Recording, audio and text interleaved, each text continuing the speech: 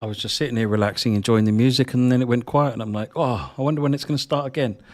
Yeah. sort of my bit now, isn't it, really? Welcome to the stream, everybody. Can everyone just a quick audio check? Everyone hear me okay? See me okay? And then we'll get going. A bit of a Let's Play stream tonight. Nothing too on it. It's just a play the game. You know what? Been working on the game for so long. It's nice to just sit back and chill. And so we're having a Let's Play tonight. I'm going to do a bit of everything from the game. I have got the editor working in the background as well. So we might have a pop out and maybe make a scenario or something, just so that you can sort of get the idea of that. Although I'm not much for making scenarios, so I'll probably just show you the easy bit of making a scenario. But it'll be something to look at. I also got some interesting things working earlier on, so maybe I can give you a quick taste of the editor later on. But I want to do some gameplay first. Right, so first of all, a couple of things. Let me just go and check messages I've got over here. 1 second.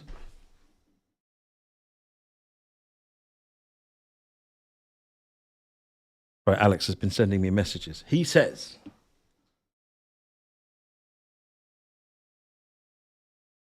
I don't understand the first point. There's a thing. It says no roots, 6 gig install.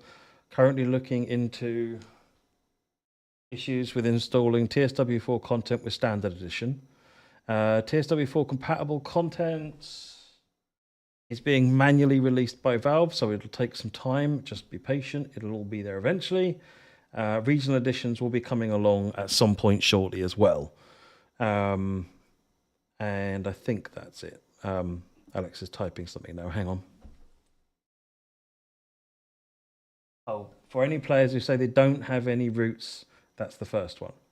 Okay. Super. Right. Okay. That's Matt's admin bit out the way. Yeah. So I'm keeping an eye on, we have like a mission control chat here going on with all of the teams that are busily working late, making sure it's all working, talking to the platforms and so forth. So I'm going to keep an eye on that. And if I see anything pop up on that looks like you should know about it, I will let you know. If you've got any questions, I'll do my best to answer them. Otherwise than that, let's just play some game. Yeah. So I'm going to start off with Vectron. This is quite a fun scenario, a service, if I pick the right one. It's probably a fun scenario anyway, but assuming I've picked the right one, it'll be the Vectron heading northbound, being held up, and of course I should probably put on the game. Let's do that. And we also get to do the power changeover with country changeover, which is interesting on the Vectron. So let's do the thing. That needs on, that needs on, that needs on. We've not got a permission to go yet. A signal's green, so that's good. I'm going to put this on the mini HUD. I am going to leave the objective marker on, and I know that's winding some of you up, but it's because I'm trying to look at chat. I can't pay enough attention to the train. Sorry. So I need some assistance. Mini HUD and come back. Right, now my cab is nice and clean, and I can see what's going on. We're in Austria, so we have Austrian power. We have volts. Brakes are on. Headlights, I've got a train behind me, so I don't need red light. That's on the back. So let's just go with that one. I am going to put the AFB in. And we will set the AFB speed to... What's the speed limit? 40. Well, we're going to be on PZB, actually, so we need to set it to 20 kilometers an hour. And then I need to press the B button here. Not that one, this one. Now we've confirmed the speed. The yellow diamond has gone solid. Good. PZB is LZB. PZB. CFA. Leave the headlights where they are. Right. All of that's up and running. Train is ready to go. What's our headlights? Let's go on to high beam. No, we don't need high beams on. Brake release. Good. I'm going to ease the brakes back to 2, which will start brake pipe charging. Can we get a honk, Richie Peach?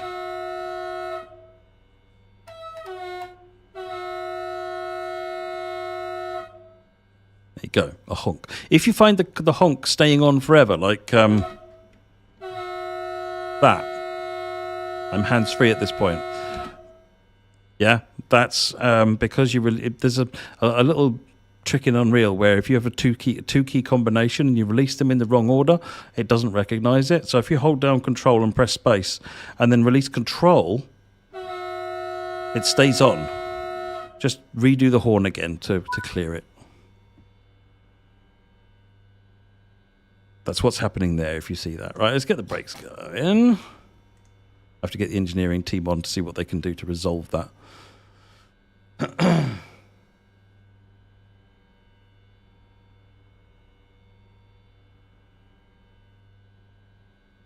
Sorry, I'm just looking to see if there's anything else. I really need to not have the teams 16 feet over there, don't I, really?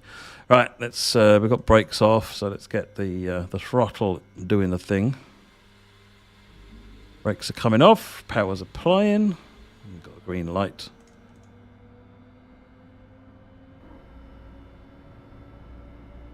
C for PZB is doing its thing, but I'm just going to go ahead and release that.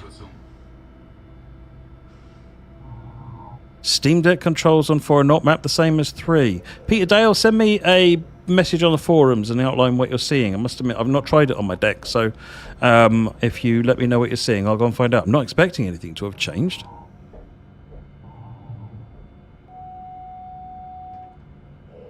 Right, let's. We are good up to speed limit now, actually, because I've released monitoring. So. RFB.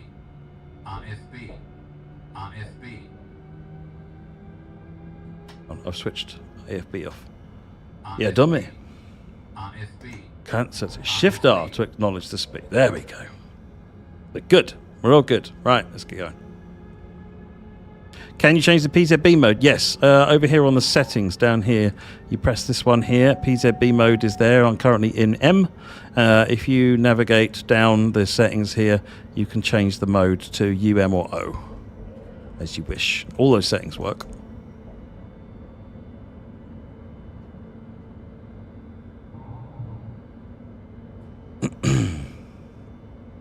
All your DLC purchased on TSW3 will transfer to TSW4. Yes, you may just have to wait. It's 90 packages. It's across all of the different platforms. It may take a brief moment for it to, or a not so brief moment for it to happen. So just hang tight and let the systems do their thing. Right, let's speed up. So, acknowledged it up to the 100 kmh.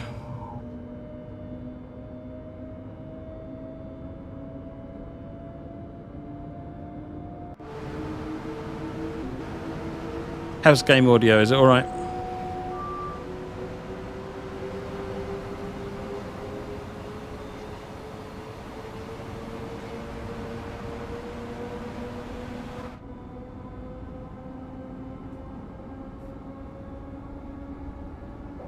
All good, thank you.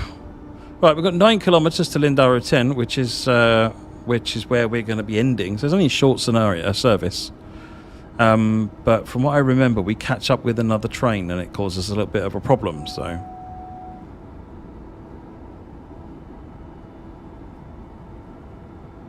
but we're moving for now.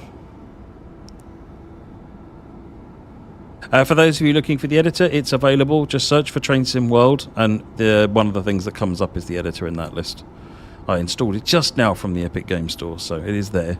You do need to make sure you've run the game, and you'll need to run the game periodically, like once every few days, because it updates and checks things ready for you to use the editor. So if it comes up with a message saying you need to, haven't updated the game in a little while, that's why. Just run the game and exit it.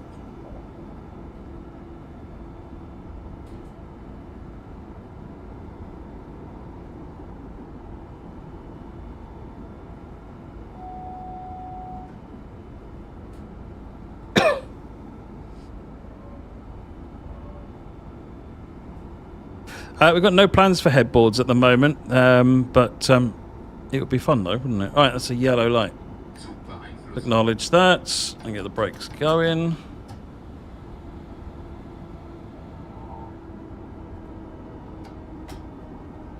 I left the braking way too late.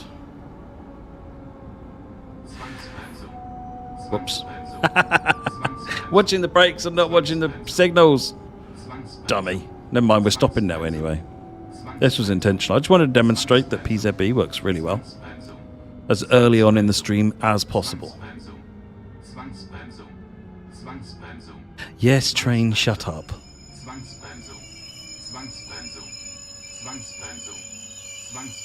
It's the squeal of shame. Shut up. Yes, thank you.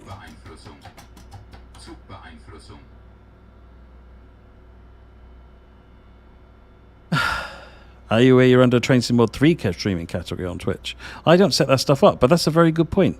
Never mind, it'll do for now. I'll get someone to change it for future streams.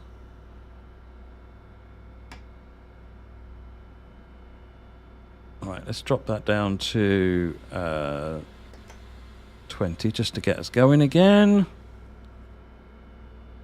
It's fine, we aren't really going to lose any time because there's a red light in front of us because there's a train in front of us, and that's going to cause us a little bit of a problem going forward. I'm going to be driving something from everything tonight, Fire.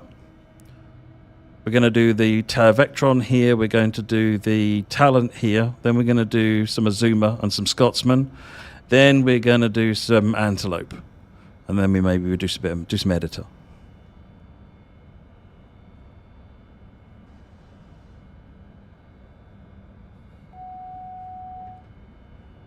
These are the Austrian advanced signals. This one's telling me the next signal is a stop signal.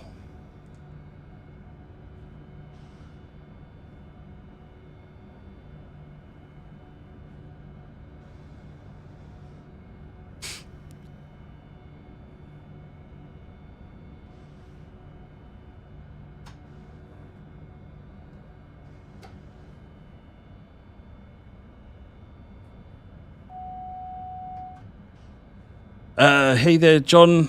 Looking good. Yeah, editor's available. Hey, Blue Games, how are you doing?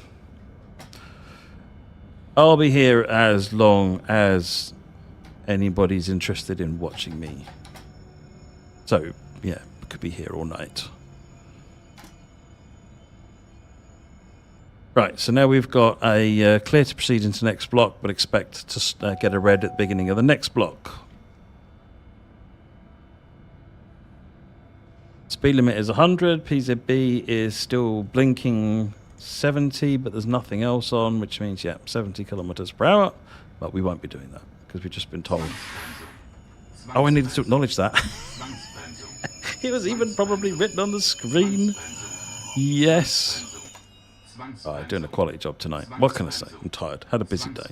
Shut up. Right.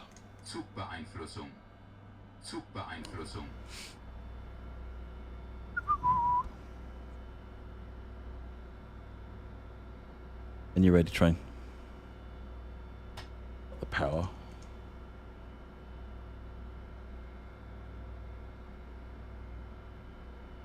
There you go, brakes are coming off. Excuses indeed, Laserjet. I am here for the excuses.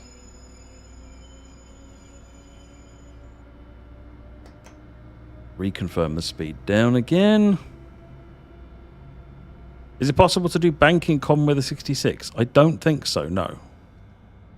66 was done long before banking com, and I don't think it was done at that point.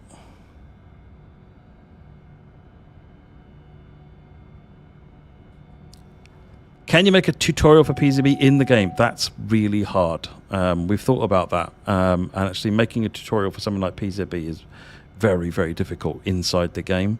We're still trying to look at what can be done there, but I don't expect anything for the time being. There are many videos on YouTube. I did one. There's other people who've done them. Watch them. They'll probably be more concise, to be honest, than trying to do it in the game.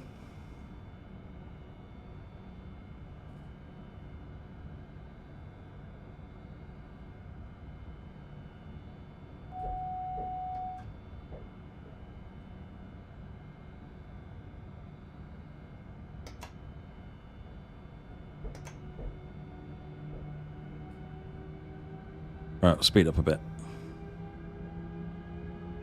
Should be fine. Nothing can go wrong. I'm driving a train. Everything can go wrong.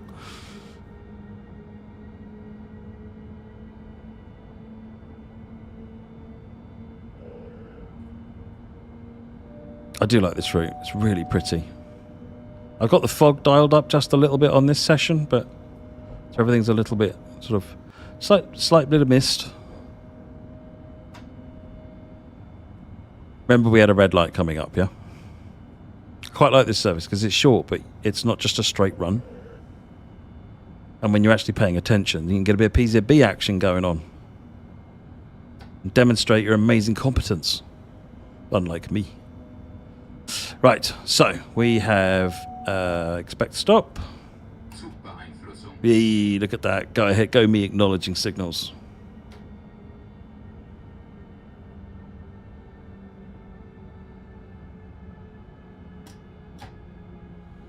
Now actually stop for the red light, Matt. Yep.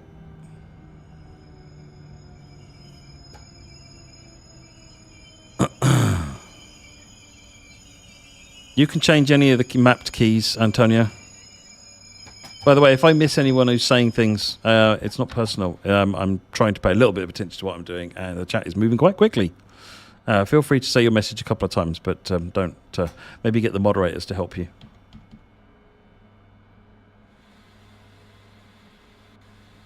Drop that down to 20 again while we get going. We're moving again. We've got the green light.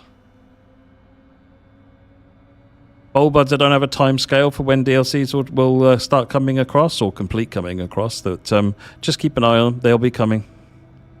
You're better off the game not running at the time because I think that will, if your game's running, sometimes that can stop things downloading. You may also need to go in and manually enable them in the DLCs for your appropriate platform. See if they're there and just need turning on. I saw someone saying earlier on that helped them.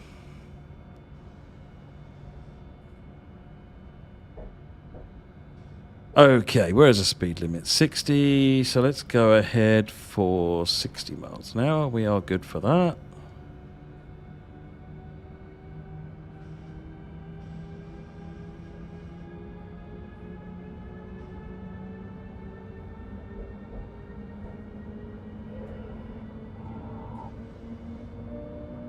Going on to the single track round to Lindau. Did I say miles an hour? Canadian maps. 60 local units of speed.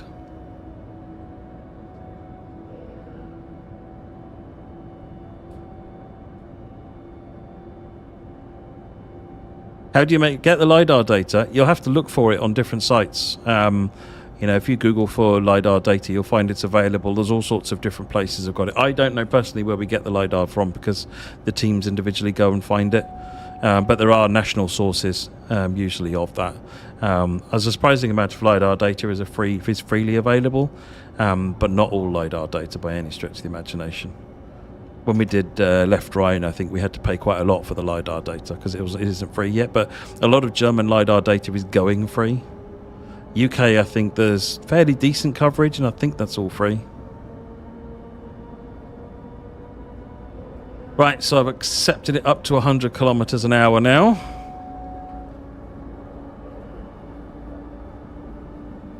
Amanda, I'm not sure I can do justice to PZB in a quick guide, but essentially acknowledge everything with the page down key. And learn the speeds of the trains that you're driving. Don't keep driving different trains. Drive one train and learn that, because freight trains have different speeds they follow than passenger trains, and that just makes life complicated.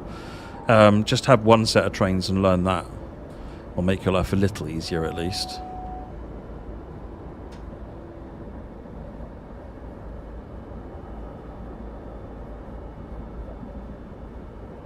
But you'll need to understand the signals before you understand PZB and really understand the signals. Because once you understand the signals, like this signal is saying clear but expect stop. And this needs an acknowledgement, Matthew. Right. And at this point, I've now got to get slowed down to 70 kilometers an hour because I'm in PZB mode M for freight trains.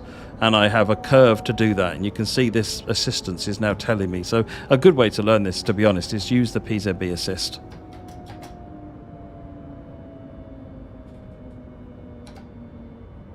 Because, yeah, the PZB assist is pretty good at telling you. If you're running a passenger train, then PZB mode O, the UM and the O, by the way, stand for under, middle, and over. broadly, German versions of. U for slow speed freight trains, M for freight trains, and O for over high-speed trains. So O allows you to go up to a maximum 160 kilometers an hour, M is 120, and U is 100. Right, but that's good because we have got a green light ahead in front of us, although we need to be under 70 kilometers an hour, so I'm going to leave it there. Now it says we're safe to release, and if I look up ahead I can see a green signal. I'm therefore safe to release. Now what's happened is that's all gone here. This was actually giving you some instructions down here as well, so the modern trains are quite good at telling you what sort of speeds you can do at any given moment. You don't get that on the older trains, but the modern ones will actually give you more insight as to what you're doing. So these are actually, Vectron's probably a good train to learn on for that reason.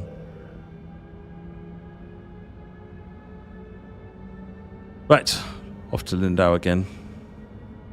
See whether we get any more interruptions. Rude interruptions.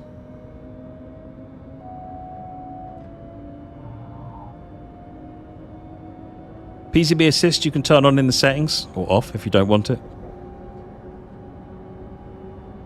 Speed limit's 100 kilometers an hour, so let's up to 100 and confirm that. How do you know where the next stop is without the HUD? You don't. That's why you need the HUD. Either that, or you know you learn the route. Right. So this is the warning that it's coming up. So I'm going to cut the power. I am going to lower the pantograph. I'm going to open the circuit breaker. And I'm waiting for the other smiley, I think. Or have I already gone past it? That might have been it. Yeah, we've gone past it. So we've just done the country changeover. So now I need to go into here. Switch it to Germany 15 kV. Press accept, which has now gone in. I now need to raise the pantograph. And give it a minute until we see line volts coming up here. That's it, we've got line volts. And then I need to close the circuit breaker. And hopefully at some point we should see the icon change. There is a 60-second delay in here somewhere. I can never remember where it is.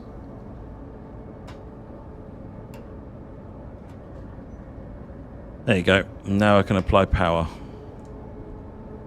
There you go. Power's coming on. We've just done a power changeover and a neutral section into Germany.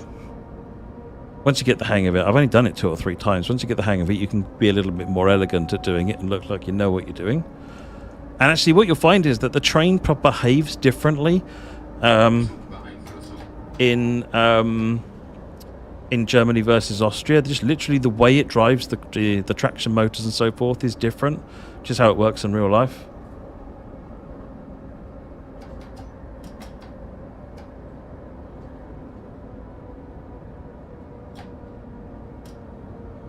Get down under 70. There we go.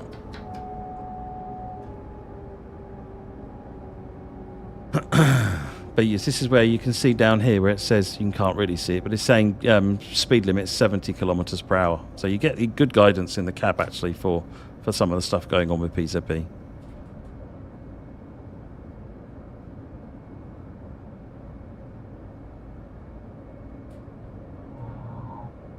What happens if you don't close the main circuit breaker? You have no power. As soon as you hit the neutral section, the circuit breaker pops open. And that's it. You've got no more power to the train. Right, so at this point, we are going to be taking this junction left, and I'm going to be squealing it too fast over the junction. Whoops. Oh, not too bad, actually. Not too bad. Ooh, dangerously looking competent, Matt. Right, no one will believe it. It's fine. I don't want to set a precedent to being a good driver, you see. Then you'll start to expect it all the time. Right, so this is the siding. And we're actually, where are we? We're not far from the island here. This is the yard down here. Ah, dang it. Whatever. Yeah. Clearly wasn't looking at something, was I? I was looking at the map.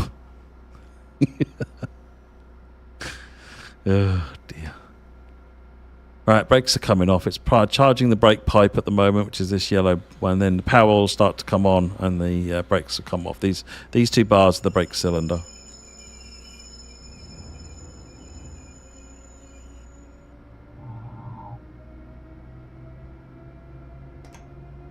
Reconfirm down to 20 kilometers per hour. What is it telling me I can do? 45 kilometers an hour. Oh, that's okay. We're stopping in 600 meters.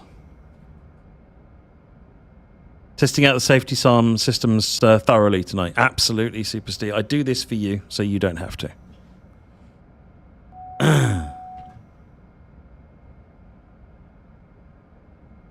For science, you know. Can you couple a 150 with a 158? I have no idea. Give it a go. Use free roam. Spawn them, couple them, see what happens. I think they don't work if you do that. I think. I'm sure someone said they tried it. But don't let that stop you. Will there be a regional pack you can buy for TSW4 such as UK only? Yes, refunds. They are coming at some point this evening, hopefully. But we're getting all the DLC and everything else out so that everyone's got their upgrades and all the other stuff will be coming along soon.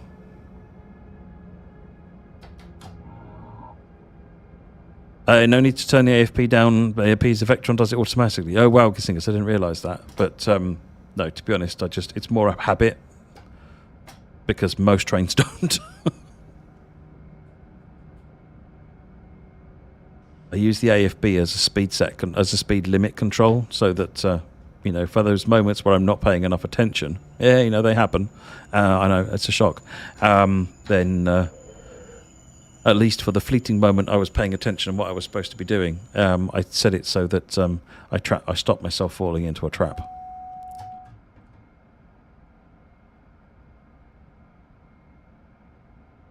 Yeah, the camera switch on PlayStation is misbehaving a bit, isn't it? It's something I'm going to get a team to look at. You have to sometimes press it multiple times. It's weird.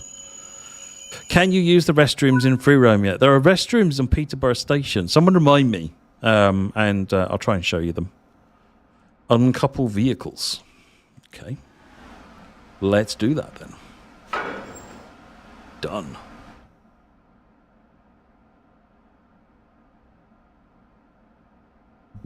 It's got to wait now.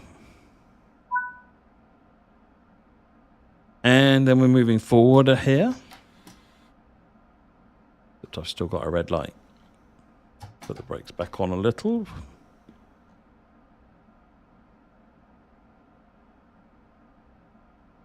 Something coming out? No. Okay, maybe it's... Oh no, I got the green. There we go. We got the green. Just not patient. This is the problem. 20, acknowledge. When it says stay below 25, you should always stay below 20 because it's utterly unforgiving, that 25. So use 20 as your guidance, what the real drivers use. They stay 5 under the limits.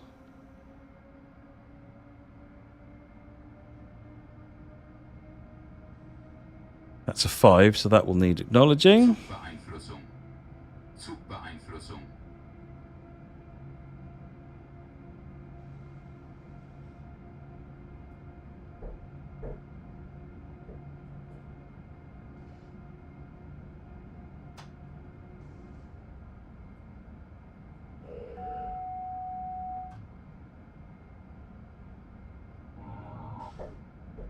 Transporter Daniel, without Valve, there is no distribution of the game. So just hang fire, it's coming. It's not a quick job.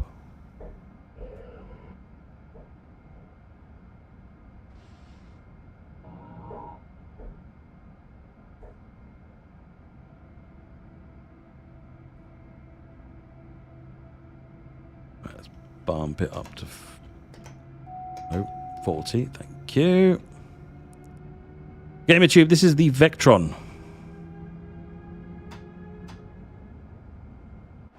This one.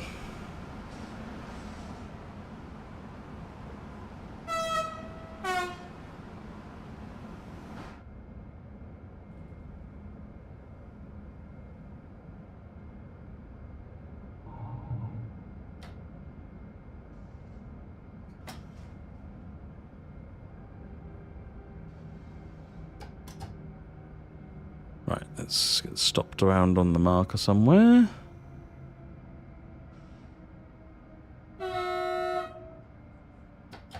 That's the dual horn.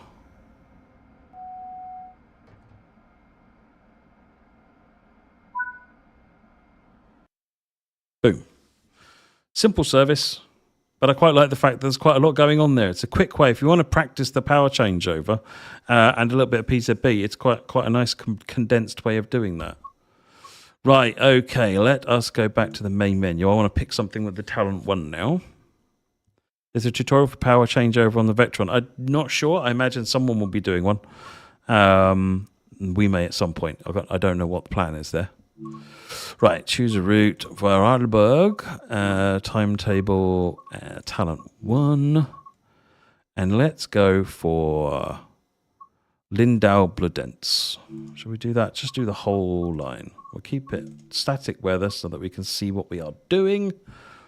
I think that'll do, actually. Let's do that. Let's do this.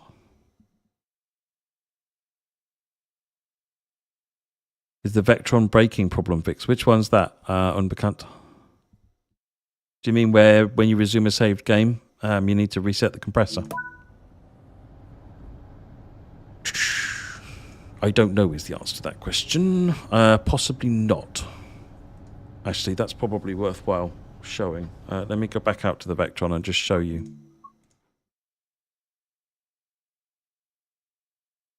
So if you resume a saved game with the Vectron, you may find that you run out of air in the main reservoir. So if I go into the Vectron again, we'll just do the light loco move. That will do.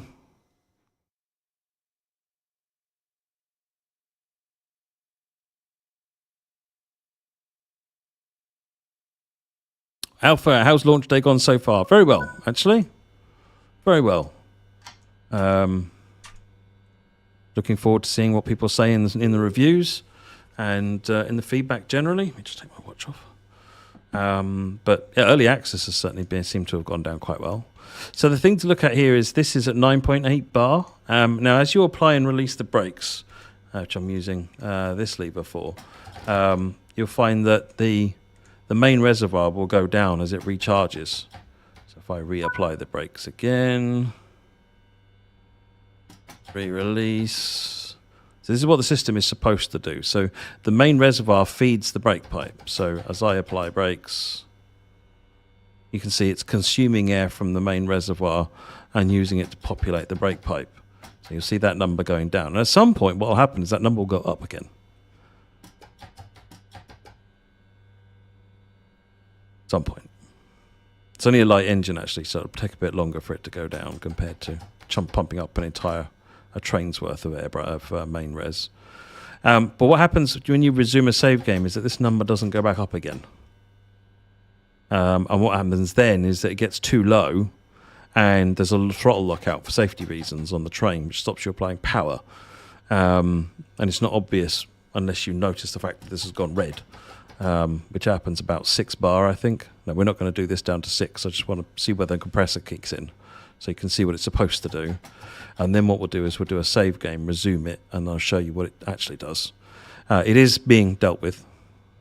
I think there is a fix already in there for it, but it's just not released yet. Well, unless this works, in which case it's done. There you go, we're down to 9 bar.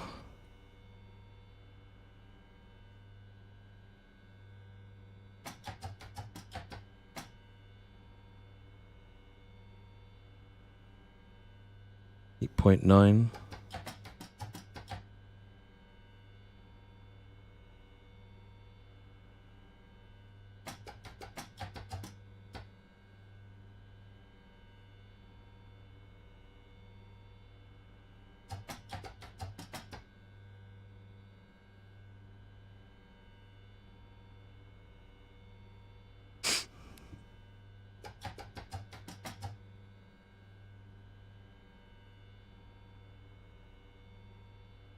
.6.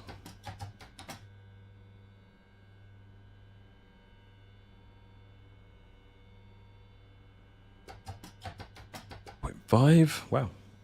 It lets it get down quite a way before it puts the compressor on. He says, fingers crossed it's actually working. There you go. Compressor's kicked in. You can hear it. You can see this number is now going back up again. Right, so that's what it's supposed to do. Let's wait for it to finish, and then we'll save and resume. We'll see what it does. That'll either confirm the bug is fixed, or I'll show you how to fix it. We'll work around it. Compressor come off. There you go, compressor's off, we're at 10 bar. So let's save the game. And we'll come out.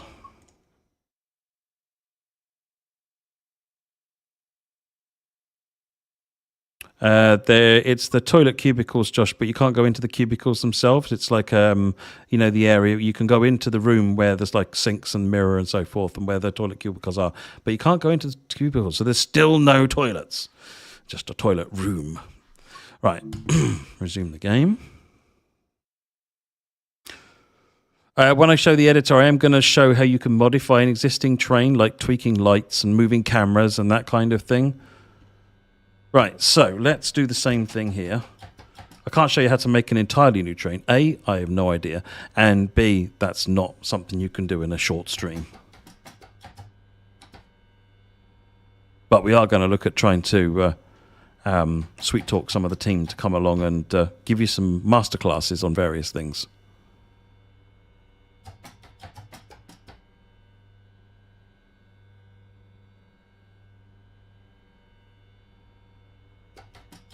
Right, so we're going to get it down to about 8.5. Was where it tripped last time, wasn't it? So this is probably a really exciting bit of the stream, but it's just caused a number of people problems in early access. So I want to prove either it's fixed or show you how you fix it, because it's a dead easy fix, but it can ruin your jive if you don't know how to do it. Yeah, how interesting. I know it may be that the restream where we're actually streaming to doesn't even have the TSW4 entry in it yet. Oh, direct break uses directly from the main res, does it? Okay. So if I use...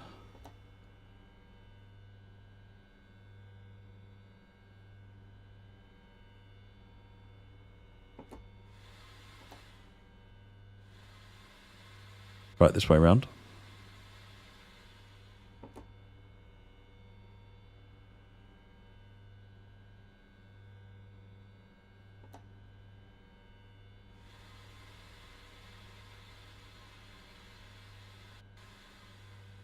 Continue for Fern to fulfill his buffet card dreams. No one can do that. No, that'd be down to them. You have to do all the 3D modelling on the coach. That's one of those things that's harder to do than you probably should be.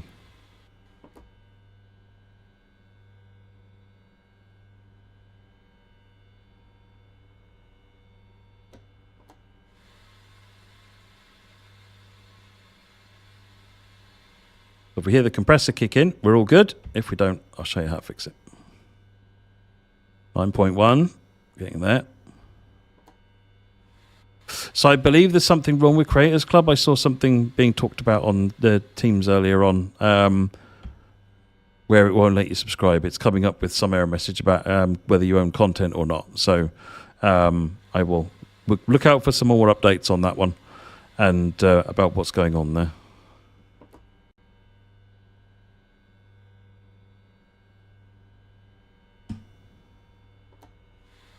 Yes, you can still open the carriage doors on the Azuma while it's in motion, Jellybean. I don't know why that one's still possible, but yes, you can. 8.9.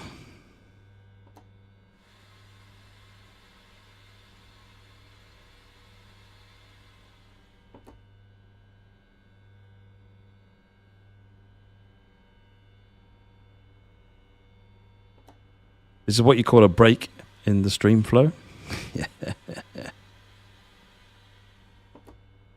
8.8.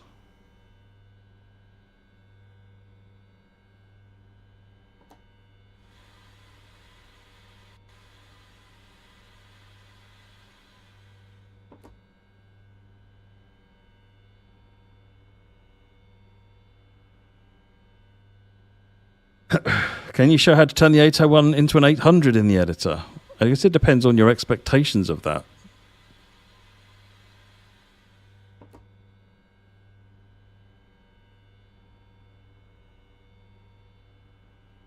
Because it's actually a different 3D model.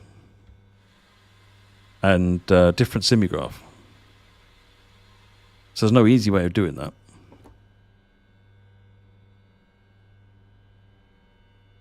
Yeah, run the 801 in diesel mode. Yeah, you don't need the editor to do that, though. 8.6. When did it trip last time? Was it about 8.7?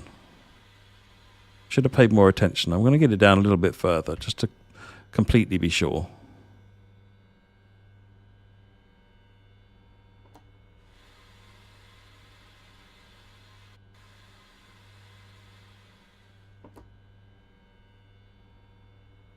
.5. I'm pretty sure it tripped the compressor by now, didn't it? Oh no, there you go. So the bug is fixed. So you can see the compressors firing up. So for those of you that have had that problem in early access, it's now resolved and you don't have to worry about it. It'll just work. But if you find that this is, you've got a traction lock you can't understand and this is showing up red, it means you've run out of air in the main reservoir and you need to fix that. That's it. Right, let's get back to the talent one then. That's good. I'm happy that's resolved. I knew there was a fix in there. I didn't know whether or not it actually made it out for this patch or not. Right, choose a route for Vorarlberg, timetable, talent 1. What did I want? Lindau, Bludenz. That one. That one. Oh, with some clouds. Boom. Let's do it.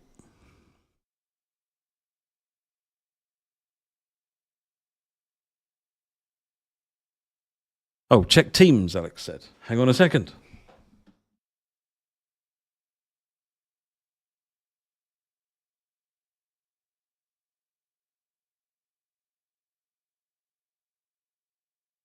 Aha!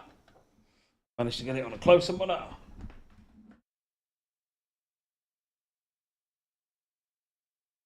And then I turned the monitor off.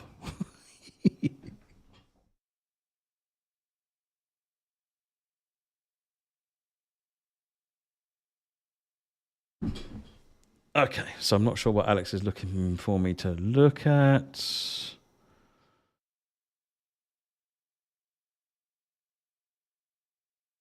Yeah, he's not messaged me, so I don't know. Right, okay, let's get on a driver train.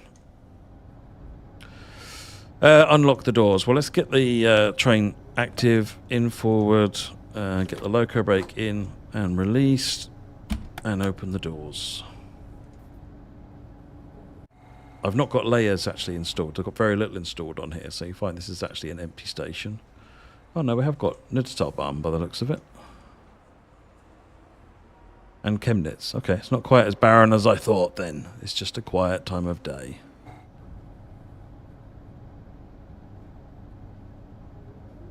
Your coffee needs to be deep, Chief Longshin. Deep. Demo the cruise control. That's set on here, isn't it? Yeah, that's these. I can't remember how you turn it on, though.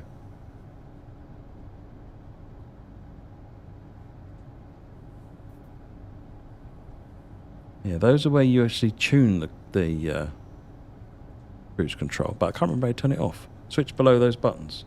Oh, yeah, there it is. No, cruise control. Right, wait until 6:21. Let's get the doors closed. You can all wait if you didn't get on the train. Tough. You like the vibration, do you, Lunar Kettle? One thing to bear in mind, I can't demonstrate it on here because I don't have a controller plugged in. But if you go into settings, under controller settings, you can tune the levels of vibration. So if you want it to be more or less, you can go into those sliders. Some people have said they think it's too much, and you can just dial it all the way down to nothing if you want to. But it can get to be very, very subtle. Or if you want it to rock the house, then you can turn it all the way up to maximum.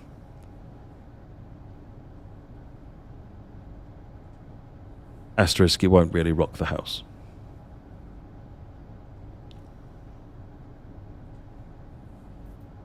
Well, let me go. Schmedules. I've just opened the doors again. I'm too efficient for my own good. You were hoping rock the house would be a feature, yeah.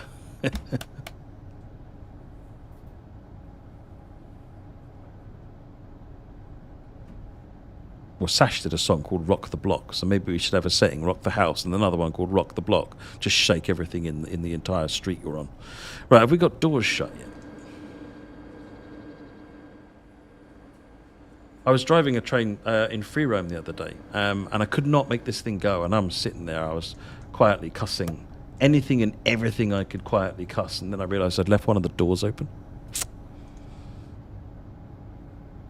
Yeah, the objective ping made me muscle memory open the doors. Exactly that. I need to, before we get going, get Pisa B and C for running.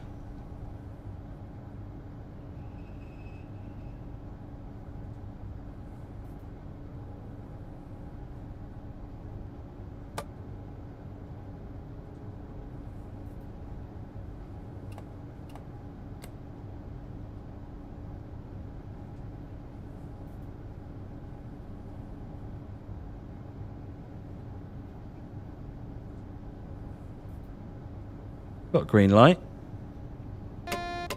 Release the monitoring.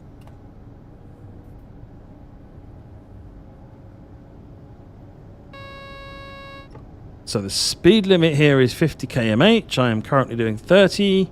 We have a speed restriction, this signal for 40, so I'm just going to go 40. That needs acknowledging. We'll just hold it at 40 kilometers an hour. This is because of the junctions. It's a slower route because we'll be crossing over on a junction here somewhere. We're on a left track, so we'll need to cross onto the right track, which is just up here. That's why the signal's holding us to a lower speed.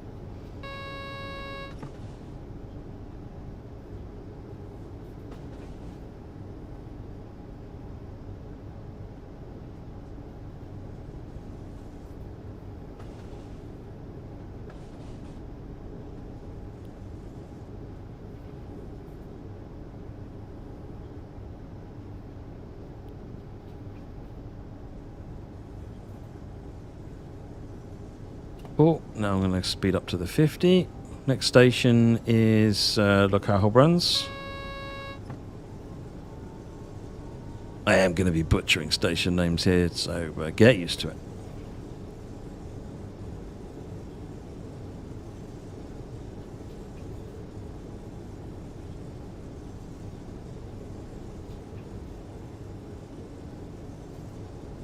PC Editor is already out. We don't know when it'll be coming to support Microsoft Store, though, Bobby Lawless. We don't even know if that's even possible. Our attempts so far to make that work have not been fruitful. So at the moment, the PC Editor only works with Epic and Steam. I'm running out of tea. This is ridiculous. Right, speed up to 90 kilometers per hour. PC B is happy. Kebepe, on PC you can remap all the keys, yes.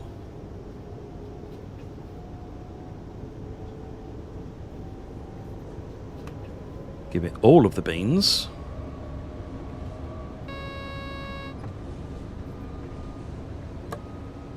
So if I hit cruise control and things just stop speeding up and holds it. There you go. So it's holding it at 90 km/h. If I want to speed it up now, I can go click, click. And the train will now speed itself up.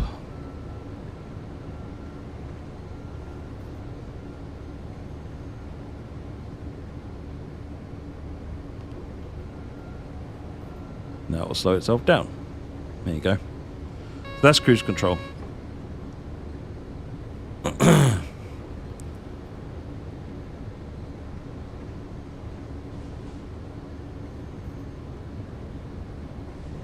Every train's got slightly different. Like the Talent 2 has a slightly different version of a speed set. I don't think they call it's not called cruise control or AFB. It's called something else that I can't remember the name of. They just call it cruise control in English, but I can't remember what the name of it is. But it's slightly different. It's not an AFB type functionality. It's effectively a tempomat. That's the word I was looking for. Tempomat. Thank you. So it's a tempomat system that's on here. And it's just down to its function, essentially. So you treat this more as a speed limiter. Some of the UK trains have got speed limiter functionality as well. It's easy to confuse them with cruise control type systems, but they're actually more speed limiters. As in, cruise control systems will do an awful lot more.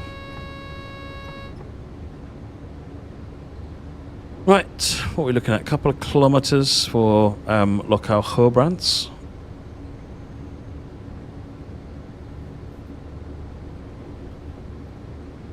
Roblox, changing the variant of a train in the editor is going to be nearly impossible, I would think. I mean, you can change the livery, but if you can't edit the physics. You'd have to make a whole new set of physics, which I'm not even sure how practical that job is. Right, so this is the warning of the MCB change. So I need to get the main circuit breaker open.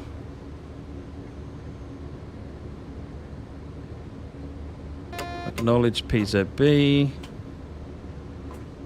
Get slowed down. Now I can close the MCB. And now immediately we've got power again.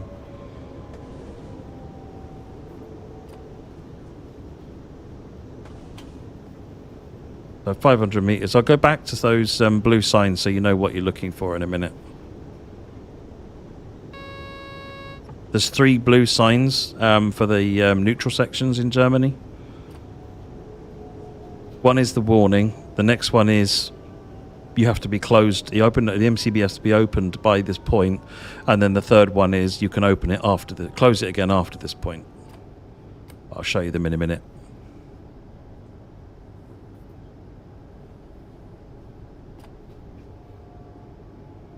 We've got a red light because we're entering single track after here. This is to stop the dispatcher blocking up the entire line. They're fairly standard signs, actually, I think, Josh. These or signs like them. Right, so I've got the doors open. Let's fly back here. Right. Difficult to see it in that light, isn't it? So these 2 dots here are... Yeah, it's great. Thank you for the lights there. These 2 dots here, this is... The next, you need to be prepared to get the MCB closed. This is your warning. Open. I get my close on my opens wrong. Get your MCB open. At the next blue sign, which is this one, the smiley face, your MCB must be open before you cross this point. At the horseshoe, your MCB can now be closed once you have passed this point. Does that make sense? Yeah. 2 dots. Open your MCB. Smiley face. Make sure it's open before here. Closed, which is the U shape. Then that is the you can close your MCB again by this point. Turn the train off at the beginning and turn the train back on again after. Yeah. See, these are neutral section start and end points, JP. Exactly that. We've got the green light. Good to go. 16:31. Get the doors shut. I'm going to out-efficient myself in a minute. I could just tell it. Well, I've got my lights. Look at this. Rocking the correct lights going on here. Put some instrument lights on for the lols. Don't need that. Don't need that. Lights around here somewhere, isn't there? Oh no, the lights around here, aren't they? Ooh, hello. Right. Headlights. What we got? That's better. 30 seconds. If you ever find yourself driving without power, the first thing you should do is open and close the MCB. And see whether that gets you power again. This thing, you don't have to do a country change. It does it automatically. Vectron, you have to do it yourself. Hence, you only need to, even though I've gone Austria to Germany into Austria, it's done the country change. It's auto-detected, because they're both 15 kV.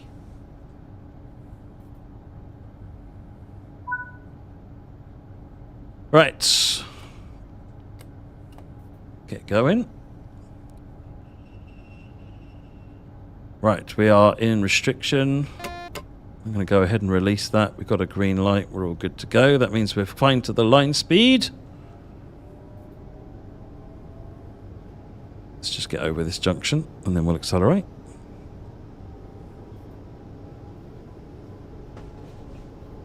See you later, how interesting. Right, now we'll give it the beans. Good for 100 kmh. Next station, Bregenshafen. Harbour. They will automatically open, KBP. They pop, essentially, when they detect no volts. That's a normal behaviour.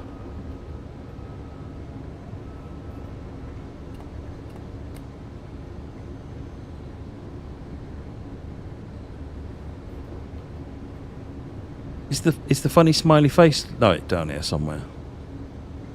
Yes, that's the technical name for it. Don't judge me. Yes.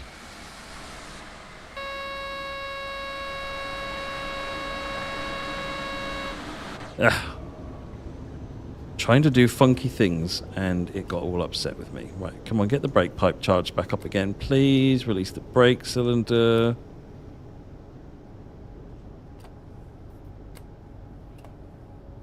We have power now, please. Right, okay. You saw the camera. You saw it, right? Yeah?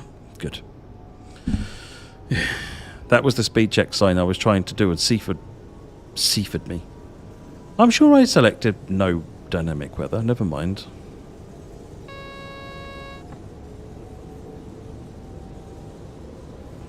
Right, that's 60 that we need to be at the next signal.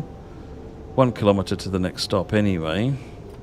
When you go through 1,000 hertz acknowledgement, then on a PCB O, which is what passenger trains generally run at, your check speed is 85 kmh, and we're well under that, so I'm not to worry about that. We can just proceed into the station. Thing to watch out for is if you're coming up on a red, which that wasn't. That would have been 2 yellows, I think, if we were coming up on a red. Because if you're coming up on a red, then you potentially...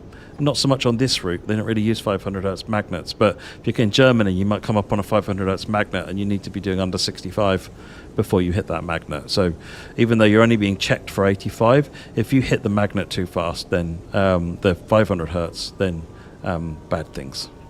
Right, there's a double yellow. That's telling me about the next stop. That also needs acknowledging. But we're stopping here anyway. I did set dynamic weather. Ah, okay.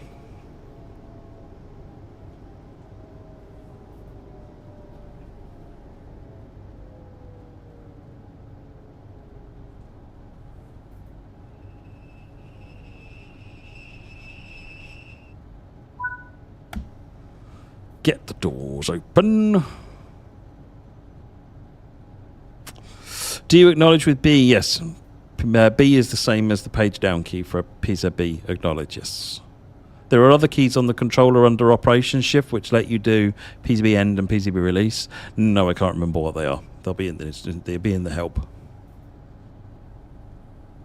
Yes, a double green with yellow is 60. A double yellow with a single green is 40. Yes, there is a speed element in there for that one as well. Yeah.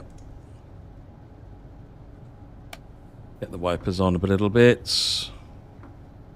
Lock the doors.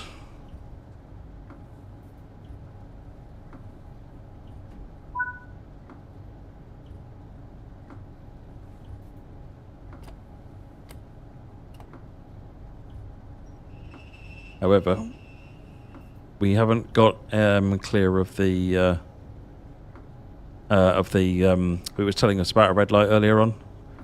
So we are still proceeding on the basis of a red light, which means that we need to be running to about 20 kilometers an hour, I think.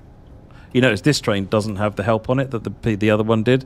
These old analog style ones don't have that useful help on them. So, as I say, you're better off learning on one of the more modern trains that has that.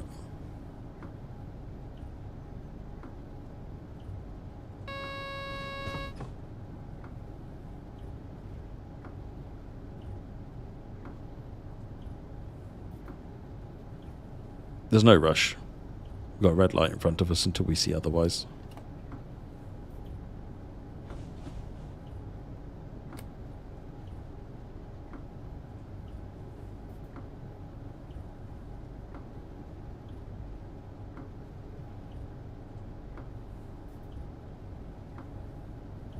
Oh, actually stopping at this station anyway.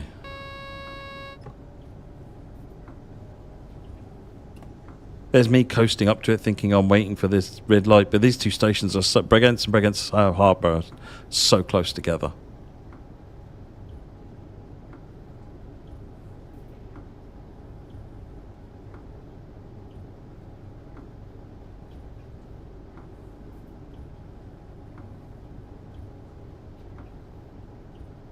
So I am looking, DJ Dantrex, about some changes to the mini HUD.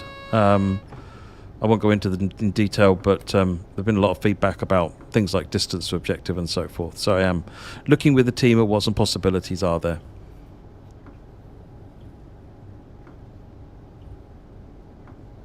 InstaSim, I'm just tuned into your thoughts, mate. I'm just tuned into your thoughts. I'll be stealing all of your ideas later on. What's my all-time favourite route? Probably Dresden-Riesa. It's a mix-up between Dresden-Riesa and Southeastern High Speed, I think, for me.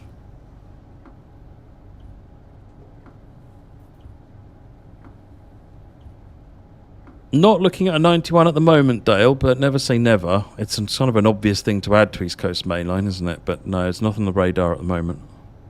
Why is there no 500 hertz? Austria, this route doesn't really have a many 500 hertz magnets, Cyril, is what I'm told. It's like the Dresden-Chemnitz route doesn't have lots of them either. I can't remember why. Lucas did explain on the Vorarlberg stream why they don't need the 500 hertz. There is logic and reason behind it. Apparently regional editions are now live on Steam, so go and have a look if you're looking for a regional edition, so the UK, Germany and so forth. Those are the US editions. They're all now available on Steam.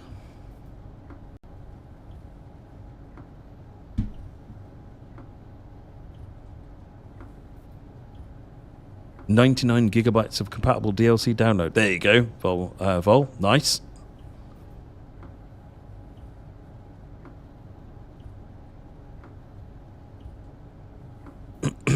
Got a long wait here. I suspect we're waiting for another train because this probably... No, it's not going single track. Why are we waiting so long? Because we are.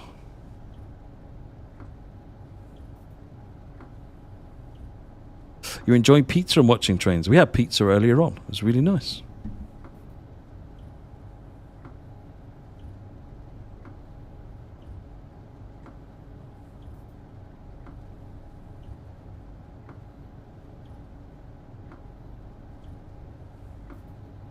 Oh, did the Francis reel go out, Tom? I haven't seen that yet.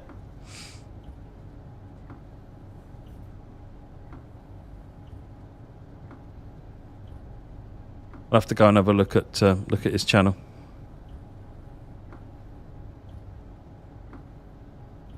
Five minutes. It's almost like this time I could go make a cup of tea, but then I'd have to stand up, and I don't want to. So I'll go hungry. I'll go thirsty. Are there any plans to make PCB indicators more visible? Yes, this is something I want to get the team to look into because it's not very good, and being kind.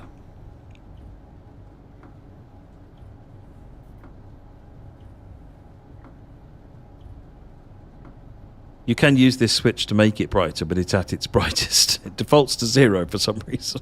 So you can make it brighter and sort of see it a bit better, but no, it does need to be better than that.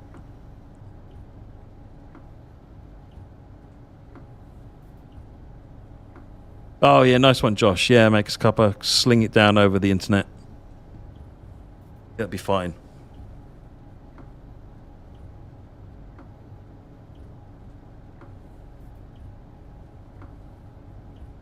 Francis, having met... Alex. Andy, having met Francis, it's not an act. He's a train nut. Genuinely, he's a train nut.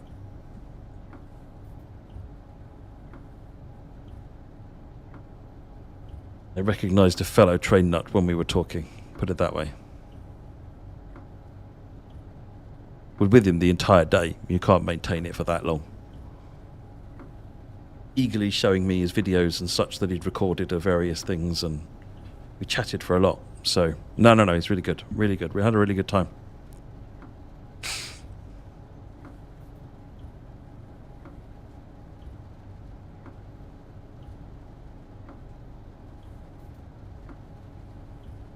Just looking over to see if there's any more news. It seems like content for Standard Edition is now working properly.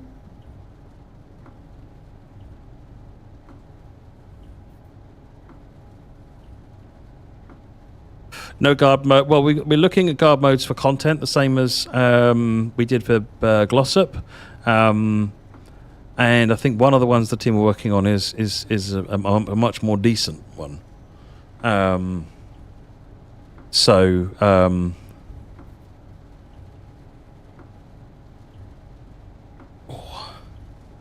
Yeah, it's as in more decent, as in it'd be a full length of the route that they're working it on. He says, trying to remain vague and mysterious. So there are some more guard mode scenarios coming at some point. And I'm still working out how we make it part of the core experience. That's slightly more difficult. The onions of your sandwich are burning you. Nice. Are they on fire? Well, it's really tipping down now. Crikey.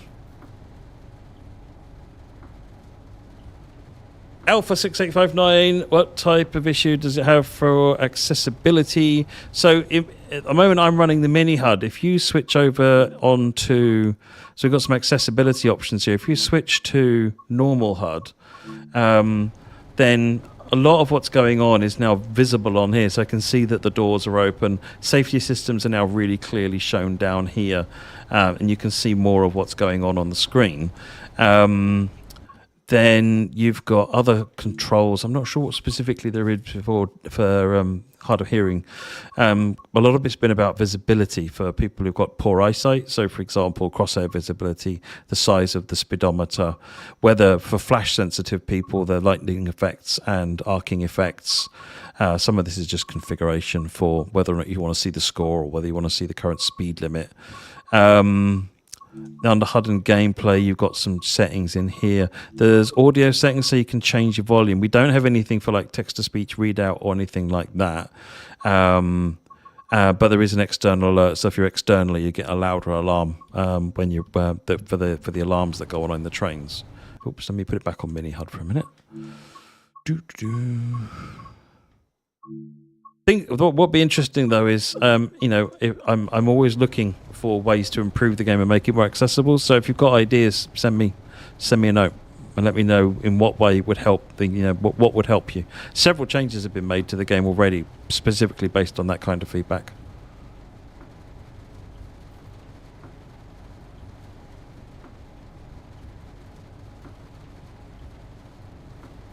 Going to be showing new Trenton timetable. I wasn't going to because I don't have it downloaded, but it feels like a miss to not do that. I guess we'll work out how the time goes tonight, and whether or not we've moved this train yet tonight.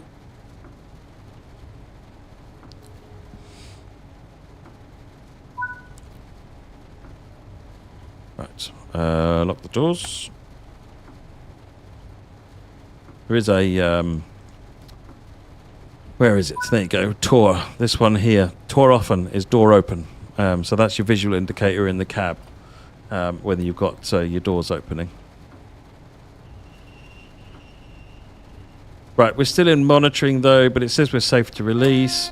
So I'm just going to release. I should have done that when I could have seen the signal, but hey, I'm wild and I've got a HUD telling me otherwise. 60 kilometers an hour is our speed limit, which is this one here. And that double green, I think, is a 60 limit.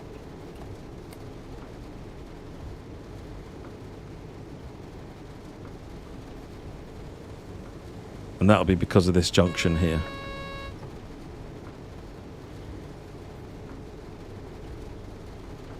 One of the other things that we've done, Alpha, for Patino that's also will come in handy is that a lot of accessible hardware controls external button interfaces and so forth. You need to use the keys where they emit key presses.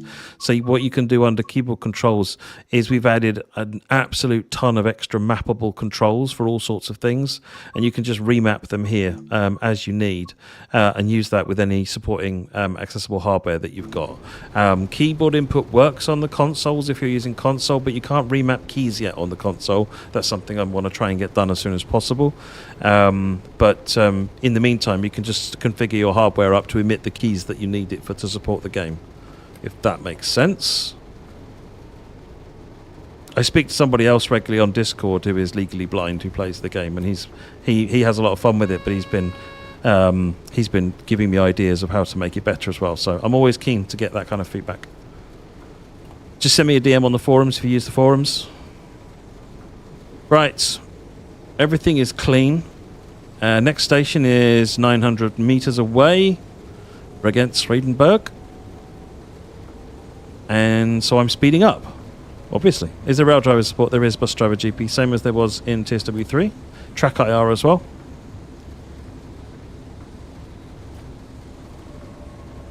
Got another expect stop going on here, so I'm just going to close that off.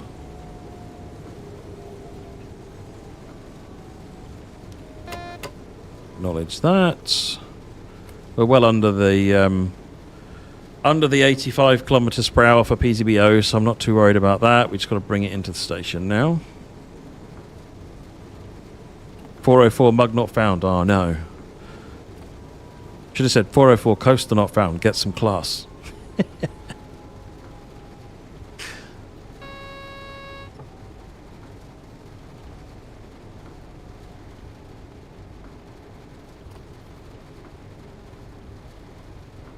Right, against Friedenberg.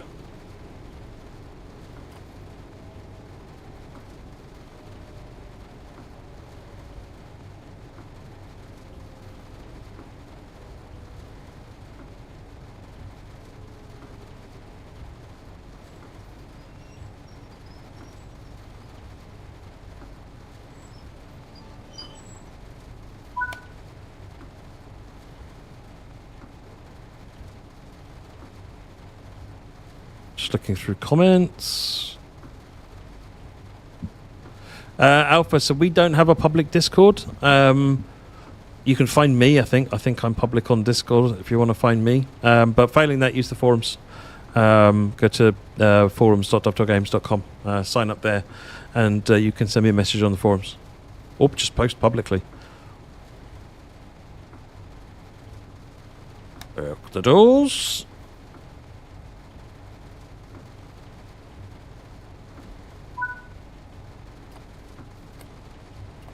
Lautrak is next. PZB is fussy.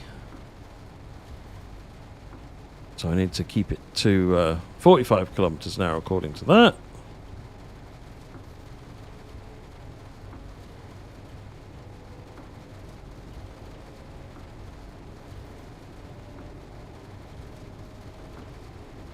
It's 30. At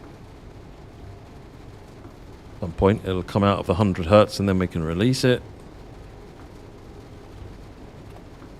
That's it. 1,100 hertz is finished. We can release it and speed up. 1.5 kilometers.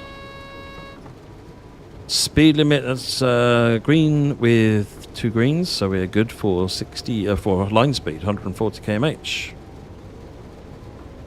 Whether that's a smart idea is a different question. You're enjoying ECML? It is fun, isn't it? A bit of high-speed thrash.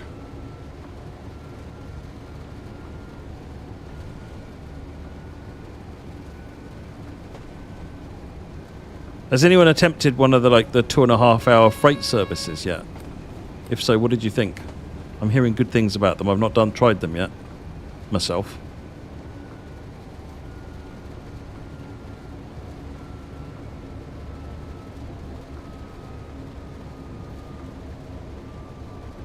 Oops.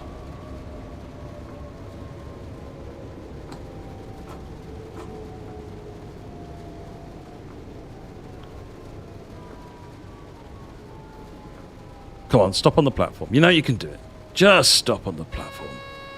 That's fine. This stop is perfect. Absolutely flawless.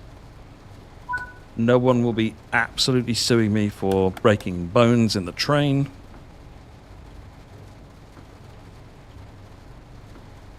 ECML needs potty stops halfway.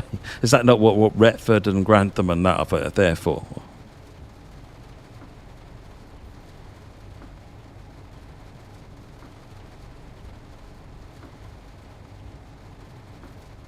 How do you turn off haptic feedback? Go into controller settings, and then you can just turn all the sliders to 0. Yeah, I made the platform, Gav's Photography. That's a perfect stop. You know, this is the definition of a perfect stop. In the same county. Yeah, that's the standard I hold myself to. Right, Wolf at platform 1 is next. 2.5 kilometers away. Give it the beans. Oh, hello. We're spinning again. I'm giving it too many beans. We'll give it less beans so we have less spin. You see, you can see spin happening because if I give it lots of power, you'll see this suddenly lose grip. You see this? This means I've got bad grip on the ground. Although we seem to be alright now. Once you're going faster, you can give it more beans.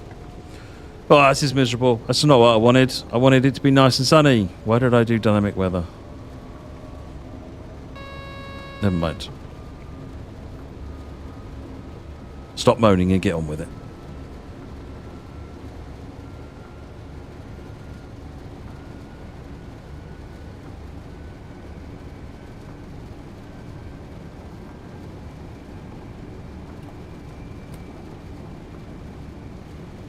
I should give myself a little more time to stop this time.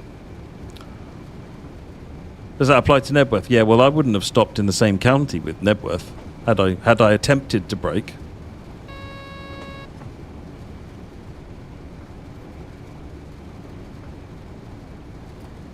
Let's actually put the brakes on now at the right time. What I need to do is, of course, because it's raining, I need to give the train a lot longer to stop because it's using wheel slip protection, which means that brake rates are a lot longer.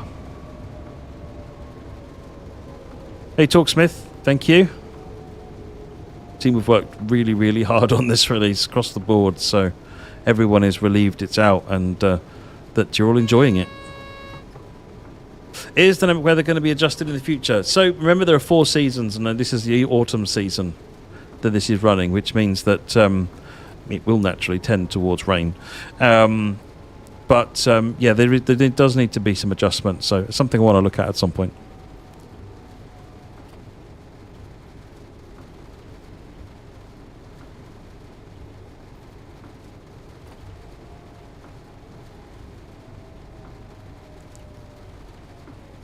Girish, what are you looking at exactly? I don't know what you mean.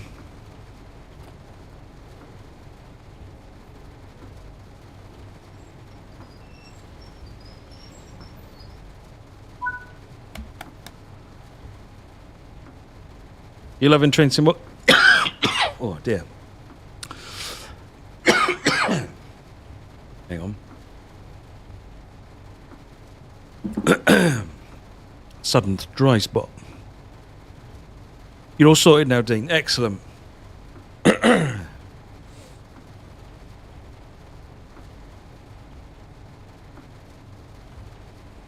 You want to send the train speed to your local DMI? So we don't have... Sorry, we have a harbour interface on the way. We wanted to get this out the way first, and then we'll start looking at documentation and examples so that you can see how to use the external API. But that's very close. Right. Schwarzach is next. 1.6 kilometers.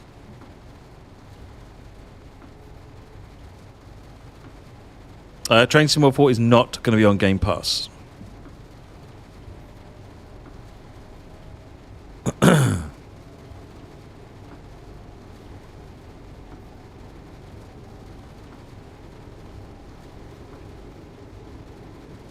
Full credit to Lucas for the PIS on Vorarlberg, Rob F. He put a lot of his own time into getting them to where they are.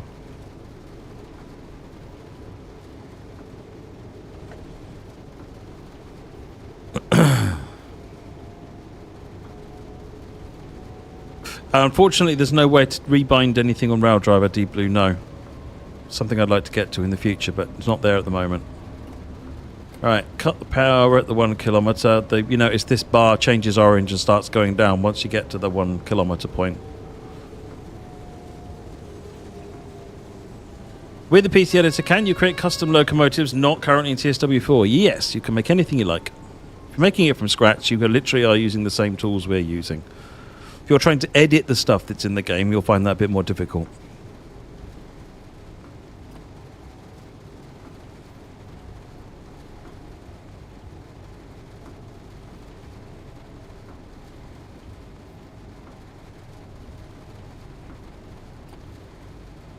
No, I'm reading the chat, so I'm now running too slow.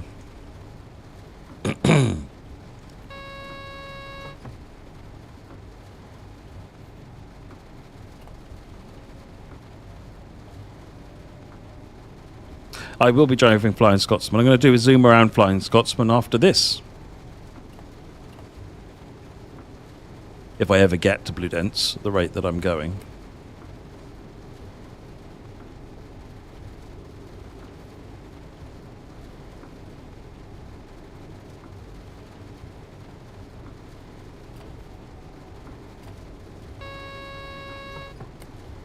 All got their brollies out. Excellent. See, in reality, there'd probably be 3 people smirking at the ones that are everybody else who'd forgotten to bring their umbrella. So, yeah. To be clear, I would be one of the ones getting wet.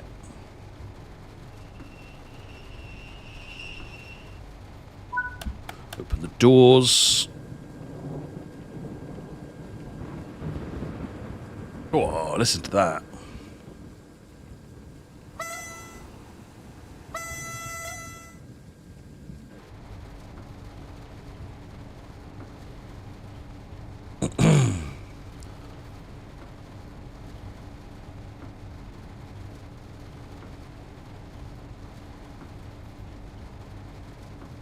For the doors to finish their biz. Lock the doors. Clown horn, yeah, it is a bit, isn't it?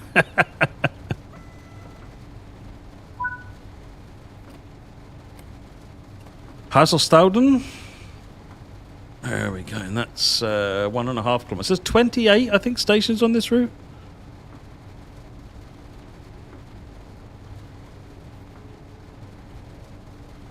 There's 2 separate timetables on the East Coast Main Line. One is a reduced timetable, Dean, for people using Gen 8 or Series S.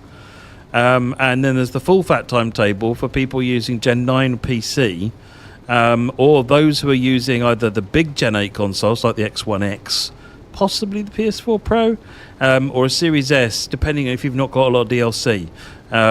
So, you know, it depends what you've got. So they're both available to everybody, but the general steer is, due to memory constraints on the Series S and for the Gen 8 consoles, use the reduced timetable on there. But if you've got one of the bigger consoles with loads of memory, then you're good for. You should be good for the full fat console, for the full fat timetable.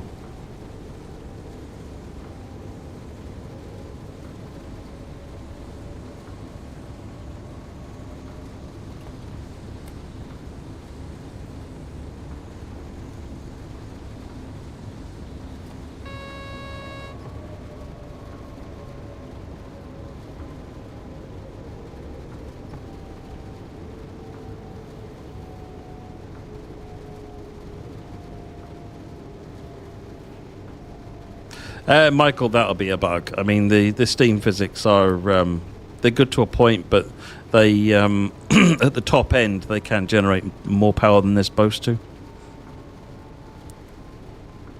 It's one of the things on the team's list to continue improving when they get an opportunity. Can you put your window a little lower so you can see the departure time? I'm not quite sure what you mean. Oh, me. Oh, yeah, hang on a minute. I'll do that one in a minute.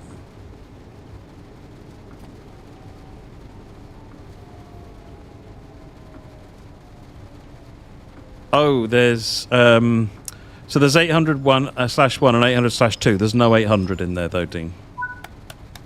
Right, hang on.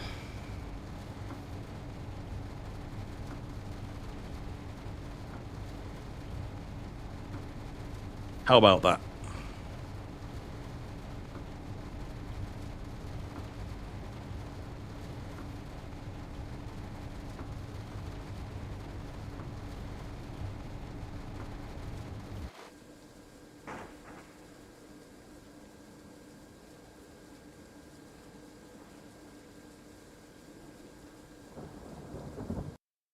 Let's take a photo.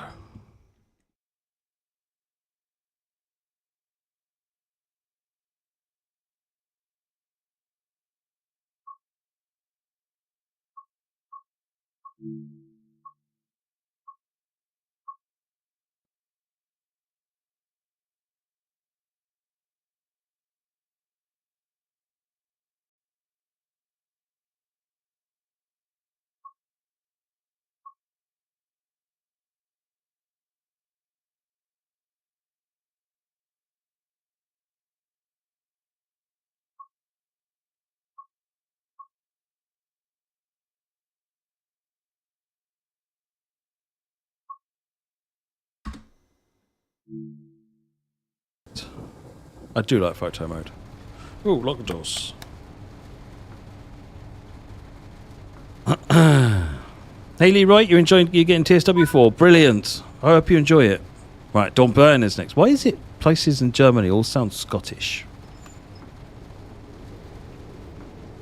You notice how it thinks I'm already doing 40 miles an hour. This is wheel spin in action. And wheels are slowly getting grip again. Now we've got actual grip. But the wheel slip protection is causing me problems. There we go. Now we're speeding up genuinely.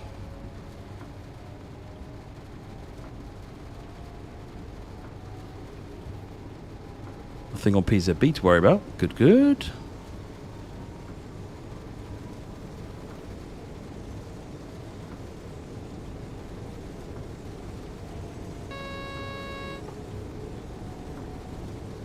So when I play New York Trenton route on TSW4, I have the option to play normal services, i.e. full service on a Series S. We have the option to play reduced. On a Series S, I'm going to be honest, I'd be surprised if you get the full timetable to run on a Series S at all.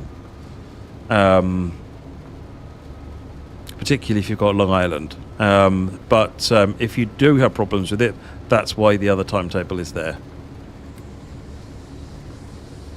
Series S is really challenged on memory, unfortunately.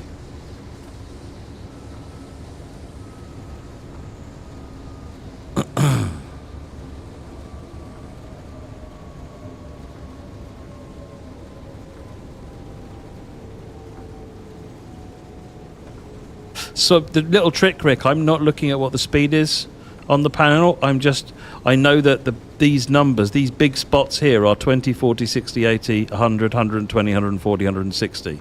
And I'm just looking at, where it is and counting up. So 2040, I'm doing about 55 kilometers per hour. So you can use that to sort of help you gauge roughly where things are. Most speedometers have thick lines and thin lines, and you can just use that as a sort of a rough gauge of where you're at. But I am looking at whether or not we can get the speedometer up here as an option.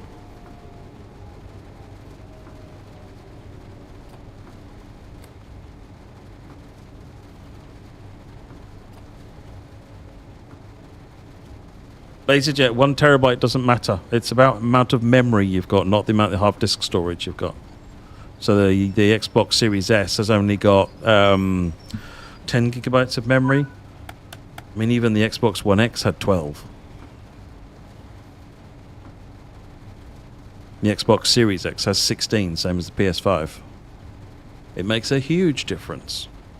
Even half a gig of extra memory is enough to make some of these things work much, much better. It's amazing how close it is to being right, but actually it's just the wrong side of it. There's not a lot you can do about it.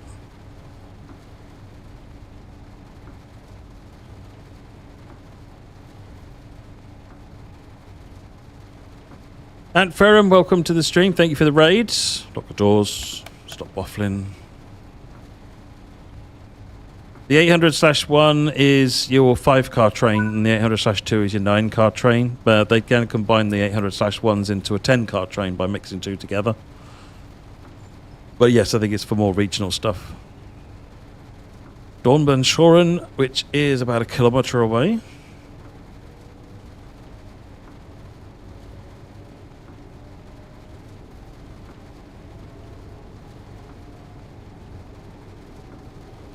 One says 1 month to download. It'll speed up. You remember how remember the memes of Windows when it was doing a file copy and it would say 64 years to finish this copy, or the number would just keep going up and up and up. Steam tends to do that.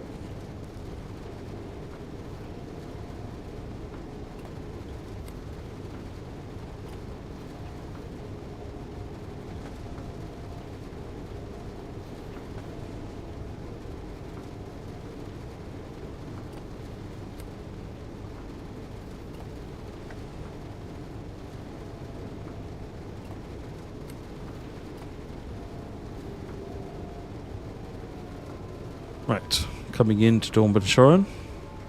Or Skoren, is it? I don't know. It's back to 5 minutes. There you go. It'll be at 16 years in a moment, and then back to 2 minutes. Yeah, I know the game is showing up as Train Sim World 3 at the moment, DJ Snap Attack. I'll make sure that the community team fix that for future streams.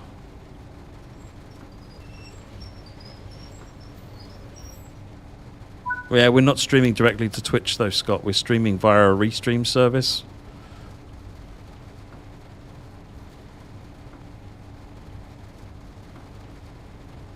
Let's see if there's anything up here that I need to look at.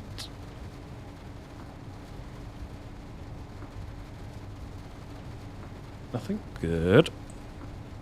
DJ Snap Attack, you look, Flying Scotsman's gorgeous, isn't it? I really, the art team did just the most amazing job recreating the Scotsman. I was so impressed with it. Hey, have you all tried walking through the tender corridor?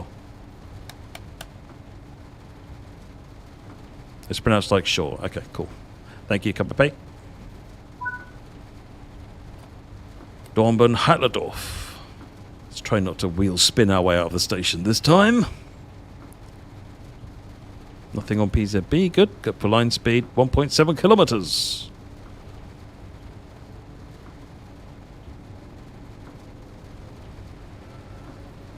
How did you put the gauge speed monitor back on the right? I don't know what you mean, Richard. Do you mean the track monitor on the right hand side over here? That's where it always is.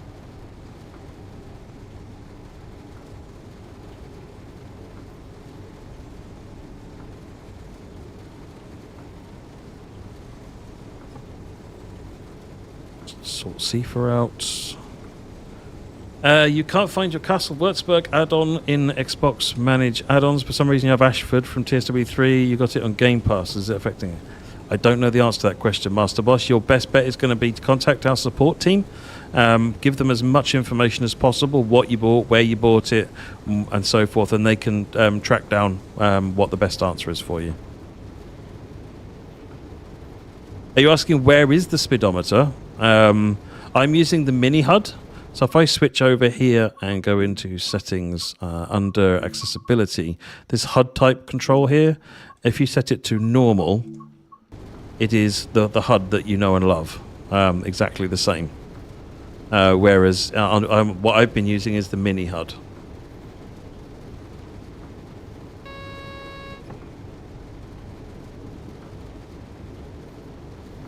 Because at this point I'm just driving really slowly for some reason. How hard is it to modify old locos to be livery creator compatible? So they effectively need to be re-UV mapped, which is quite time-consuming process to reapply a new texture, and it's got to be done in a way that it works in a single texture sheet compatible with Livery Designer. So it's not a trivial process. It's for a 3D artist. It's not a hard job to do. It's just a bit tedious.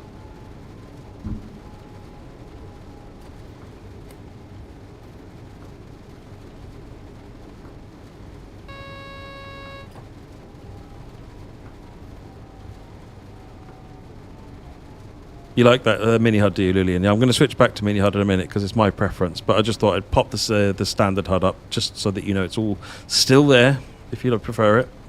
Some people prefer it, and that's fine. Right, let's go settings, back to accessibility, back to mini HUD.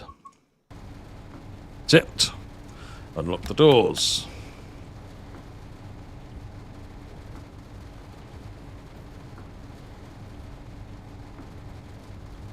Have you created your pink Scotsman yet? No, I haven't. I've not done any kind of delivery with a Scotsman yet.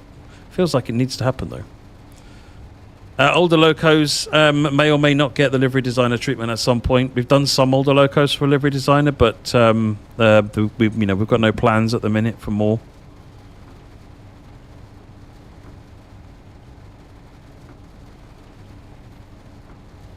There isn't a shortcut to change the HUD, no. Close the doors. Well, you have to re-download your DLC from Train Sim World 3 onto 4, yes. It should automatically happen. It should give you all of your content in Train Sim World 4 that you own in 3, and then you should be able to get it downloaded. Big old download, just be aware of that. Right, PZB is fine. Next station is 5 kilometers away at Honums. The speed limit is 140, dropping to 130, so we'll just keep it to 130 for the time being.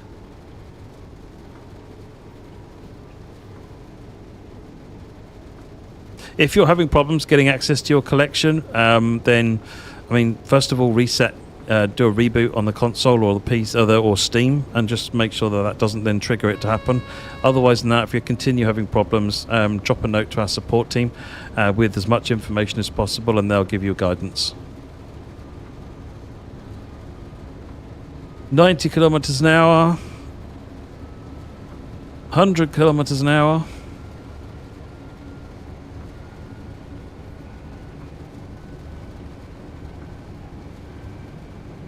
120, 130.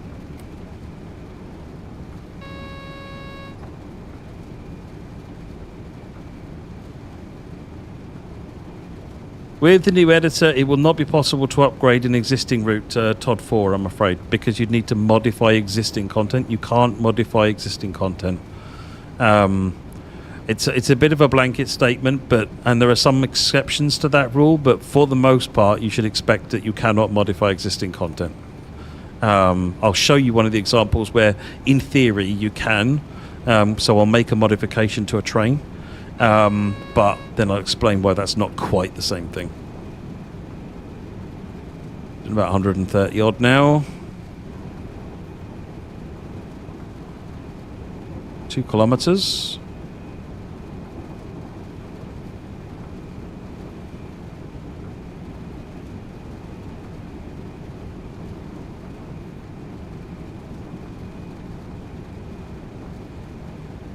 The thing when you're driving a steam engine, Dean, is to find the balance of the controls to do what you want to do, and don't be afraid to explore until you find comfort, because it depends what gradient and what you want to do the train. What do you want to speed up, maintain speed, what load you've got on the back, and you'll need to find cut-off settings that match what you're trying to do. But don't be afraid to push it further forward. TSW steam engines do tend to prefer a cut-off that's a bit farther forward than you might normally expect.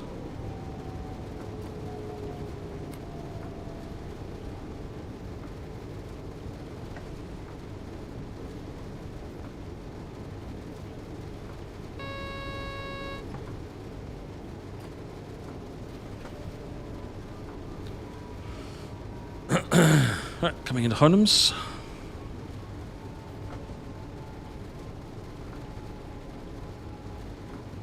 Why can't you see Train Sim World 4 in the Windows Xbox application? Oh, do you mean the Windows? I don't know. I believe that should be out.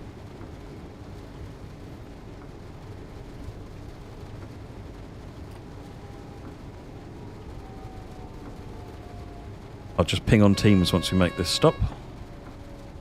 Can you fix scenery on DLC routes? No, because that is modifying. You could potentially add scenery using scenery tiles, but we've not tried it. In theory, you can create scenery tiles which will let you add additional scenery, but you can't delete or change existing scenery. It's not because we don't want you editing the content, it's just because of the way Steam cooks things. They become effectively read-only. Right, let me...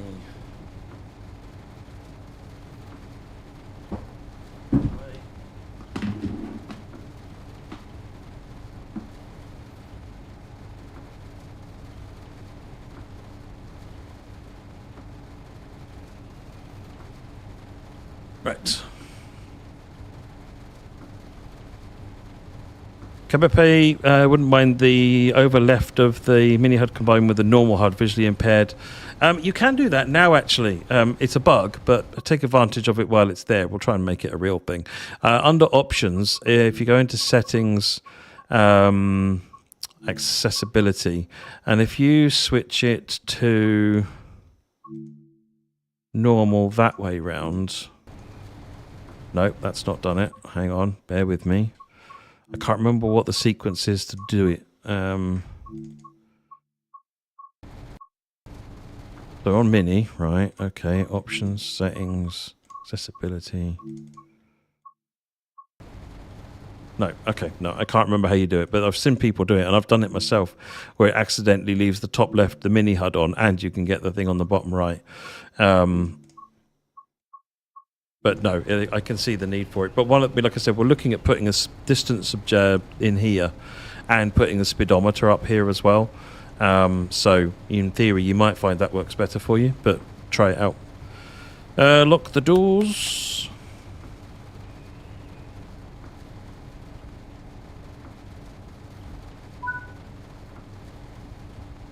Class 166 is not livery designer compatible, no.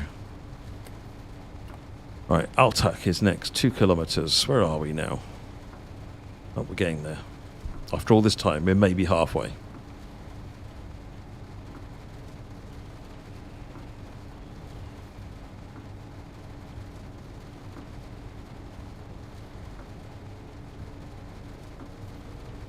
There is a toggle to remove the AP bar. It's a new one. You go under accessibility again. I don't know why Lucas put this under accessibility. It's under show score. Press a button and it's gone.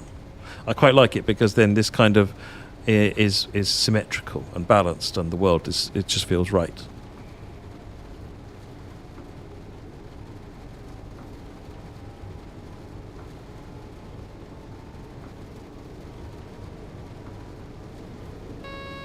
Hey Pepsi Man, how are you doing? I think the routes are coming through. I'm seeing people saying that they've got stuff downloading. Move the dog. What's the biggest difference between TSW3 and TSW4? Free roam, the mini HUD, volumetric fog, I would say are the 3 things I would call out, but there is more than that. But they're probably the 3 biggest, most important.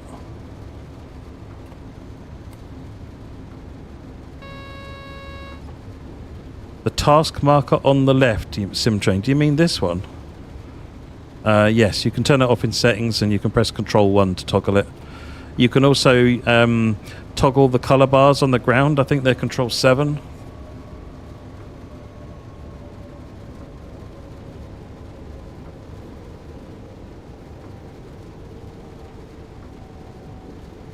TSW3 won't be seeing any of these changes, Rick, no. Neutral section.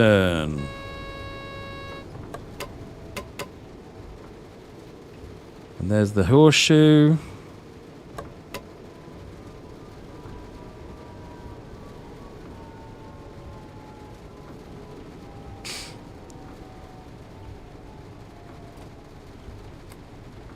Currently no plans to bring the game to Xbox, no, Gethin. Oh, photo mode, of course. Yes, Amanda. Good shout, good shout.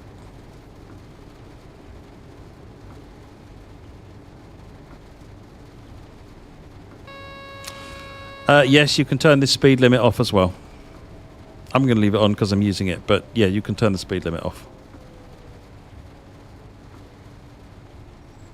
We don't have any TSW4 merchandise at this point, David, no, but I am going to make inquiries about whether or not, because we did TSW3 merchandise. I don't know how popular it was, whether or not it's worth doing TSW4, but I'll certainly ask.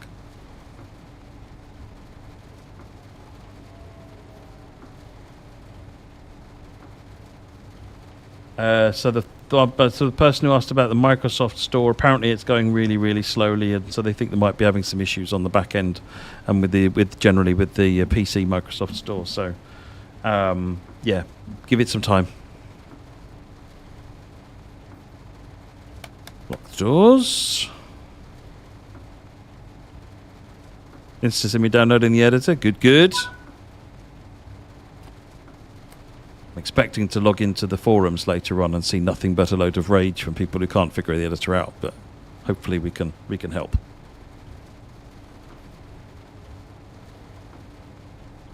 Why doesn't the KM display on the mini HUD? I don't know what you mean. Do you mean the distance, Antonio, or we use the original design for this was that this vertical bar counts down the distance from 1 kilometer to 0 in a visual way rather than with numbers, but there's been a load of overwhelming feedback saying people want the numbers back, so we're looking at what we can do there. So you could turn the numbers on if you want.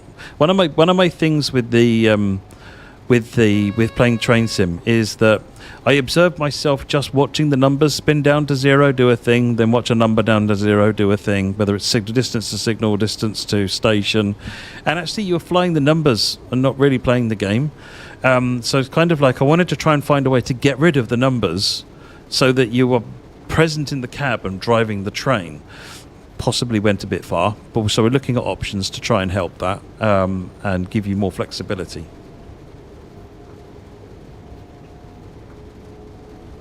2 kilometers, got this.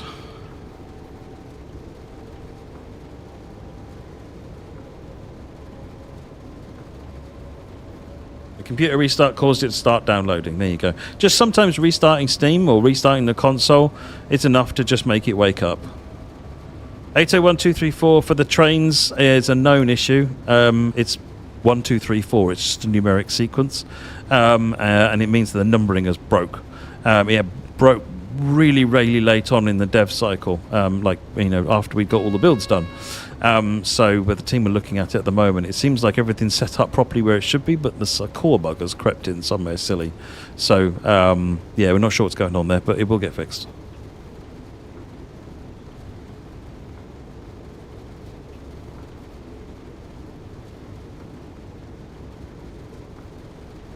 Yes, I'm looking at having some audio cues as well, because I think when this changed, it sort of gave you, again, an optional bong or something like that, so that you didn't have to pay attention to it. I think that would be really good. Similarly, when loading passengers is completed, again, a kind of a bong, so that you oh, that's done, so that then you can just listen and get on with it without having to look at the HUD even. I think that would feel probably even more immersive, even though they're kind of weird science fiction bing-bongs going on that don't normally happen. I think it'll be, as an option at least, something that would allow you to be less... the more time you spend looking at HUDs, the less time you're actually in the world. So kind of like you want the information there to look at, but actually you want to be present in the cab and looking at it. Again, I'm talking about options here, so that you can play the game the way you want to play the game.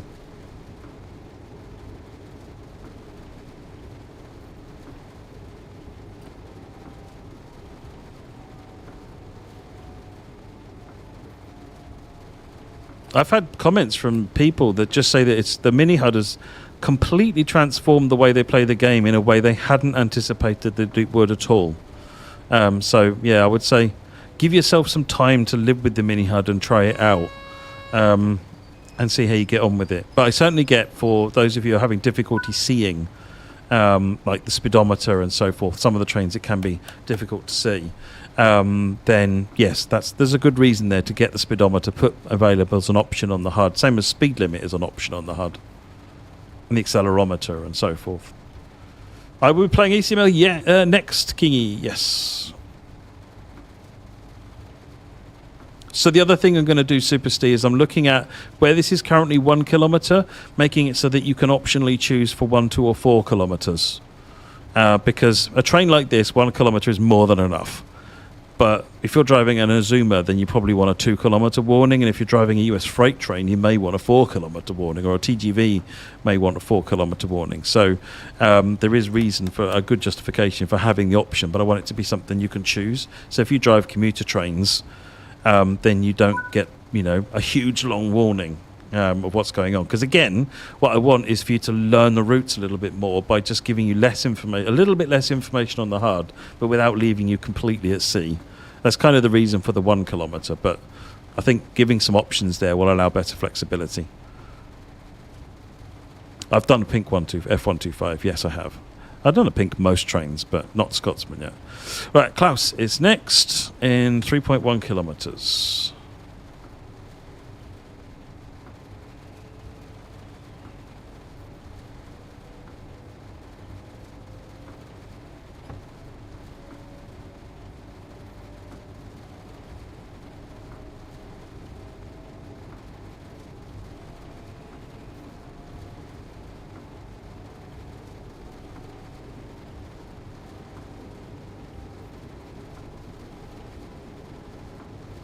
Okay, 140 kilometers an hour limit, 3 kilometers, give it some more power. What's my favourite modern train loco, DJ Snap Attack? I've always liked the 395s, the Javelins. I think they're really good fun to drive in the sim, and they offer a nice contrast of range of gameplay because you've got the stopping services, and then with the flick of a switch at Ebbsfleet, you're now driving fastest train in the UK. So it's I like that. It gives me. I like the way they look as well. I've got a 6-car model of one on Dad's Model Railway, and he's got a 6-car white one as well. They're just really nice trains. How was the visit with Francis, Owen? Brilliant, actually. Francis is such a nice guy. And just in case anyone, I've heard a few people saying that it's fake and they're putting on an act. Absolutely not. Francis is very much a train fan.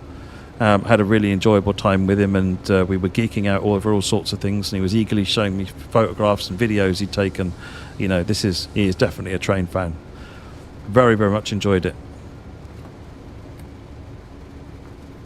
I just don't somehow think someone faking it is going to manage to keep it up for an entire day. So no, it's very good. A good session. We had some great stuff. He had great humour. Right, where are we at? 1 kilometre.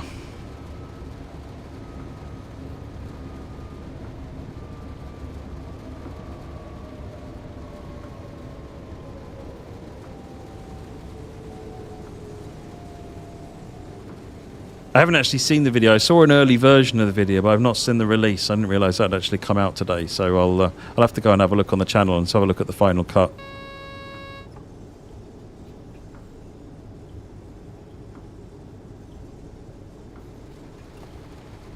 But yeah, literally, one thing I want to make clear: the whistle that you're hearing in the game is the one that he did for us.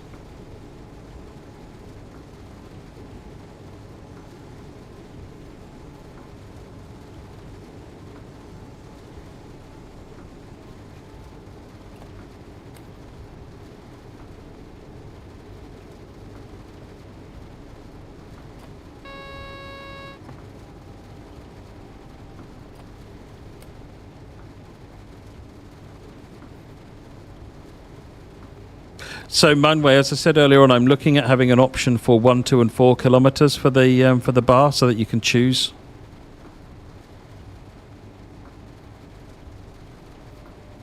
I'm 8 minutes late. Yeah, go Matt, go Matt.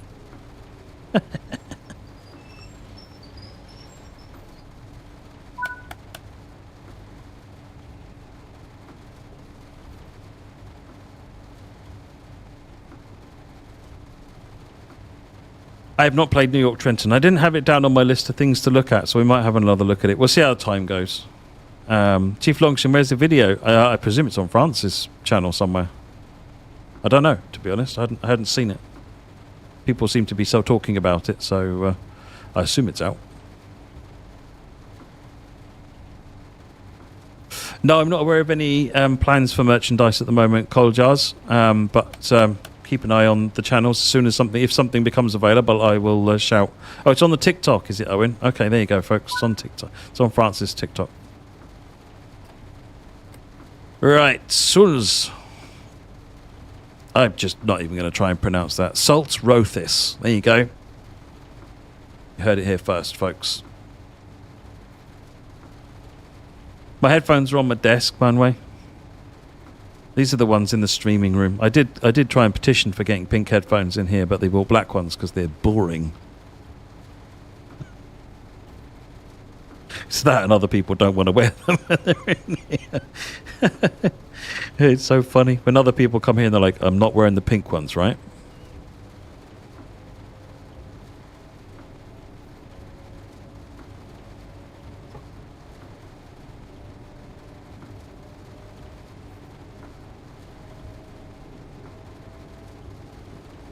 What news are you looking for, Fredon Manager Liam?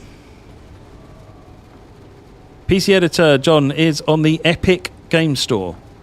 Just look for Train Sim World or Train Sim World Editor, and it should come up on one of the lists.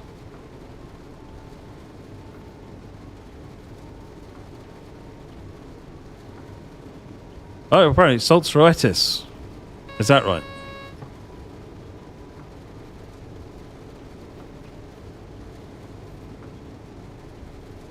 Any DLC that won't transfer for you is Hopstracker Rheinrohr.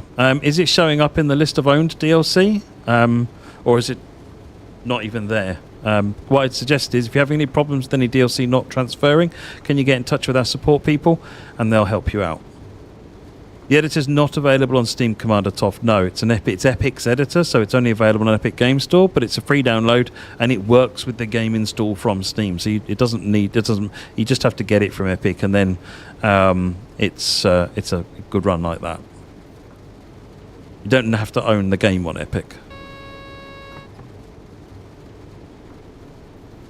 Is there a blue BNSF train in TSW4?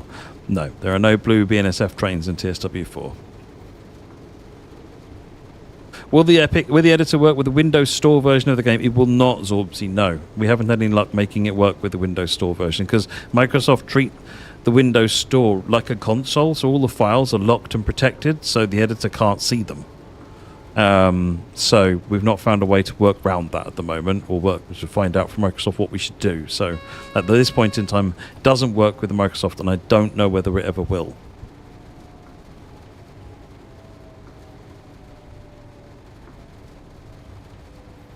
Sounds like you've got a livery that you've made at some point in the past and maybe forgotten about, bad guy. We're not saying I've done the same thing, but... So the console can't use the editor, Simon, because there's just... Epic have never made the editor to work with consoles, and it just wouldn't work. You would need... The editor runs barely in 16 gigs of memory, depending on what you're trying to do. Really, you want 32 gigs of memory for the editor, and you need a high-definition display, you need keyboard, mouse.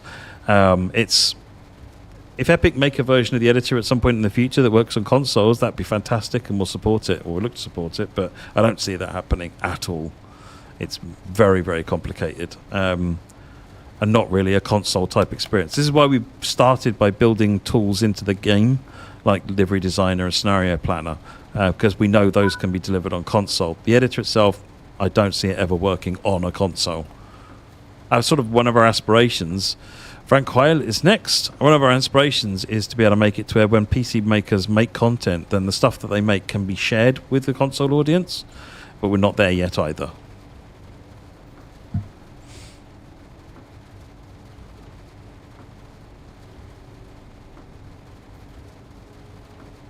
Oh, so you can get the DLC on PC to use with it. I see what you mean, Simon. Yeah, so no, it's... Oh, right, Simon, I see what you mean. So that you can, if you own everything on console, you can move to the PC and then use the editor on there. Right, no. I don't know of any plans to do that. I get what you're saying now.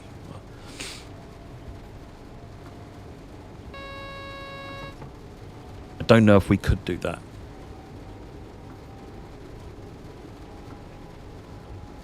That was definitely not down to us, that one. That would be trying to get Xbox and Steam to coordinate and share information. I don't know if they would play that game.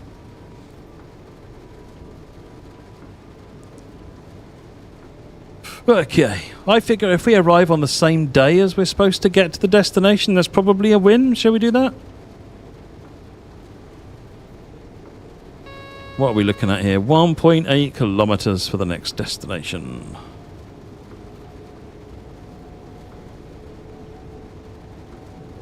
Yeah, but I wanted to see mountains. Darn this rain, this never-ending rain. If I was on a debug build, I'd be typing commands right now and nuking this weather. Out of order.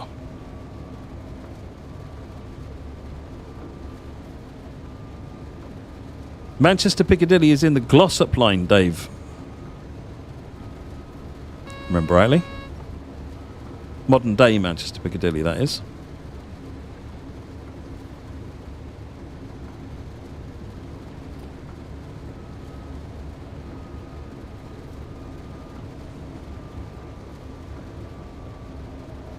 Christoph, it's UE4. Unreal Engine 4.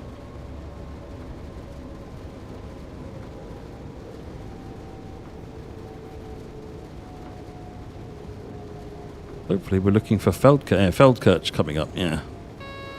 And then we turn and head for the mountains.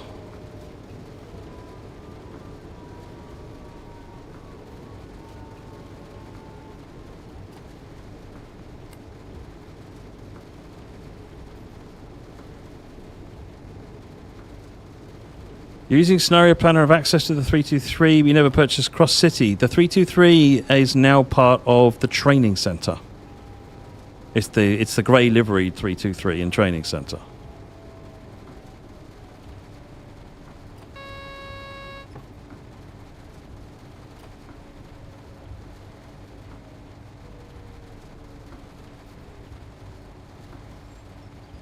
Yeah, working to the map timetable indeed, Hannah. Exactly.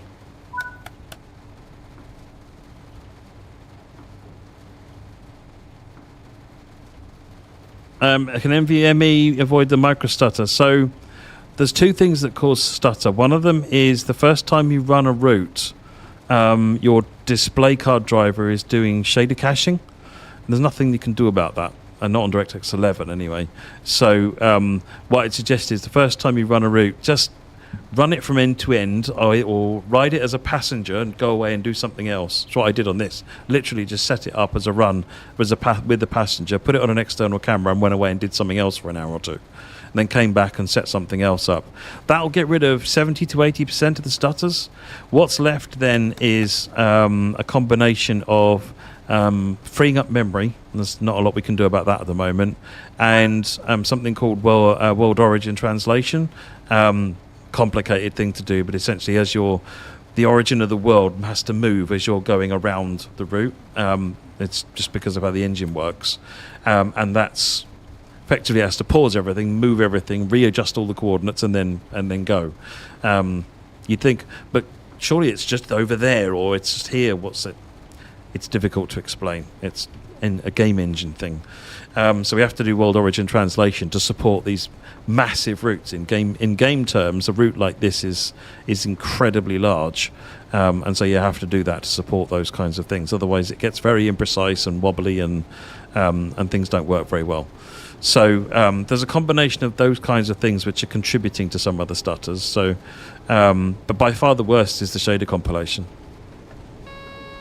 The editor should be installed wherever you like, Commander Toff. It will auto-detect where your Train Sim World install is. Right, Feldkirch is in 1.9 kilometers. We are due there 7 minutes ago.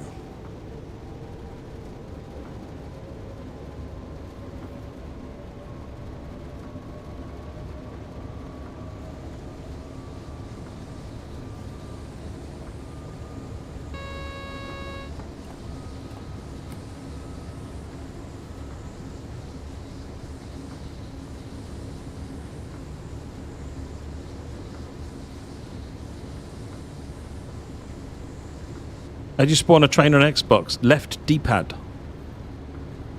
And then once you spawned the train and you've sat in the cab, if you go to the map view, you can then set a path. On PC, the equivalent of left D-pad is the tab key. Hey there, Elsa. Thank you very much. All going well. Getting there slowly, at least.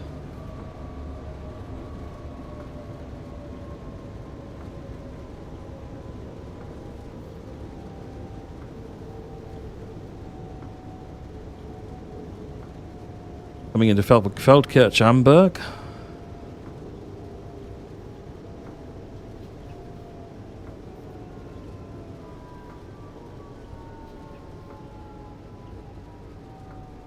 Will there come a 4024 sound update? If we get the opportunity to get some sounds, yes. We're always looking to see whether we can get sound recordings, but we weren't able to with OBB. So, but yeah, we are always looking out, see what we can get. If you're running full timetable Hentis, the frame rate will be bad in pen. But if you look on the map, you'll see why. There are billions of trains. Roughly, give or take, approximately.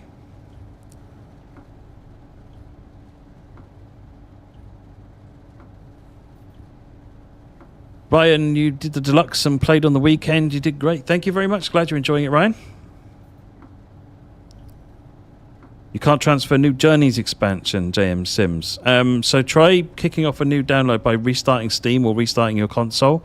Check in your things that are owned, manage DLCs, however it's worked on the platform you're on. Oh, it's clearing up. We can see mountains. If that doesn't work, contact our support people with as much information as possible, and they'll help you out.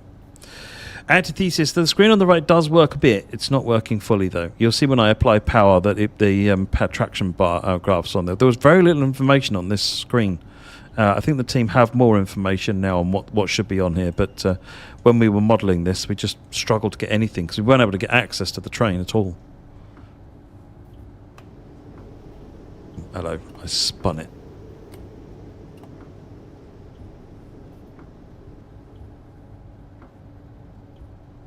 Still spinning it. Come on.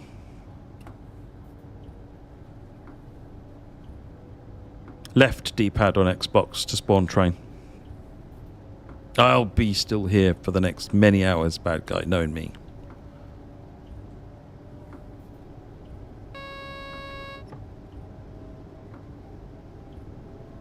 Would using the latest Unreal Engine help improve the tile stutters? Possibly, but you're writing a whole new game. You can't transfer this into Unreal Engine 5. There's some very, very key fundamental things that TSW relies on or is built on as foundations. One of them is just the very way world tiles work that are very different in UE5. And you could try bringing the old way across, but then you're not getting the benefit. There's no point doing any of it. To do looming, you have to redo all the lighting. For nanite, you want to redo your models and so forth. So to get the benefit of UE5, it's a new game. It's not just a driver upgrade or something like that.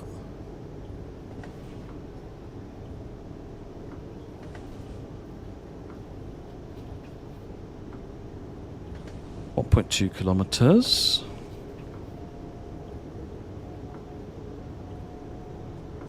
No, we are not implementing ETMS on the left screen on the F-125 ILAC planes.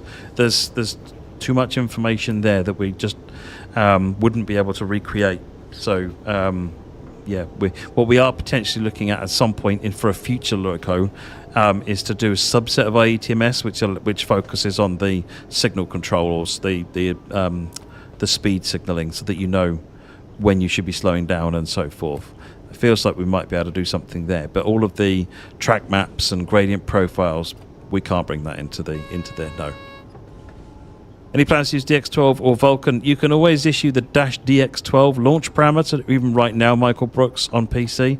That's there. It's not officially supported yet, but I know a lot of people are using it now as standard, and it can yield a reasonably good frame rate increase depending on what you've got in the way of horsepower in your graphics card. Because DirectX 12 shifts a lot of processing off the CPU onto the GPU. So if you're finding your CPU is struggling and your GPU is a little bit bored because you've got powerful GPU, then DX12 command line parameter could yield quite a significant frame rate increase. Feldkirch, one of the other major stations on the route. 11 minutes late. This rain hasn't helped because I've got to be really, really gentle as I accelerate, or as it just wheel spins. And similarly, if I come in too hot in the stations, I can't give it all the brakes. So I'm blaming it on the rain, just to be clear, if that wasn't obvious. Hey, Baked Bean Kid! Yes, I'm talking in the witchcraft. DX12 equals faster, basically. We're looking to make it the standard at some point, but we're just completing testing on it. Launcher's gone, pretty well, Baked Bean Kid. There's still some of the rollout. We're rolling out 90 DLCs on game upgrades and content upgrades across 7 different platforms. So, there's an awful lot of work going on in the back end, both at our side and on the various platforms. But it's getting there. It's getting there.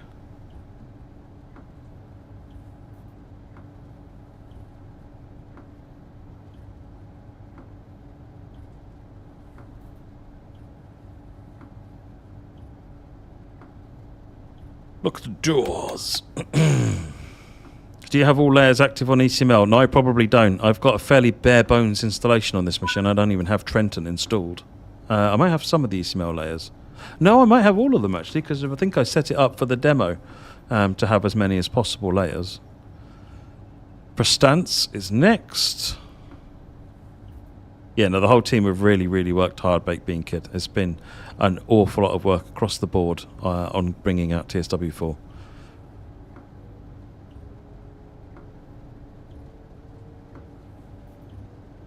"90 kilometers an hour starting there.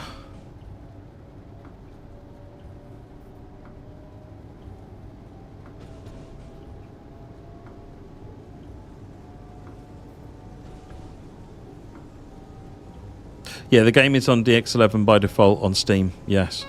On console, it actually uses DX12. It has to, on Xbox, it has to use DX12. Dark Tunnel.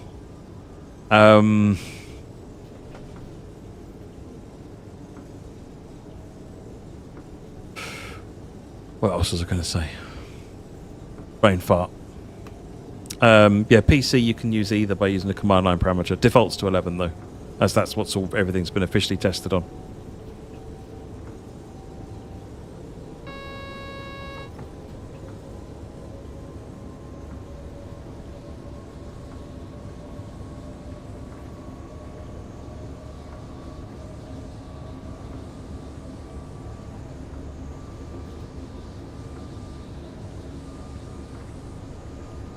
How are we looking?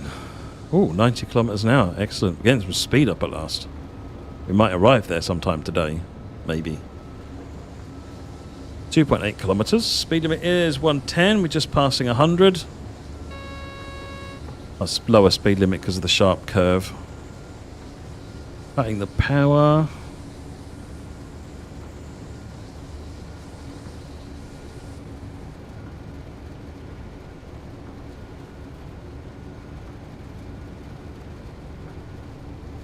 How do you spawn a train on PC? You press the tab key to bring up the spawn menu. What would you recommend? I mean, to be honest, Kingy, your mileage may vary. Try it and see what you think. Remember, the F3 key will show your frame rate. Try DX12 and see how you get on with it. If it works for you, you might be better off using it. You may find it overworks your GPU.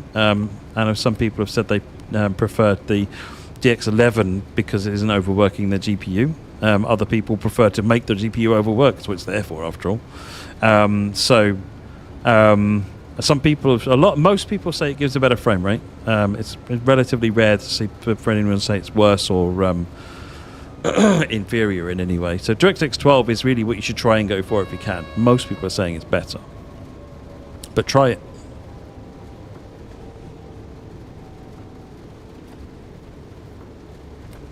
Half the layers aren't showing on the full timetable. What platform are you on, CA Trains? Your update is over 80% now, Wesfield. Excellent. Only 13 days to go.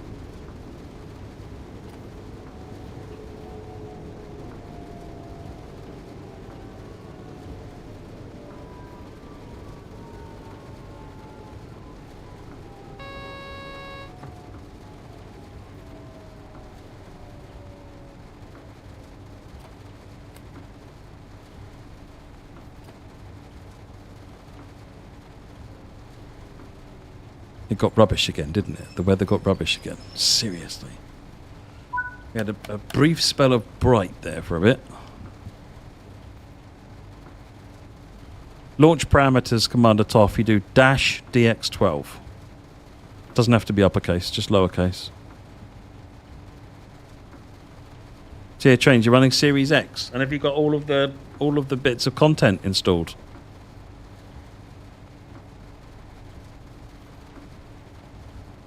If you've got all the content, I can't think of a reason why it wouldn't work. Oh, so I'd contact our support team.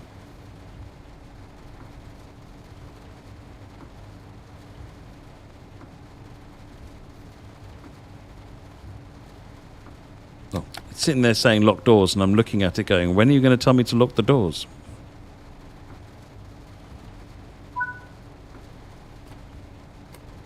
Schlins. This weather has a cozy feel. Cozy? Cozy?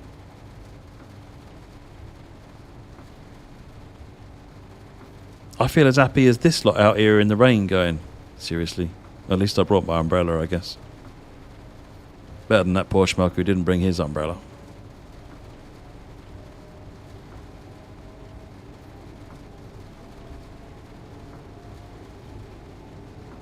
There is a southeastern train in Doncaster Works, yes. There's a lot of the layers, like southeastern, Great Western, West Somerset, more and more.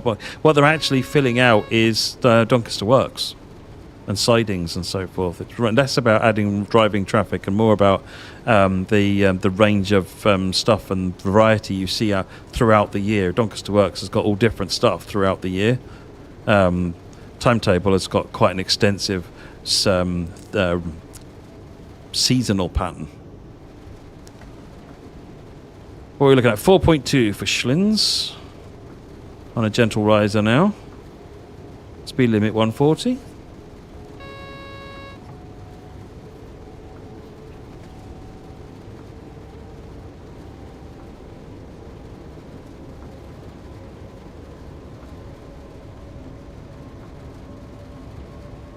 I can't remember about Southeastern High Speed updates alpha.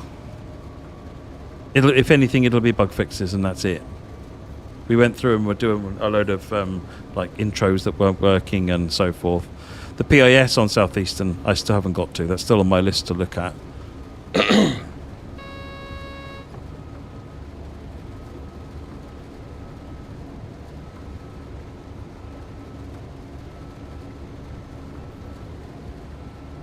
My new favourite track that comes with TSW4, probably this one.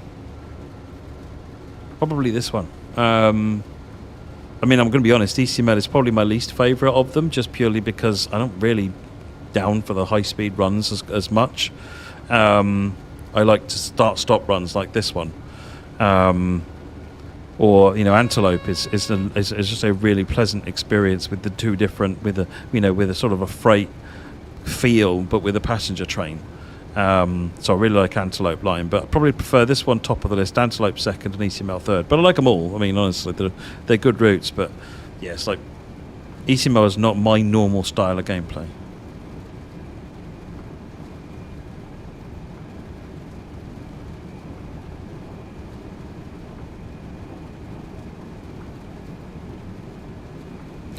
Phoenix, can you raise a forum thread or something about that so I can see what you're referring to?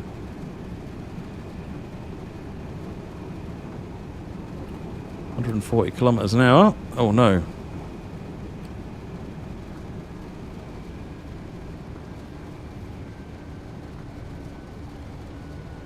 How fast will I be going as I fly through this platform?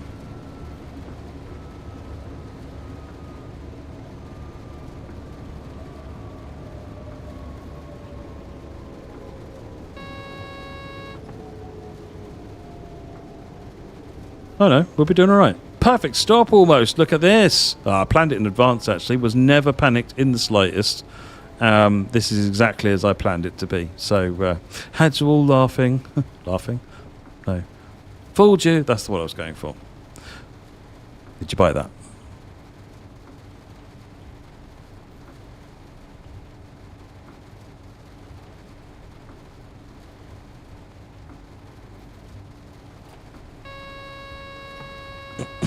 Oh, shut up, Sifa.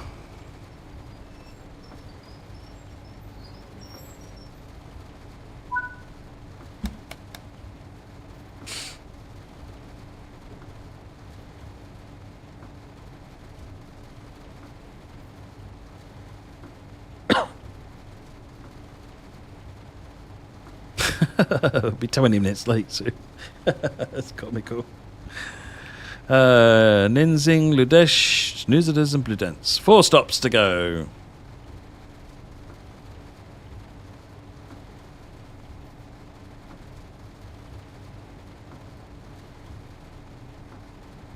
Yeah, what you see in Doncaster Works is related to the time of the year. It will change at different times of the year. I did write out a list of what's where for community teams, so I'll try and get them to write that up in a form which is understandable. Because I went through all of the timetable and wrote out what layers were available in watch times of year.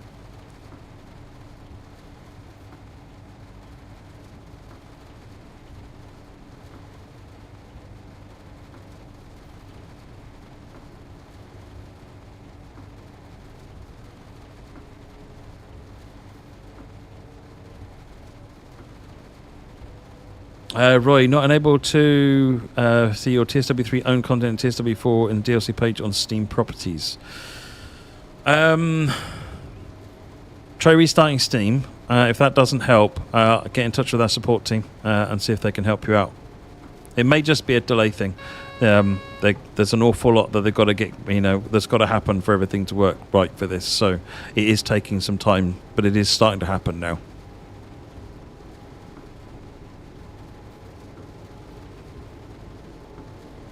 Oh, we're under a kilometre for Nenzing.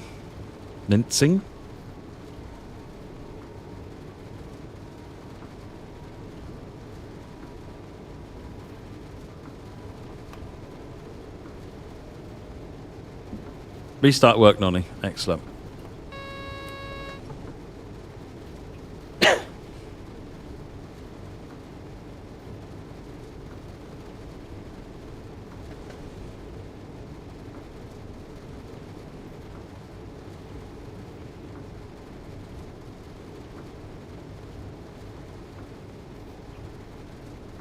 How did you end up late, Alert Planes? The rain has made it really difficult to get grip.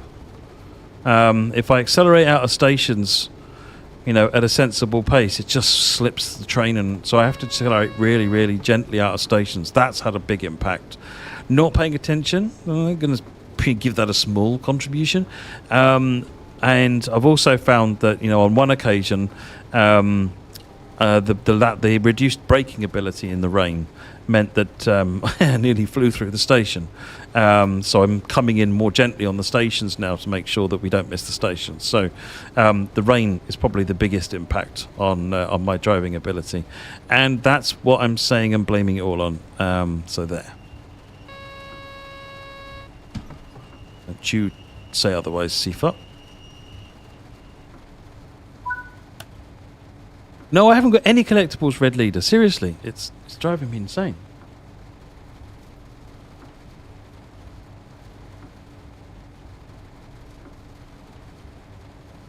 Volumetric fog works on anything with TOD 4, yes, BG. So that is anything from TSW3 onwards.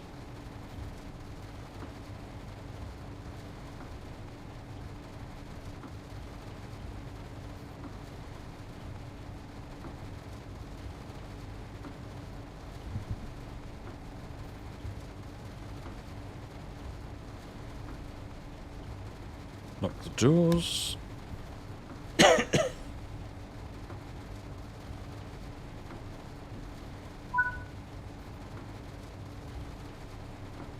Ludesh.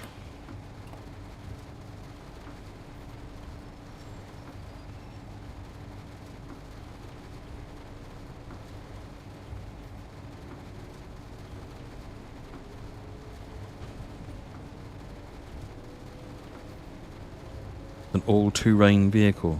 Chris, do I have to call your other half and get you under control? Is that how it's going to be? Where's JD tonight? He's monitoring community stuff. The whole team are being busy. looking after what's been going on, looking after support and so forth. Looks like I'm the only one left in the office now. They're just leaving.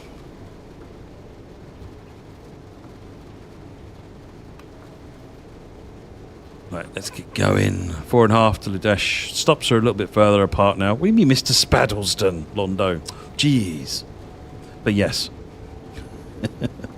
How do you turn off vibration on the Xbox? Adam, you go into the settings for the game, go into controller settings, and there's a bunch of sliders for all the vibration. Turn them all to 0, and that will turn vibration off. Thank you, Jill. Keep that man under control. He's insane. He's out of control. Good to see you both again. How come Matt is delayed 10 minutes? Because I've been driving. The rain has been making it to where I have to be really, really gentle on the acceleration and the braking. I keep wheel spinning the train.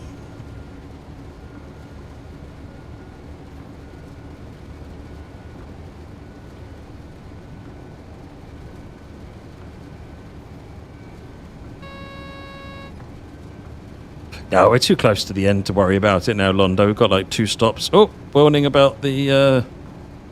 get the power down. Open the breaker. There's the dead section start. There's the dead section end. And put the breaker back on. We're good to go. Power back on.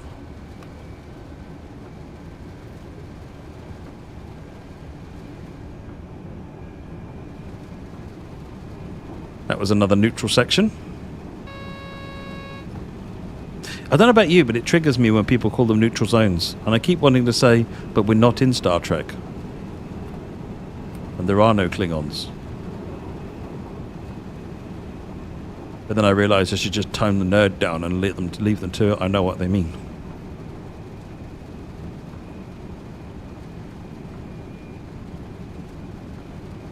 What are we looking at? 1.6 kilometres. So PZB, if you look under the, if you press the pause and go to the control guide, when you've got a controller plugged in, you can have a look at what the controller settings are. You're looking for under operations shift, and you need the, I think it's D-pad left and D-pad right for PZB release and PZB free. I'm going to get some brakes going, given we're going quite fast. Oh, hello. The brakes are working really effectively now.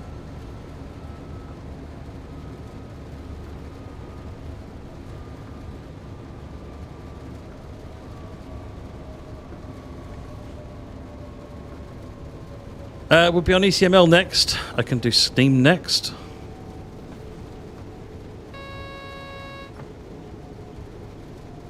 You're going to go and see the Scotsman, Chris. Nice.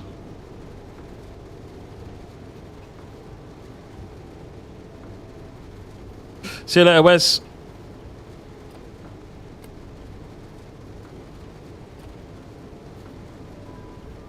Neutral zone with Romulans. Is it? Oh, I don't know. I can't remember. You're probably right.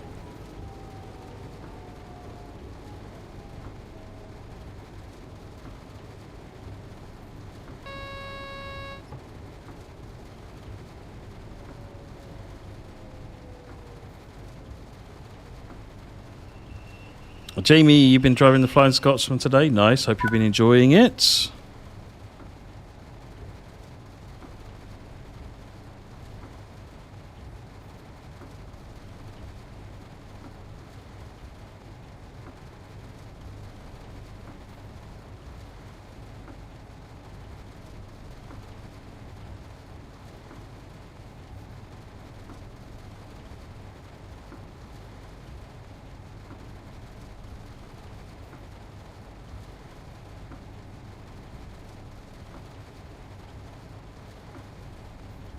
Lock the doors again. Right, is this it? No, New Zitters and then Blue Dents. Nearly there. 2 to go.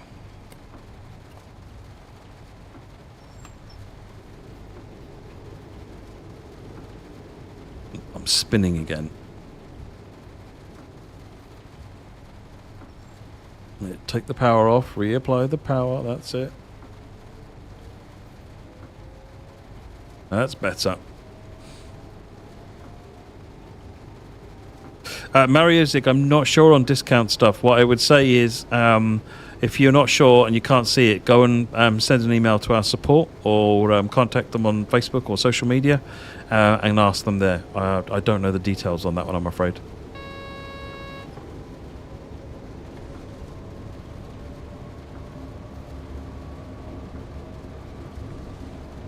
.5 kilometers for newsiders, I don't know.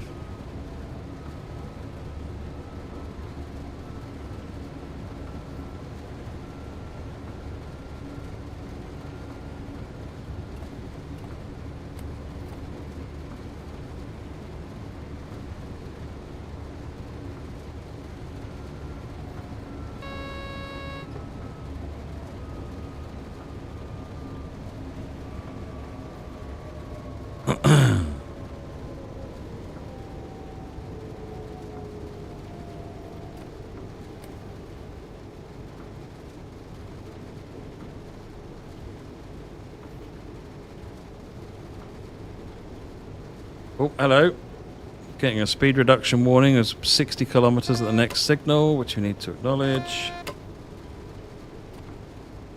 But we're under the 80 kilometer threshold needed for that, so we're all good. See you later, Michael.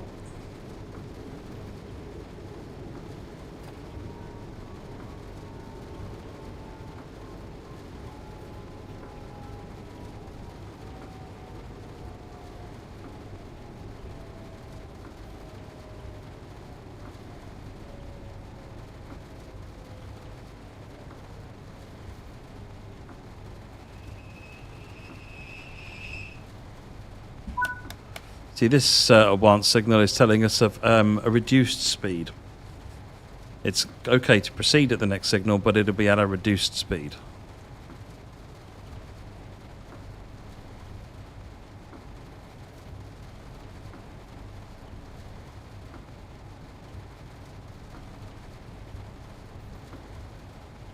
What are the two brake bars on the left MFD of the Vectron? I have no idea without looking at it. I see, Lynn.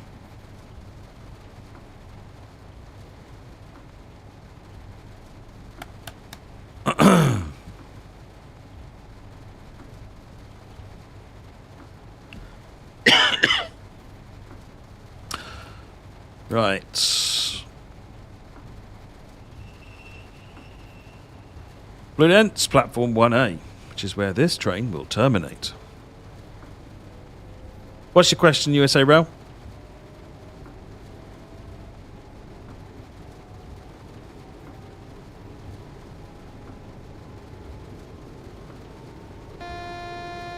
Oh, forgot I was in... Never mind, it wouldn't be a run if I hadn't blown PZB one more time. I forgot I was in a restriction from the approach to that last platform. Oh.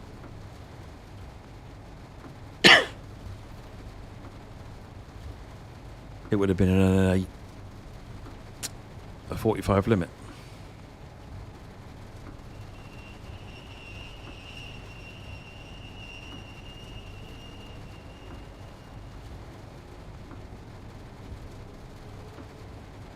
Right, yeah, still in the office.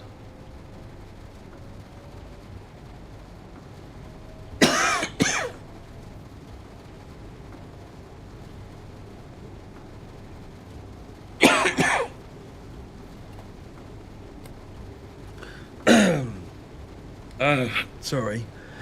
I need to get a drink in a minute. What does GWE add to ECML? Dry throat.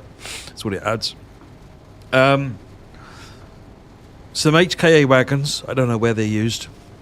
And the 166 in Doncaster. In Doncaster Works.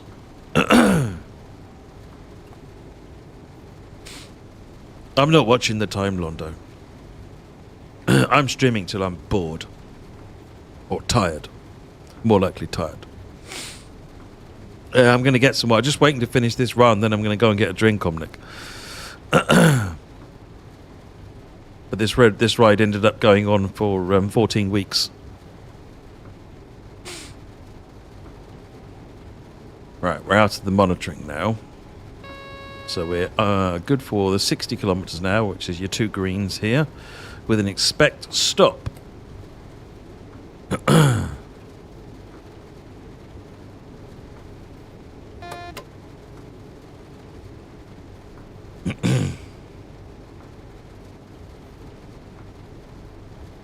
Well done, Cup of Pay.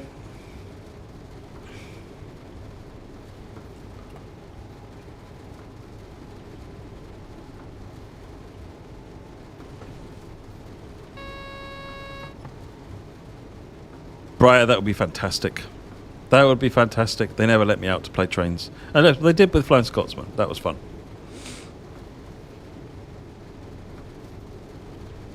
Got a magnificent shot from when we went to see the Flying Scotsman, where I'm looking out of the cab of the train. I've got my arm on the regulator, my hand on the regulator, like I'm driving. And, you know, people have said, they let you drive it? No, obviously not. A, it's the Scotsman, and B, it's me. So...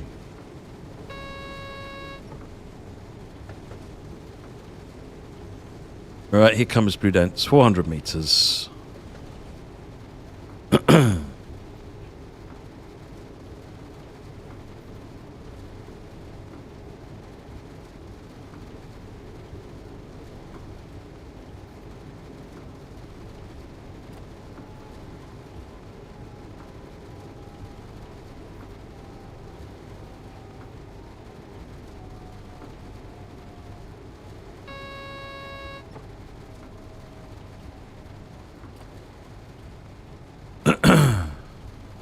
I think there are regional editions, USA Rail, if that might be more suited to your budget, perhaps. But if it doesn't fit your expectations, then that's how it is. Doors. Must play on, Connie. Yes, must play on. Passengers need to eventually get to where they're supposed to be going, even if it is a day late.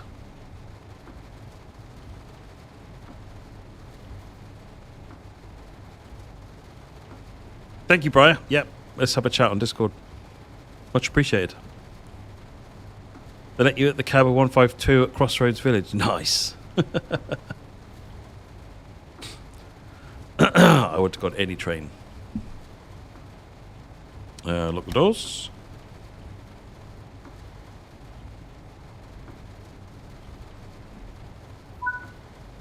We finished. Yes. Look at the overspeeding I definitely didn't do. Oh no, this was complaining about my wipers. Wow, I had the wipers going the entire time. You lie. Right. I still got platinum though, so I don't care that you lie. Right, I'm just going to pop to the loo, get myself a drink. I will be back in a second, folks. I lied. It might be a bit more than a second.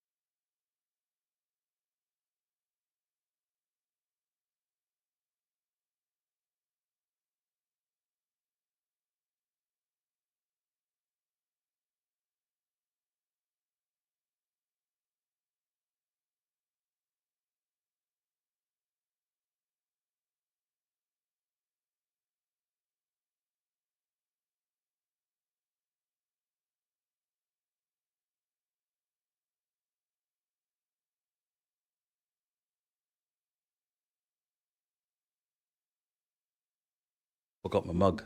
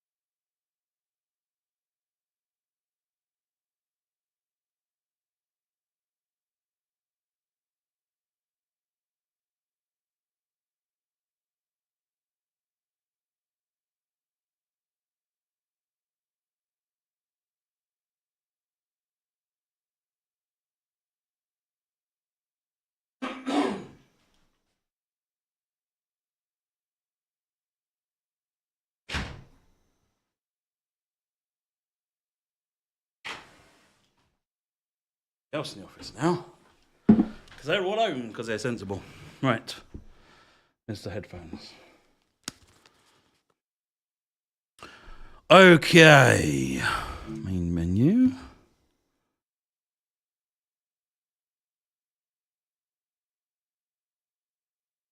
I don't know about wipers, but I've got a nice cup of tea.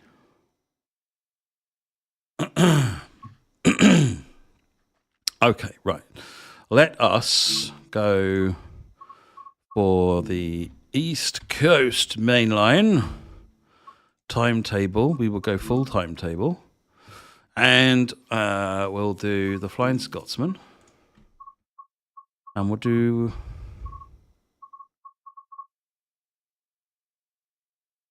Peterborough to Stoke. An hour and 24 for that one. An hour and 30. What's that one? Peterborough to Newark Northgate. That's an hour on that one. Should we go with that one? That'll do. There's enough time. Let's go with custom weather this time. Light clouds. And actually, I'm going to bang it back to July so that we get green trees and not mouldy ones. Right. Believe we have a little more competence going on now.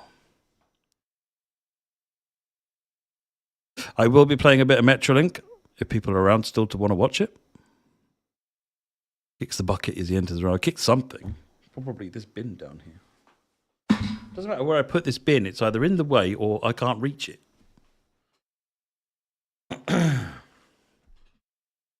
We've not tried it under Linux, Londo. I wouldn't want to guarantee it works. So if you've got the game, yeah, because it needs your TSW4 installation to work. It won't load without that because it needs assets from the game.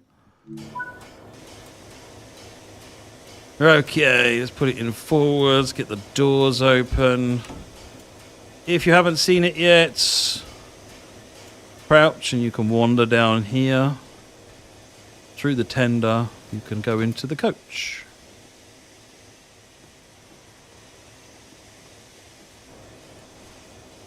Crouch again to get back this way. Kenda corridor connection. Very happy we got that in.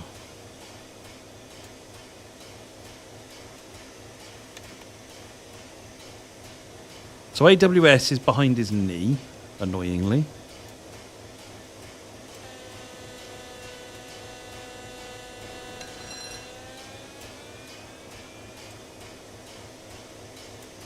Let's get the doors closed. What are we running? Mark IIs? Yeah, we've got the more up-to-date heritage set. There is, for free roam and for scenario planner, there is a Mark I based set as well. Okay, so everything looks good to go. Let's get the brakes released. We do not have vacuum brakes accidentally applied, so that's happy.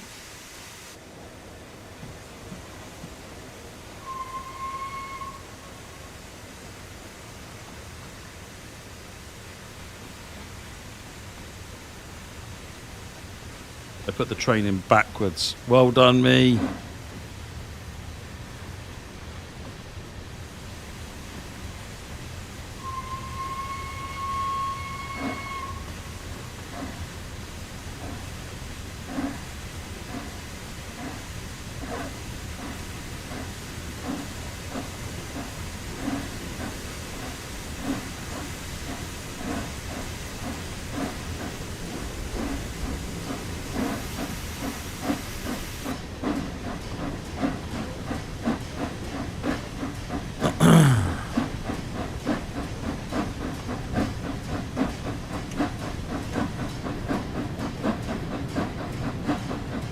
.25 miles an hour. We are currently doing 10. Nice thing is, without the steam HUD, you can still see you get your boiler pressure over here, your steam chest here, current speed. Got everything you need in this cab. It's great.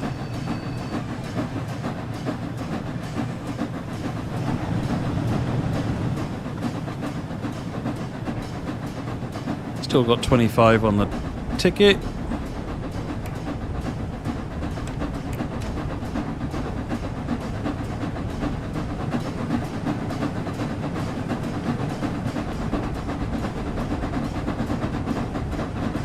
22.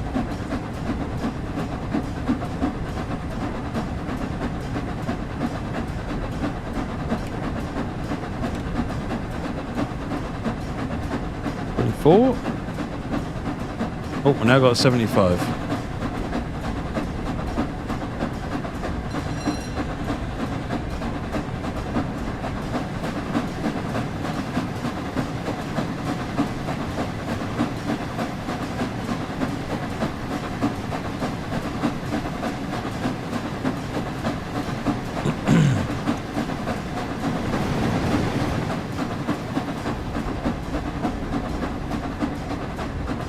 Oh, we're going uphill, that's why we're having a little bit of a pull.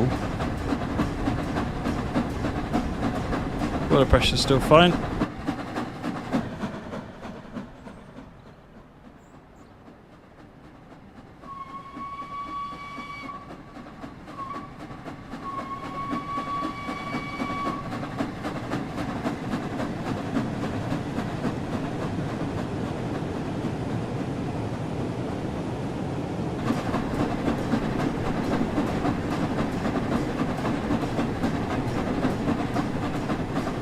AWS is over here.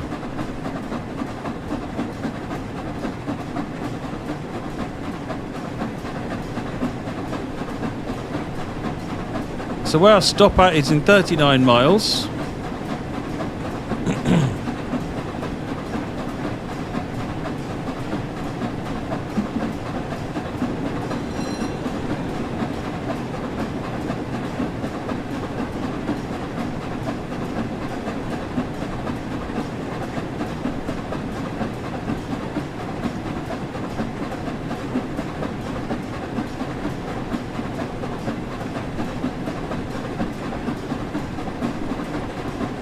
Speeding up now. Have a look at that boiler pressure. Still doing really well, actually.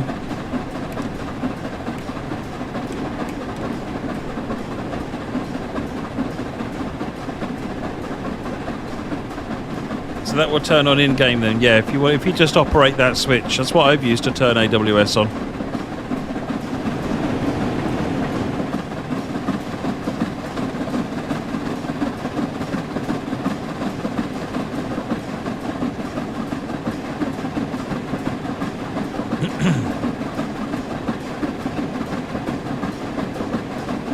How come the whistle's different in-game than the announcement Steam preview whistle?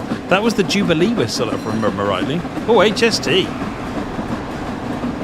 And it was taken from before the Scotsman got its own whistle.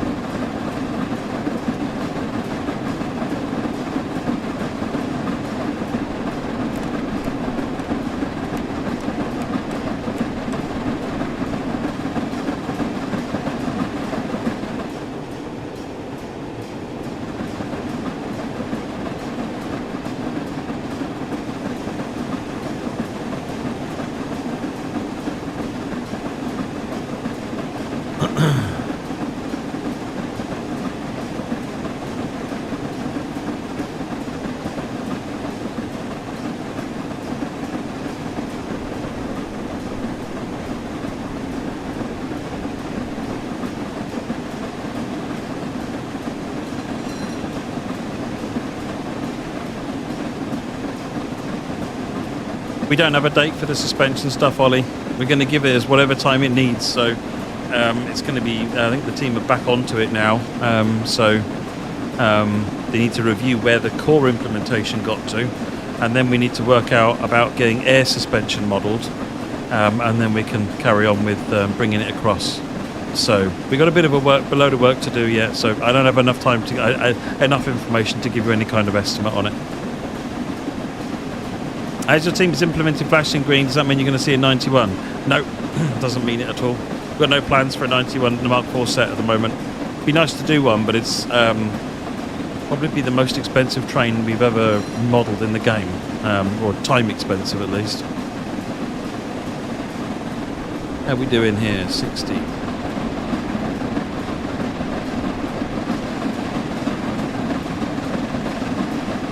I don't have an update on the PIS bug at the moment, other than it's still on my list, Adrian. I've had other things to get on with, unfortunately, but yeah, we'll get to it.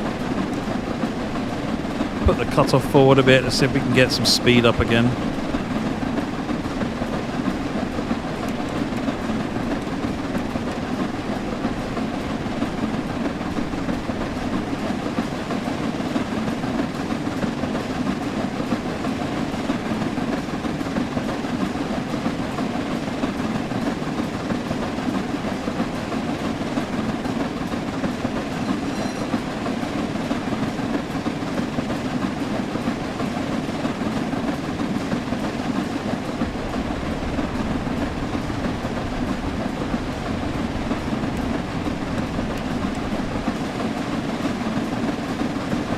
Zoom up.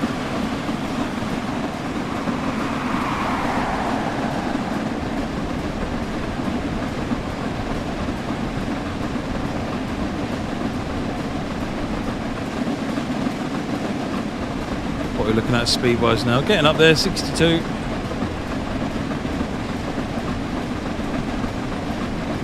Cheers, Tim.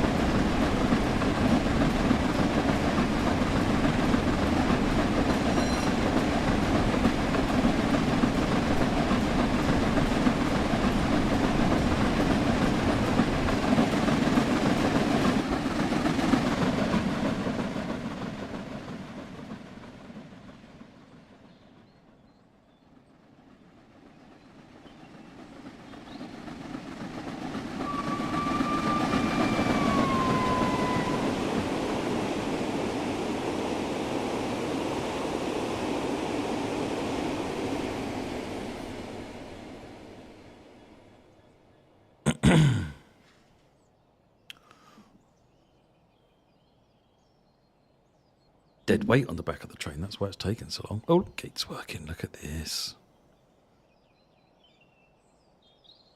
The car's not driving. Good to see. Good to see.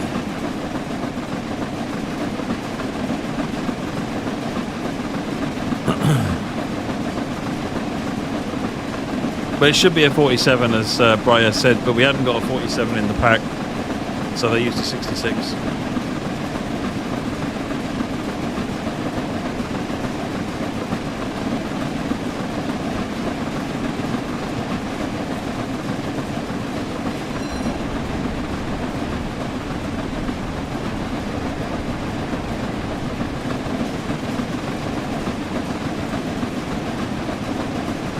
I didn't make the route, Sean, so it's difficult for me to answer that question, to be honest.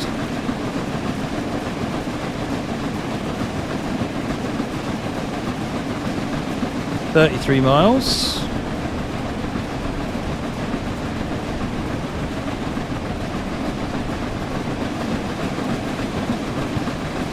No plans for a coach pack at the moment, just some Northerner, but it may be something that we can encourage a third-party developer to look at. There are some third-party developers that specialise in coaches. How accurate is the modelling of the cut-offs? I think the process and procedure is accurate, but I think the way that necessarily the steam flows and the result of it, there's some slight inaccuracies in some of that. I mean, it's fundamentally, it's by far the most accurate steam model, but it's got a couple of quirks which are skewing its behaviour a bit. I don't know the detail of it. It's magic that the coders and physics gurus put together.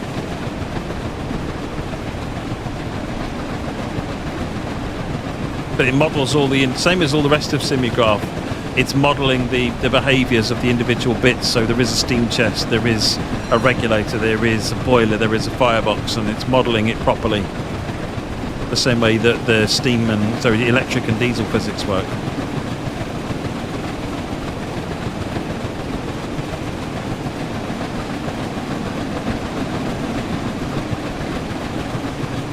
What are we at now?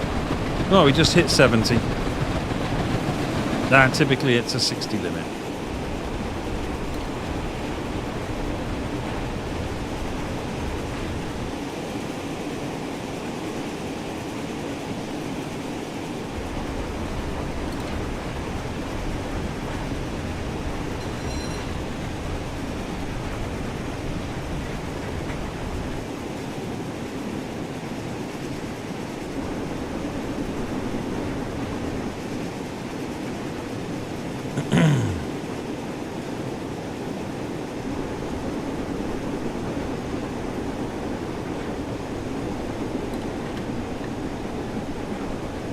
gets us down to the 50. Acorn, if you're having problems with your stats, can I request, if you're on PC, can you send your save game to our support team so that we can go and have a look and find out what might be happening, along with screenshots of what you're seeing. If you're on another platform, just send as much information as you can so that the team can take a look.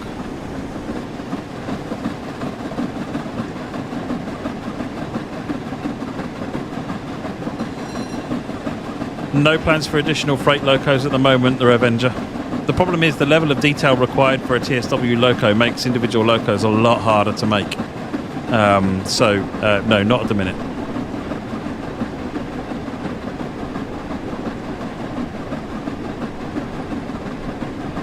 Briar, I didn't actually observe what you were looking at there. What actually happened?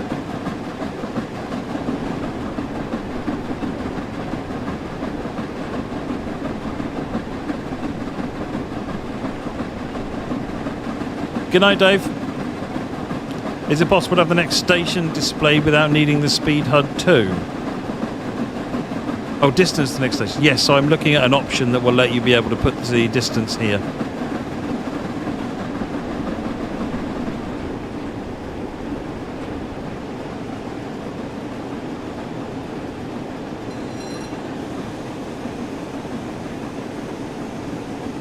I'll have to watch the stream again, Briar. Ping me a message in DM of roughly where it is in the stream distance-wise so I can go and have a look at it. I'll hand it over to the signal gurus and let them explain.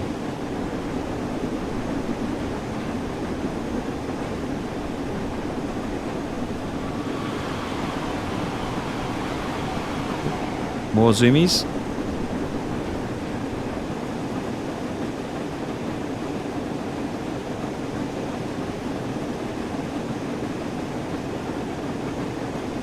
Newark Northgate, if I remember rightly. Yeah, Newark Goods Loop.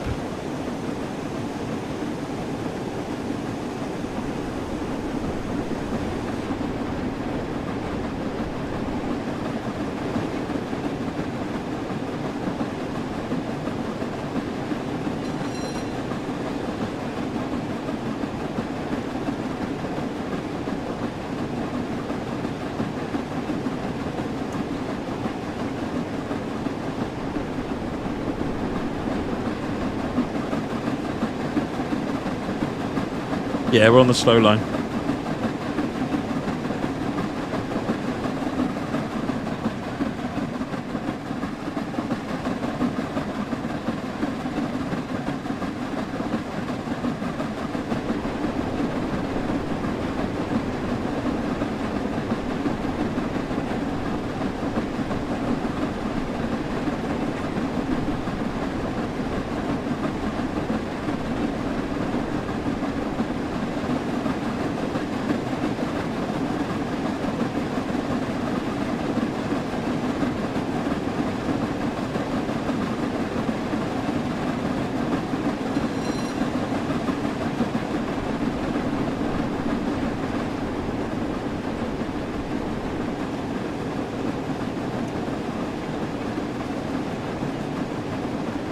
How do you spawn trains through portals? Difficult to explain without doing it. It should just come up as an option. It'd be like port shrines or something like that, or whatever. But the thing is that the start point isn't actually going to be the portal. The start point is usually the station after the portal, and then when you select that as the start point, it will then give you the path, and then you can actually tell it to start on the portal earlier on. It's a bit strange, but something that needs improving, put it that way. 1.25 MI tells you the scale of this is 1.25 miles wide. So anything that appears on the very right hand side here is 1.25 miles away. It's just so you know what you're looking at. You can pitch the scale.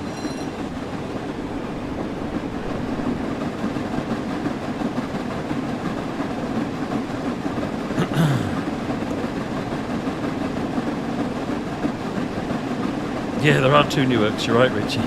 One at New York Trenton and one on here.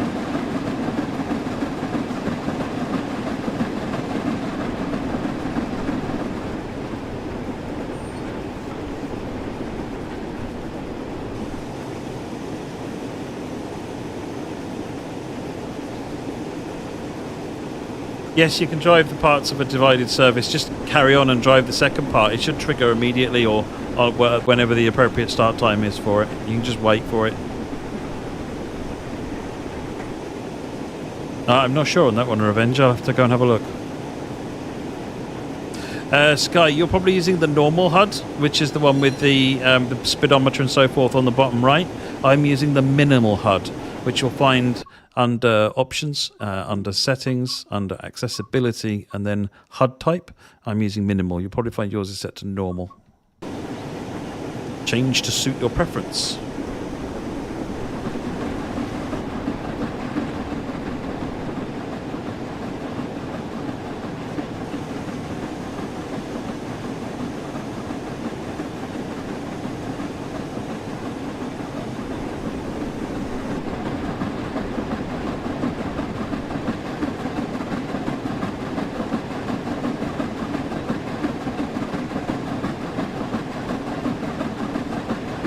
ZR Lee, I'm not aware of any plans for merchandise. I'm going to ask questions, though. People were asking about it earlier on and see whether there's a chance of that.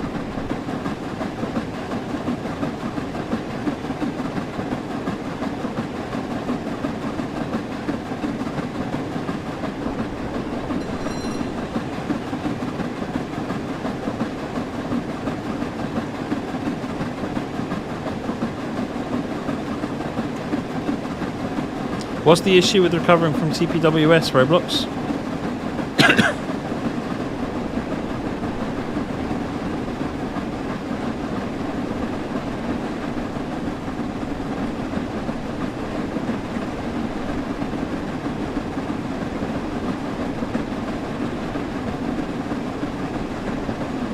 What am I doing here? Sneaking over that 50. Let's get back under 50.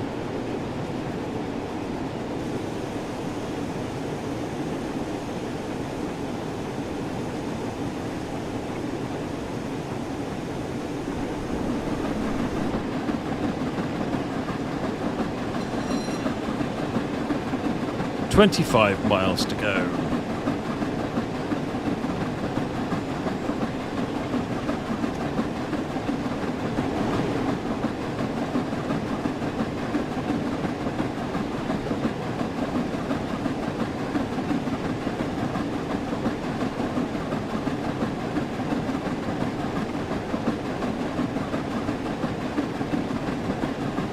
Yeah, Joe did an amazing job on the Trenton timetable. It's just phenomenally busy now. Absolutely phenomenal.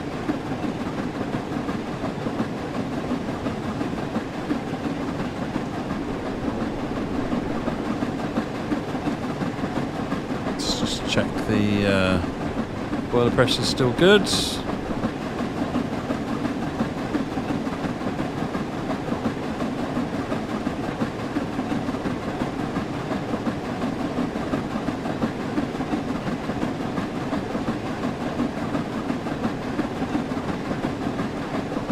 Angelo, what's the difference between TSW3 and TSW4? So free roam, the mini HUD, photo mode, the trains and routes, volumetric fog.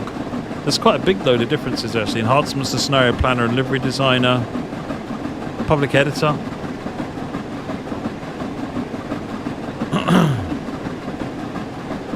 Will there be a way to get the top left bit of the mini HUD on the normal HUD? It is something that somebody asked earlier on, Amanda, and I'm going to have a look and see what we can do for that. It comes up accidentally sometimes. I've been able to make it do both HUDs, but I haven't been able to reproduce it now I want to. So it is actually possible through a bug to do that at the moment, but...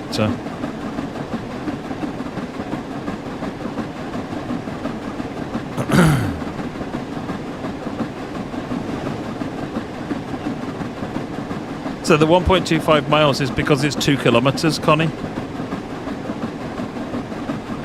But one of the things we're looking at is potentially making this sensitive to the speed you're going and have it jump to a longer distance if you're going faster.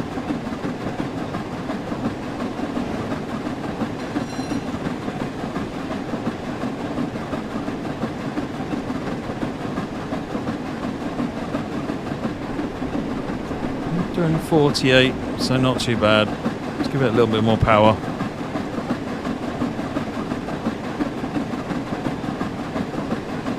Raoul, there's no plans for TSW4 to go onto Game Pass at this time, I'm afraid.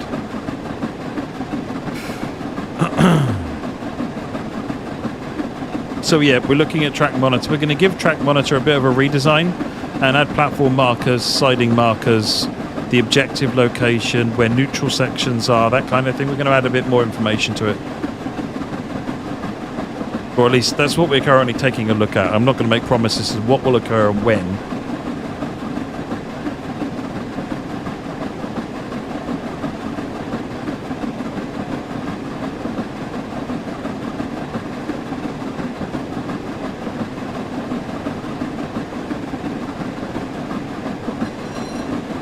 I mean, other than they're two completely different games, Scav Jam. I mean, this is essentially the start of the map view. It's just missing all the location names.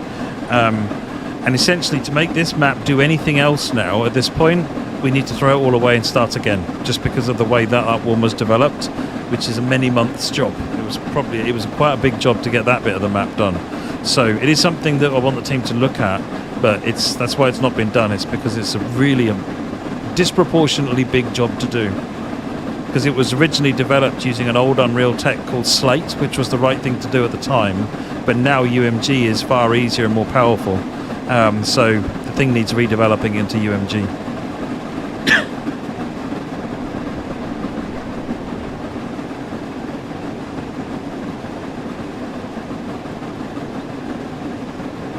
Yeah, you mean this gradient chart here? No, there's no plans to put that on the track monitor. I think the track monitor is going to be busy enough by the time we finish doing what it's doing.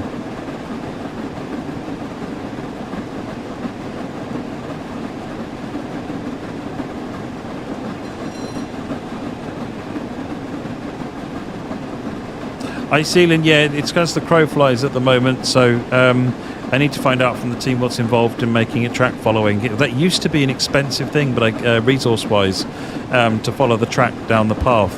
But I gather it's been optimised quite a lot, so it may be actually a lot easier to do now. I've got a long list of things that I want the team to have a look at. And it doesn't mean we'll get them all done, but get them looked at and see what we can do.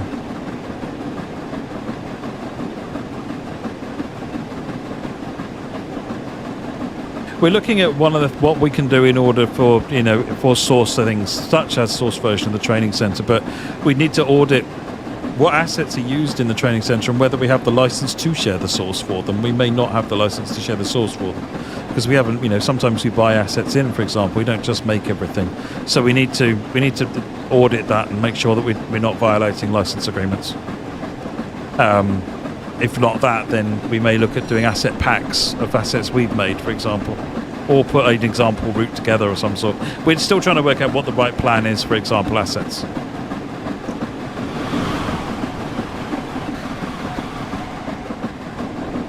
Yeah, press pause and the overview tab. This is your gradient profile over here.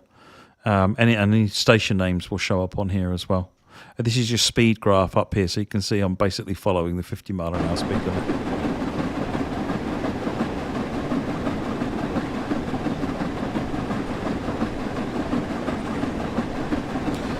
Kyle's, I would suggest, is this Steam? If so, restart Steam. If it's your console, restart your console and see if that triggers it. That seems to be fixing a bunch of problems tonight. Yo, turn it off, turn it on again trick. This makes me immeasurably sad, but there it is.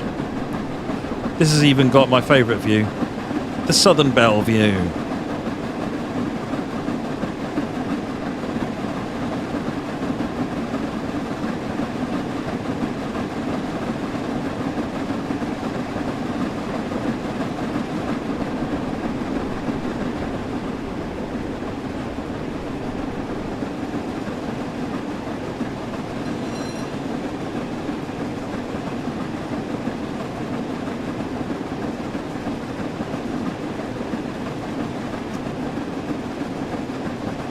Coast Truth, the sounds have been updated, I believe, today, and there may be another pass coming. And the Zuma driver tells me it's a lot better now, so give it another go.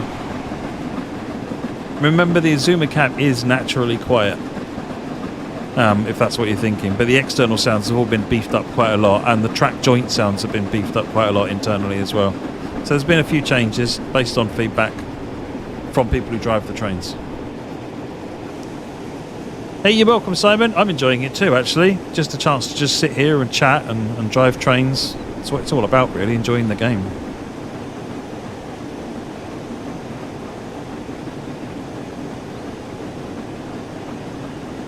Why was a 166 model not a 165? I can't remember. That was a very long time ago.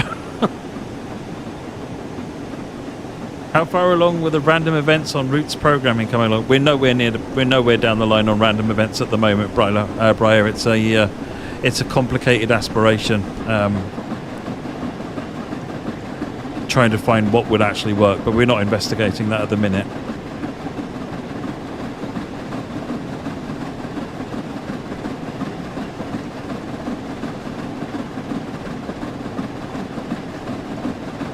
The reason your FPS is dropping, Demon, is because rain is a harder thing for it to calculate, because it's actually got to work out where the rain is falling, where it lands, and if it's landing on a bridge, then so that it doesn't then rain underneath the bridge. There's a lot going on actually with rain, and it's not a big impact having it, but it's not nothing. So rain does have an FPS impact. Well, these days it shouldn't be too bad. In the earlier days, it was quite noticeable.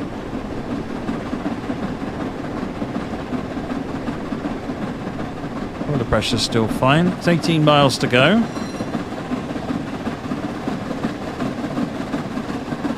Yeah, AWS should be beefed up now, BDY.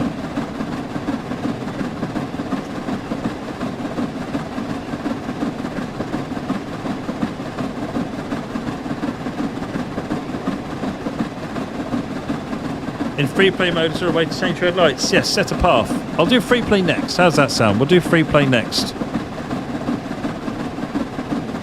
We go to Dresden and do some free play or something.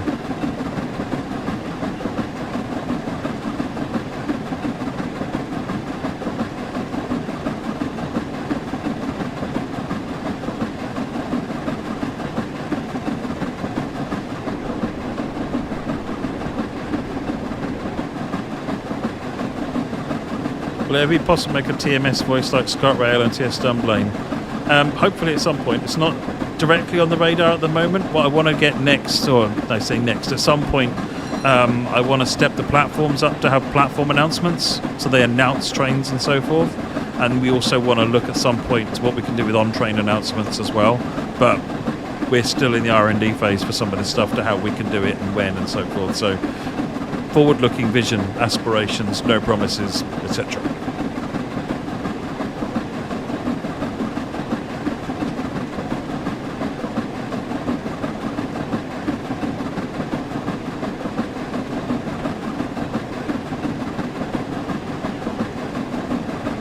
Oh, that's pretty cool. Apparently on the Xbox store we're currently 4 out of 5 stars.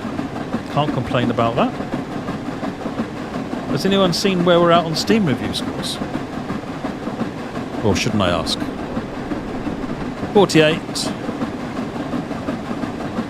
Downhill now though, so I'm going to cut the power a bit. Put the cutoff back to a cruising cutoff.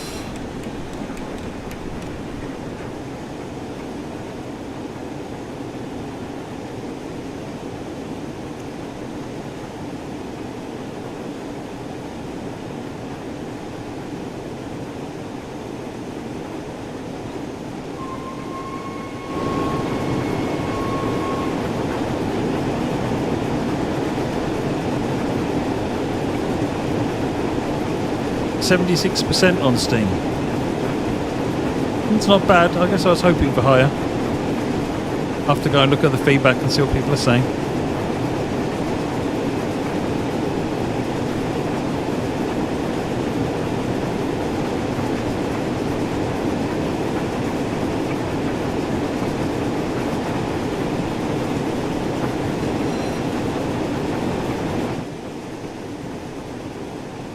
Sorry, Ditati, I can't see. I haven't seen your question. There we go. I have to I have tried to buy one DLC on Steam platform, Nidatal Barn. It's not possible because you need to have TSW3 in your library. Oh. Can you message our customer support people on that one, Ditati?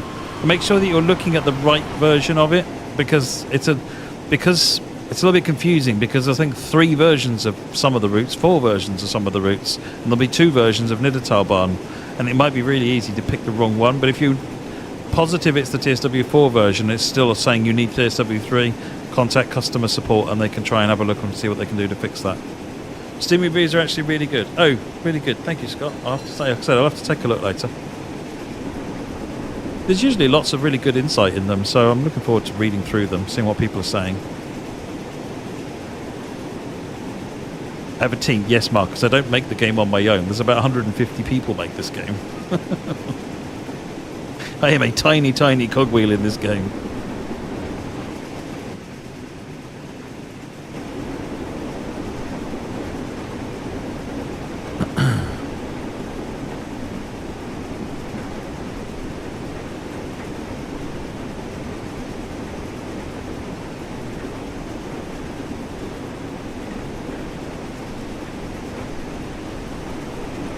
TSW3 DLC not there and you need to buy it again. No, you don't need to buy it again.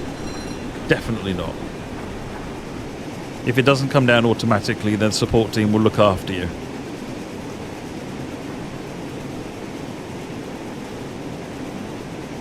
Yeah, we'll do the Azuma Roblox. Maybe what we'll do is Azuma with... no, we'll just do an Azuma thing. They won't take... The Azuma's so fast, it doesn't take long to get anywhere. 60 miles an hour. You have to kick the brakes in a minute. Yep.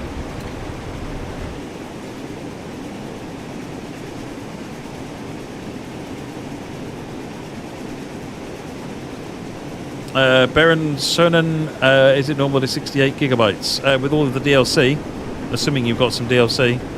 I can't remember what the core build is going to be without DLC, but if you bought, like, for example, Special Edition, easily 68 gig. Because there's so many routes in that.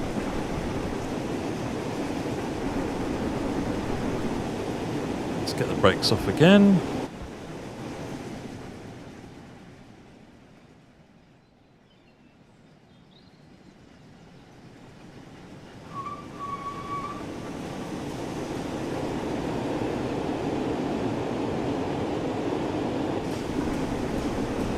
Yeah, go for it, Bri. We've got no plans for that one at the moment, but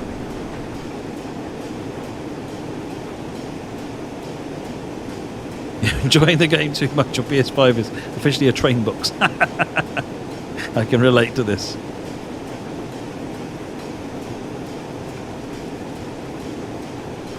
Oh, air compressor's going after my brake usage.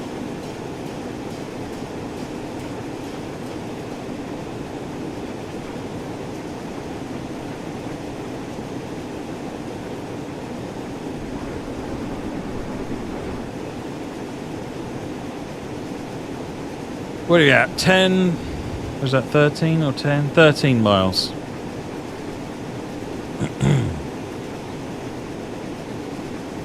Commander Toff, DX12's getting solid at 60 FPS. Well, the West Somerset route I think gives 60 FPS even to an Xbox One, to be fair. That's not a stressful route. Try Trenton in the Penn Station with all the layers active. That will bring any machine to its knees. I don't care how good your machine is.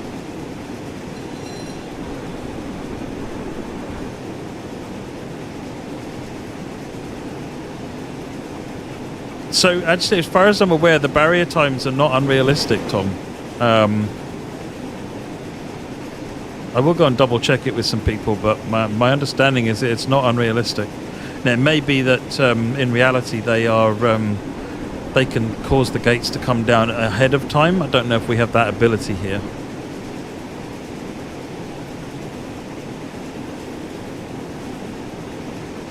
It is realistic, yeah, that's what I thought. Wes, so switching to DX12 is not going to be affecting your stutters, but running a route a second time is going to be affecting your stutters. This is one of the problems of trying to benchmark some of the things, is that there are other factors at play, and one of them is the shader compilation. So when you're testing things, you tend to run things multiple times. That improves stutters. DX12 itself in our tests made no difference to stutters at all, but running it multiple times reduces about 80% of the stutters. It's more frame rate that you get with DX12 rather than stutters.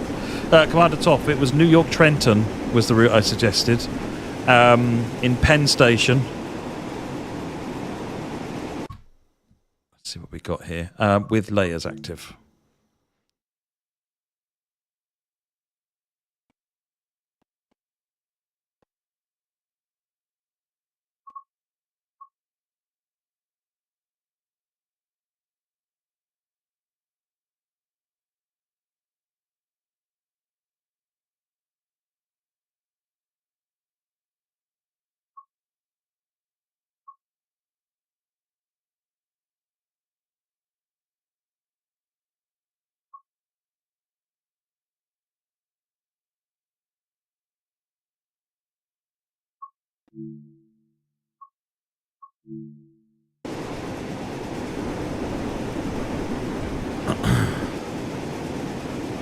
What are we doing here? 54 miles an hour.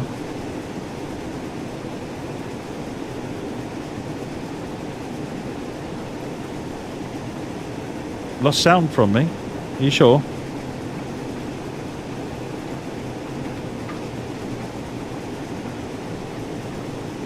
It's better, is it? Okay, cool.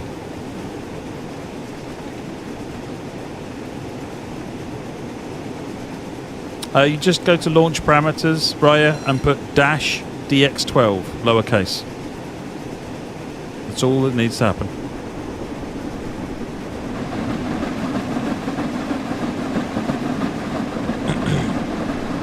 Let's take advantage of that 60. Speed up.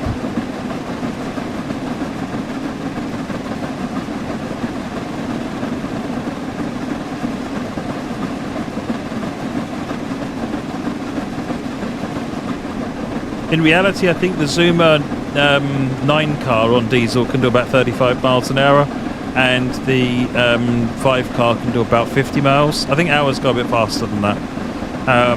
The ceiling DX11 is by default currently. At some point we will switch over the default to DX12. We're sort of in a round of testing on that at the moment, just to prove it's okay. I think it is.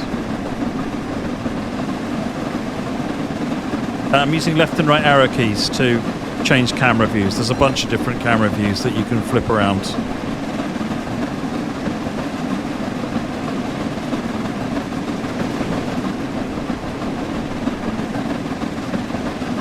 DLSS and FSR are on the list to look at, Gunnar. Probably do FSR first, because it affects everybody, whereas DLSS is just NVIDIA. Which is obviously not a small number, but it's... FSR will actually benefit consoles, which is really cool.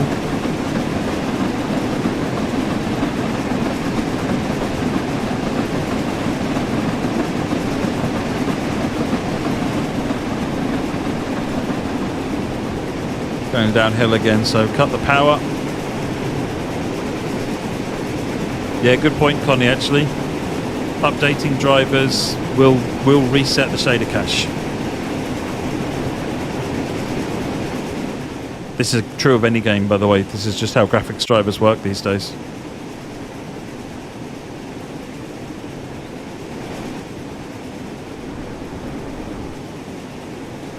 No plans for a Mallard, old man Shaggy. But just like the Class 91, it would be nice to see one at some point. But no plans at the moment.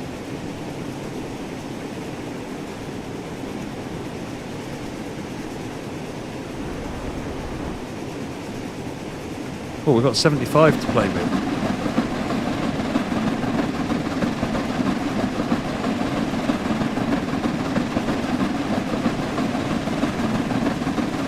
I've got no idea, Mod Pete.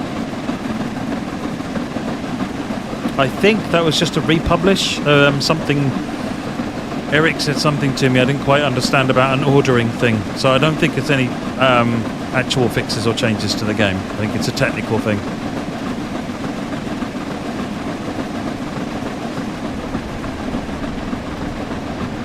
What's 1D07, Roblox?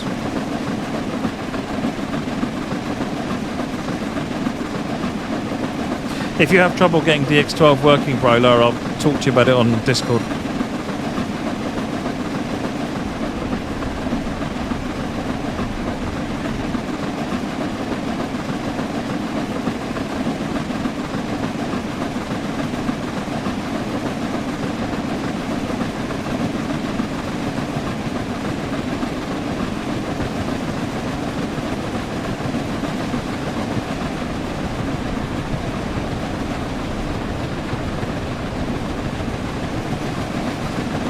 Yeah, Mallard's probably one of my top favourite locos, Old Man Shaggy, alongside the 9F. A pair of those are, for me, the goat of steam locos.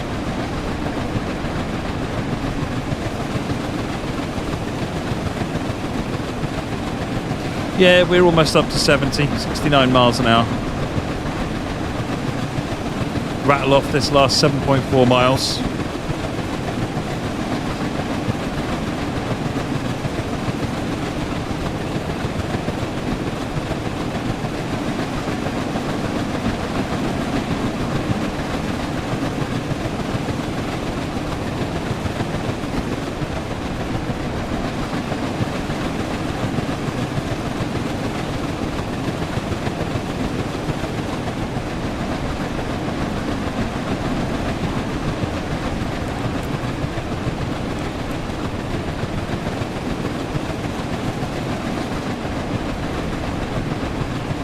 .72. Give it a bit of a thrash just this last bit. No, the core content in this does not have guard mode, I'm afraid, Yesaya.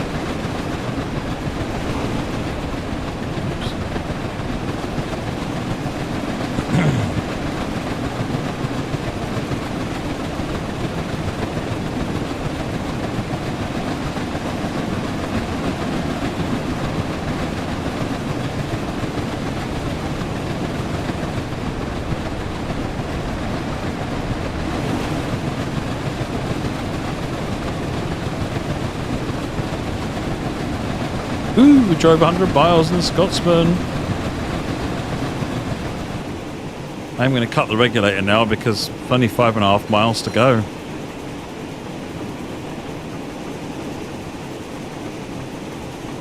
And we're at, last I checked, we're just about bang on 75. Look at that. All the DLC will come from TS3 to TS4. Yes, Tiger Fire. Maybe if you're on Steam, restart Steam. If you're on the console, restart your console. That seems to be triggering a download for most people. Failing that, if it still doesn't work and you can't make it work, get in touch with our support people and they will help you.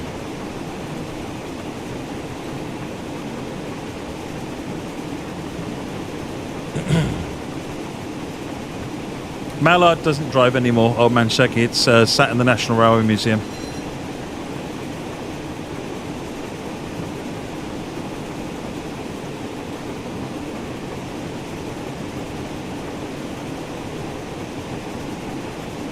Brighton holding solid 60 FPS is good. But are you frame locked to 60? Because I'm frame locked to 60, so my game will never go above 60. There's in one of the settings in the game, you can choose a max frame rate.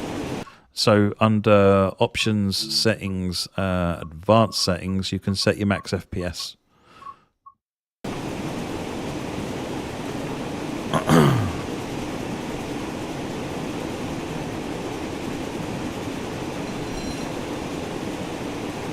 2.9 miles, slowing down gently now, 72.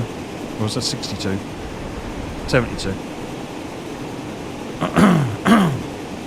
Yeah, there's no point going above your refresh rate. That's just a waste. Yeah, the train spotting thing in the National Railway Museum is a really good place to watch. I quite liked it. Probably one of my highlights of, and a group of us went to the National Railway Museum.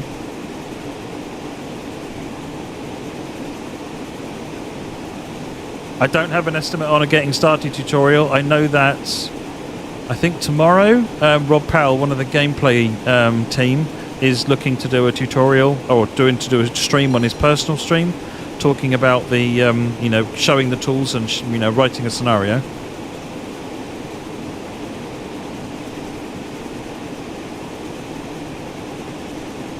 doing? Almost down to 70.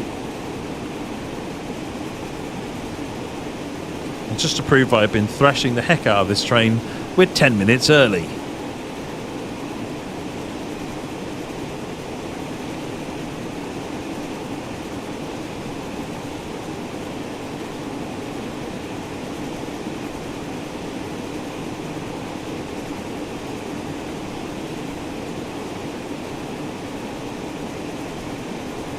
Glad you like the mini HUD I sit in.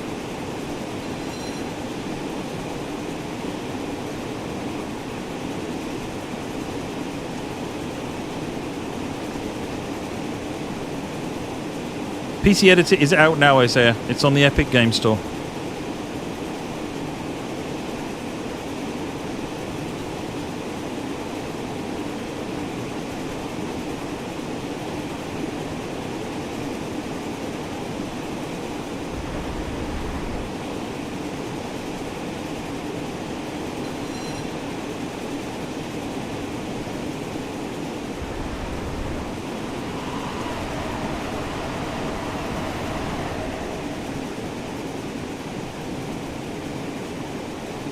I mean, in theory, if you make your own scenario, you possibly could make a guard mode, Isaiah. I don't know. It's quite a complex thing to build.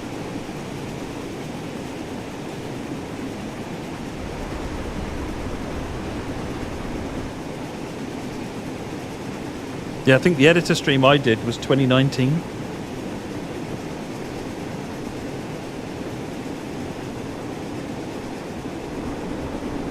Coming down to 50 miles an hour. There goes AWS because of the double yellow. We're all a little older and greyer since then. Yeah, exactly.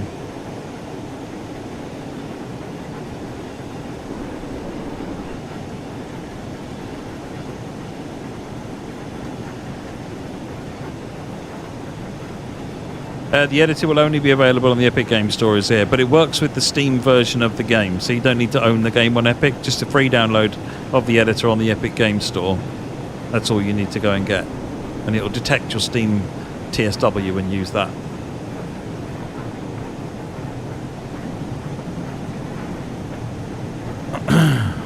What's the average advantage if you set a limit? So the reason for setting a limit... We're stopping here, wow. The reason for setting a limit is to stop wild fluctuations in FPS. So if you're seeing that, you know, on average that you're getting 30 FPS, but occasionally it goes up to 60 for a bit and then back down to 30. It looks like the frame rate is terrible. Whereas if you limit it to 30 so that you get a stable, solid 30, it looks far better because it's consistent. It's that flapping of the frame rate causes such a bad look for the whole thing.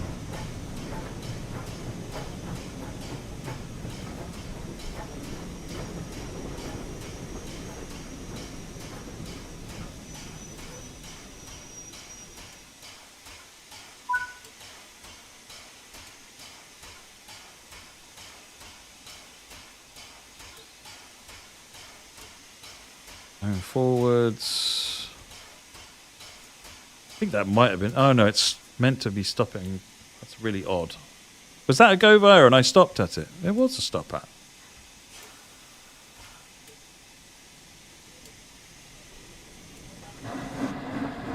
Oh, hello. Slippy slips. Come on, get on with it. Bring the cutoff back.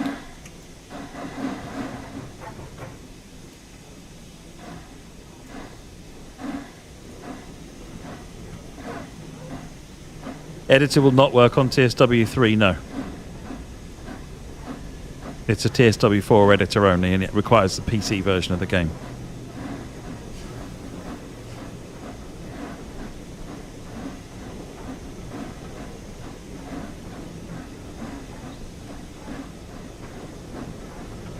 Why does the Crowd Training Center stand out aesthetically? Part of it is because it's a really tiny project.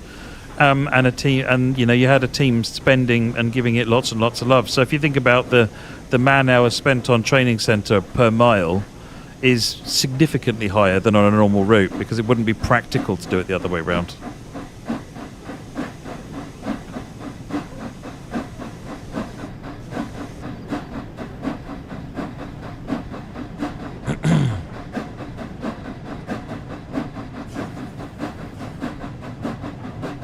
Oh yeah, don't waste your time using the formation designer that's already in the game. If you've used a mod to unlock it, it doesn't work.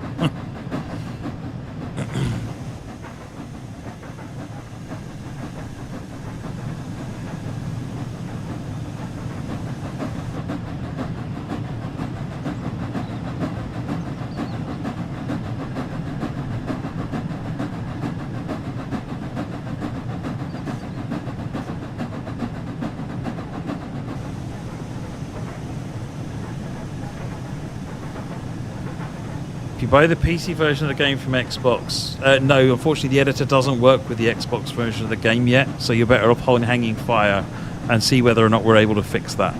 Because at the moment we don't know how to fix that.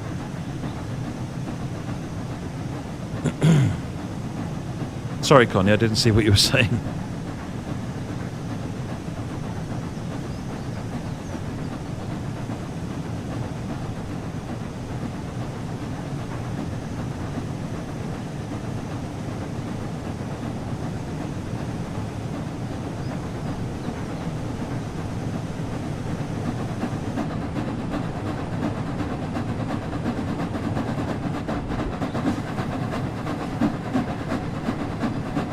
There will be edited tutorials, Abdullah. Yes, absolutely.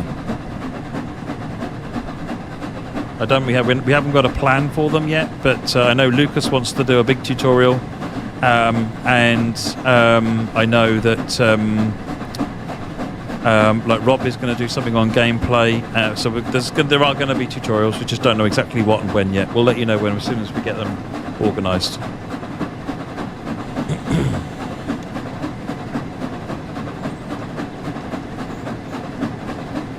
Without looking at settings and the rest of your details, Sugprofi, maybe post a message on the forum outlining as much information as possible, and the people on the forum and myself can come in and try and give advice. I don't know anything about AMD hardware either, so I have no idea. A 6800 XT means nothing to me at all. There could be the best graphics card on the planet or a 20-year-old one for all I know.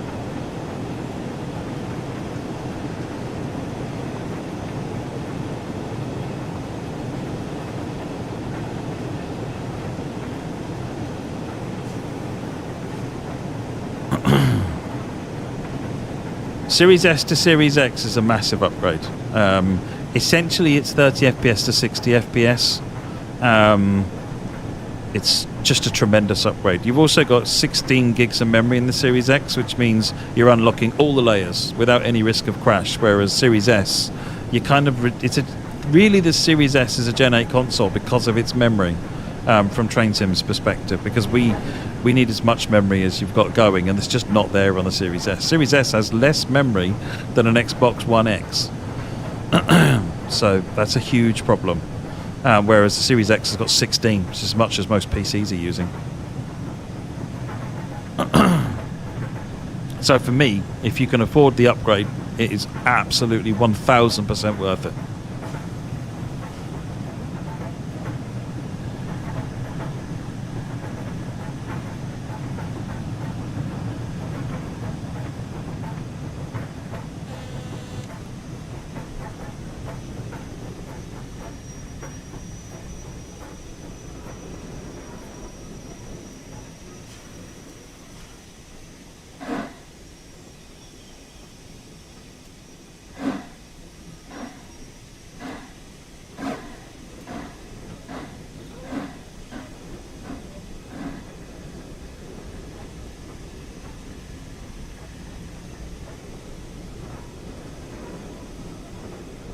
Yeah, don't get me wrong, I love the Series S, and I'm really gutted about the memory causing such a problem, because I think the Series S is brilliant. But in terms of, if you're thinking about an upgrade, I absolutely thoroughly recommend the Series X. I guess we're waiting for something. Yes, we are.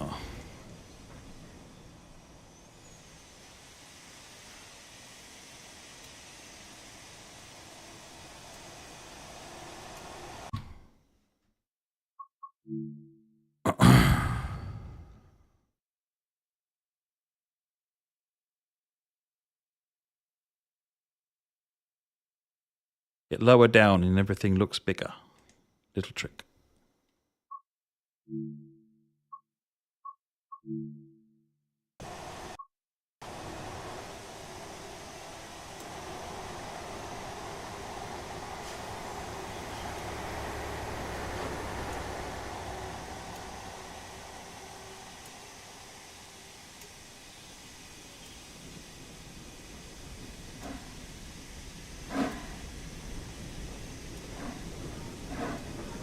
So PS5 is 16 gig, same as Series X. PS5 and Series X are peers. Both really, really good consoles.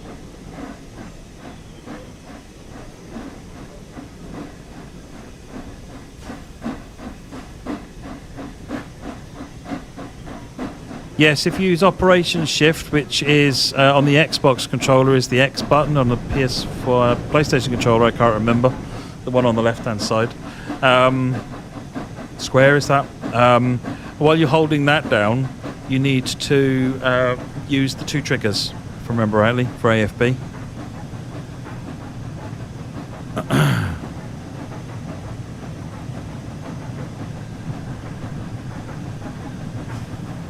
When you add an SSD, it does nothing but give it more storage. It doesn't boost memory, it doesn't boost performance of the CPU or anything like that. It's just purely how much storage you've got.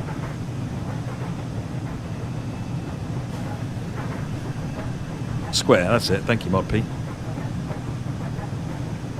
Is that a blue... What is on this computer?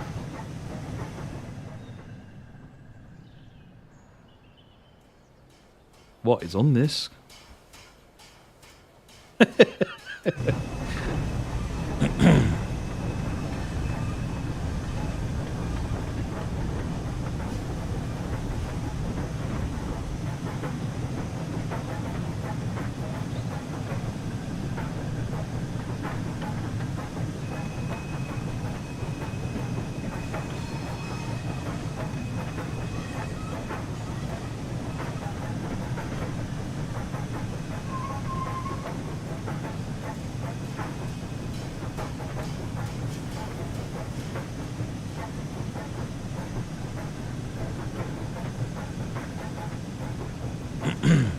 I wonder if it can go through the Thameslink corridor.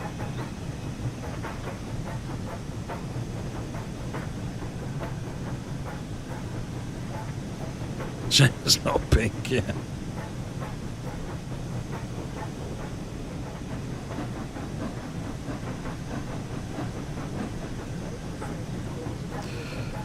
So why are the two Scotsmen together? Because I'm probably running this this service out of its normal operating period, its normal operating window. So you can select every Scotsman train, even though the layers for AI trains appear only in certain times of the year. So I'm probably running this one out of its time of the year. So it would, if you were to just sit and watch it, you would not see these two running side by side. It's because I've selected it as player train. As a player, you can pick anything, anytime. We should really make it so that at least you know that you're doing it out of its period.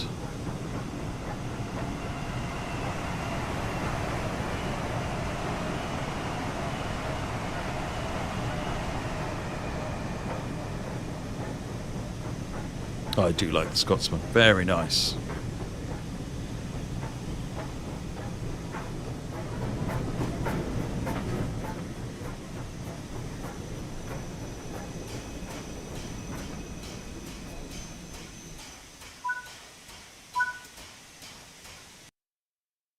Job done. Right. Roblox, you posted about 500 times. What was the service we wanted to do? 1D something or other.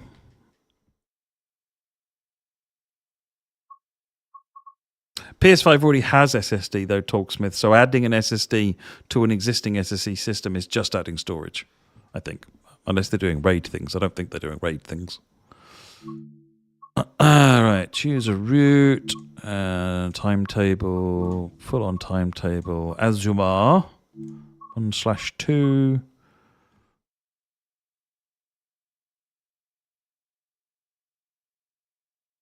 Was it 1D07?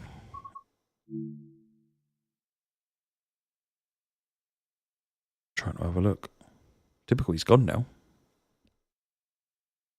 1D07, that was what he said.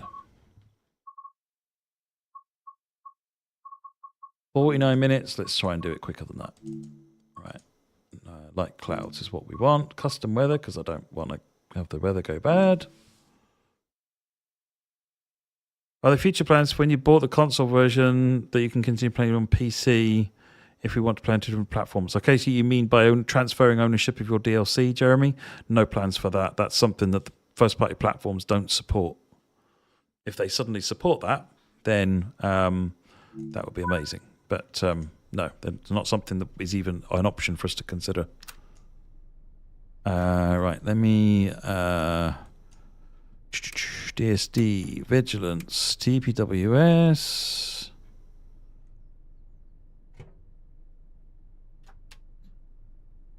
Unlock the doors. As you can hear, AWS sounding a little nicer. Hey, Daytona.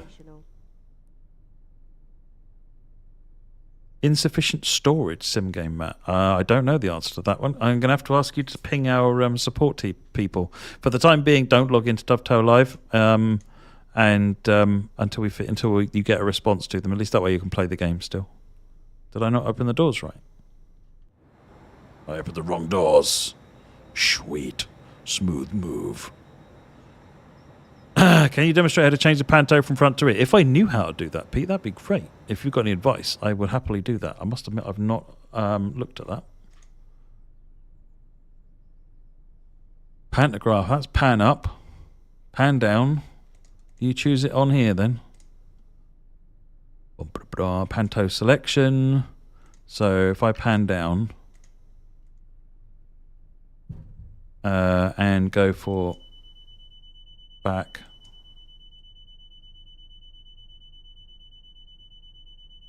And pan up.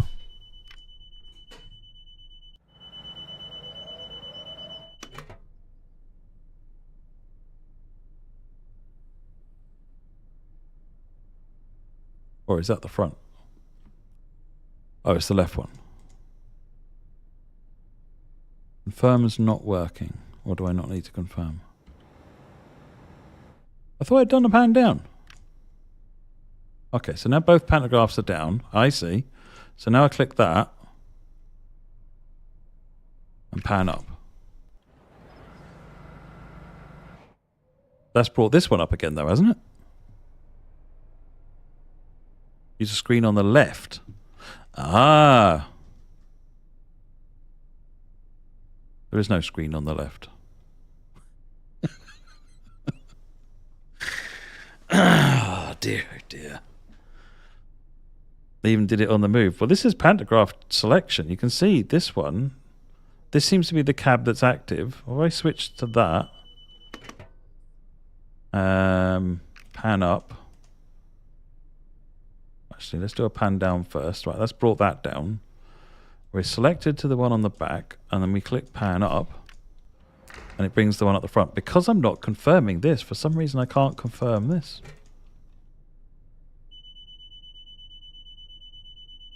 Ah, it confirmed. Right, so now pan up. Does it raise the one on the back at least? We got anywhere. Yay, we got pan up. No, we don't. We do. What's that? No, that's pans are down. This seems to be the right screen. That seems to be where you do it. That's not responding to here, but if I stand up,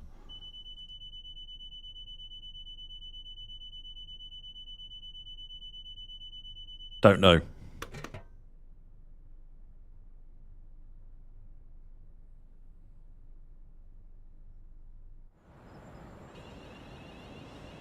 Well, I've got the back pantograph up. Right, let's just pretend I knew what I did and move swiftly on. Is it time to... I need to unlock the correct doors. Hey there, Dean.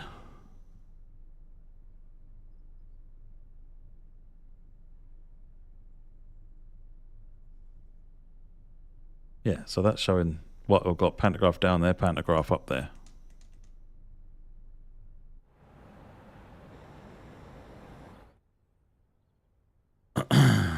I think one of the reasons for the back pantograph being recommended, I think, is if it rips off, it just flies off the back of the train. Whereas if the front one rips off, it damages a load of vehicles.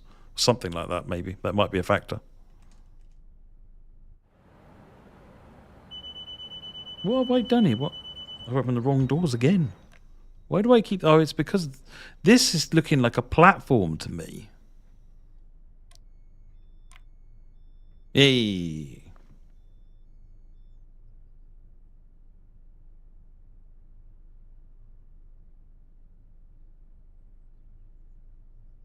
Oh, right. Okay, so...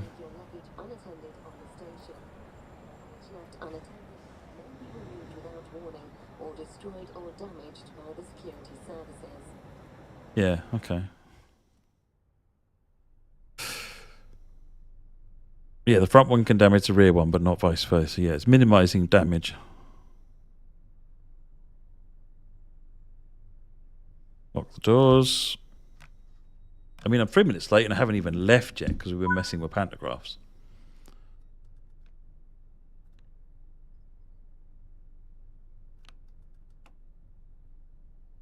Put the boot in and get out of here. Oh, there we go. Doors have sealed.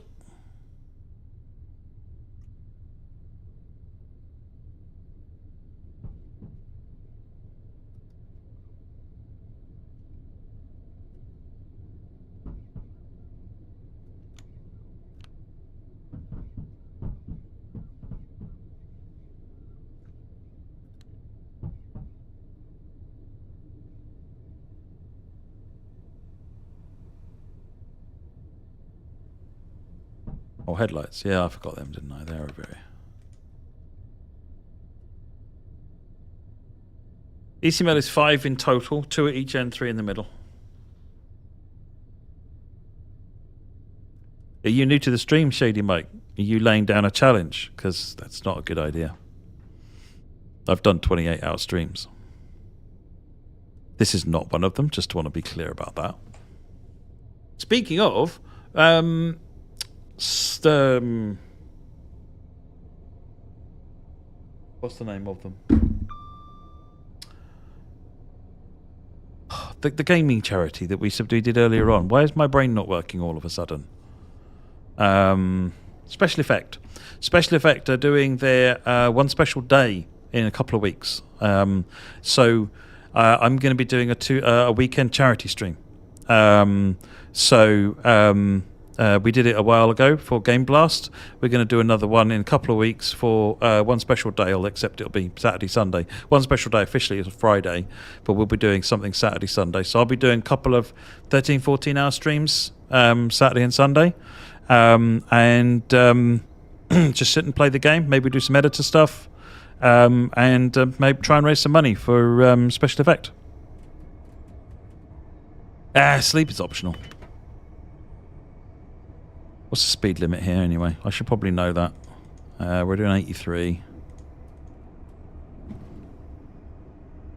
74 miles non-stop. It worked fine for you, did it ready? Okay, cool. I'll just blame me then. Glad it's working for you, Commander Toff. What you need to do though is when you're looking at it is try all sorts of different things, different weather conditions, and just see whether or not you notice any anomalies with the visuals.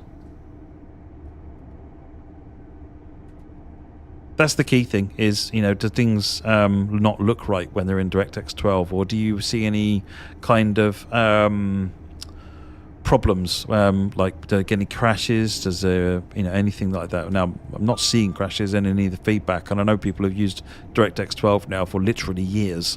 So I expect we're okay, and it's just really trying to just formalize that so that we can make it the default for the game going forward. So use it as much as you can, try all sorts of different things, and let us know how it goes. How are we doing? 116.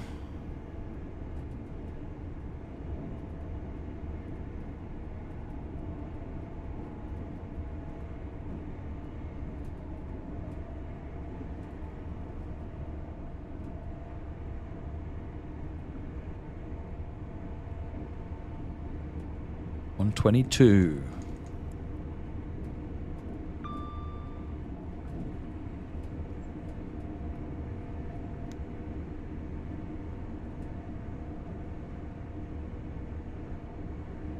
There is a buzzer up here, but I don't think it actually buzzes.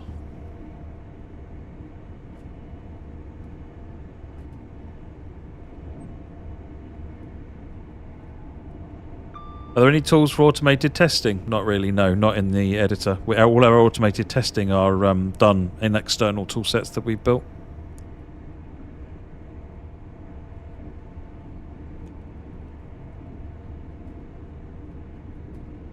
Auto announce doesn't work, Roblox doesn't do anything.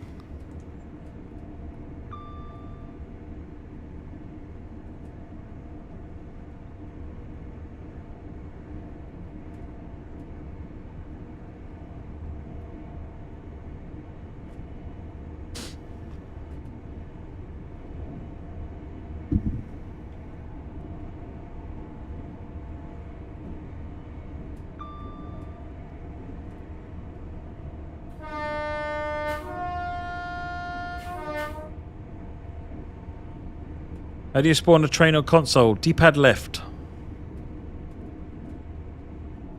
is what brings up the spawn option, or the spawn menu.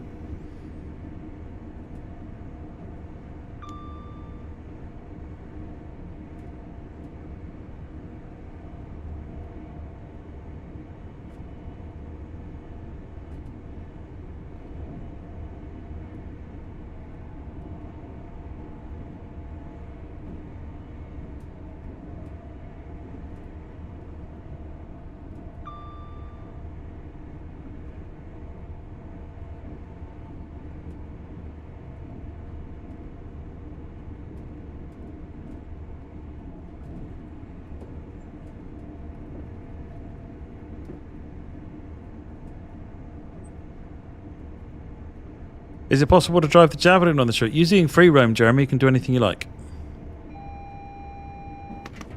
Yeah, neutral sections are implemented on all routes in TSW4, Ryder. Even Dresden. I think it only has the one neutral section, but it's there.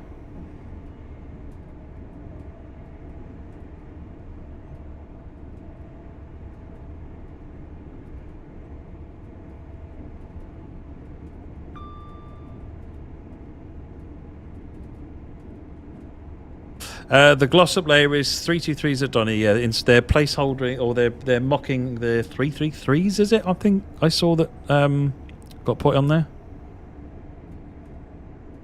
See you later, Cabo Pay.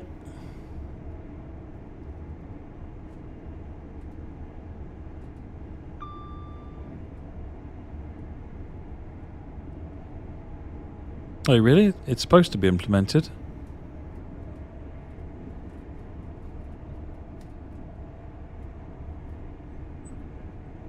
Depends on the train, as I see. UK trains tend to handle it automatically with magnets.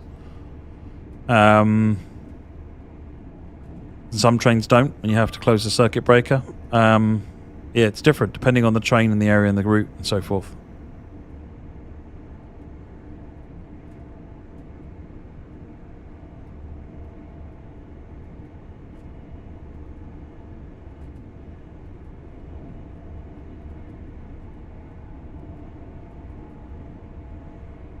Alpha, I'm not quite understanding what you're asking. Do you mean haptic feedback? Haptic feedback works on everything.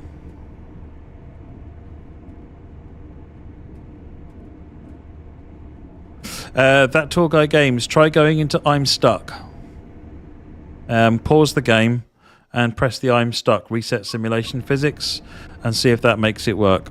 We are working on it. There are a number of trains, particularly older ones, that don't spawn in a very good state.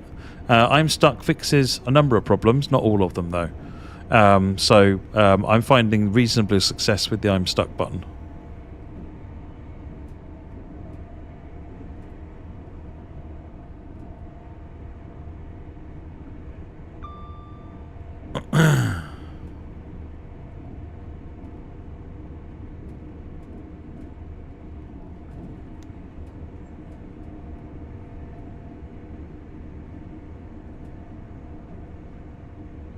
A lot of the challenge with new routes, Yuxney, is getting licenses, getting reference, and becoming as much of an expert on that territory as you are, which is not something you can do in 5 minutes. Plus all of the new scenery that has to be built and so forth. That said, there are some Northern European routes that I'd like to make, but there's a lot to consider. We look all over the world at route options and what licenses are needed. So we aren't just focused on these routes. It's just that we tried to get. So we wanted to get a new country in this year, which is why Austria is in.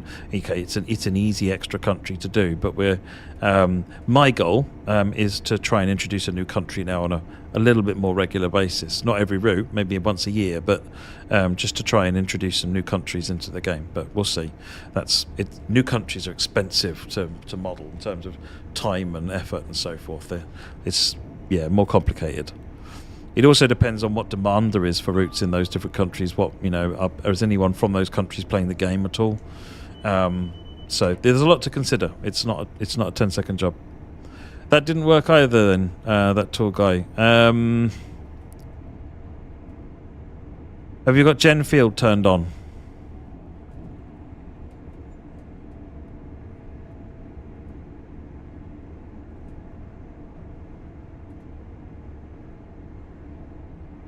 Yeah, haptic feedback works on all trains, Alpha, on all routes.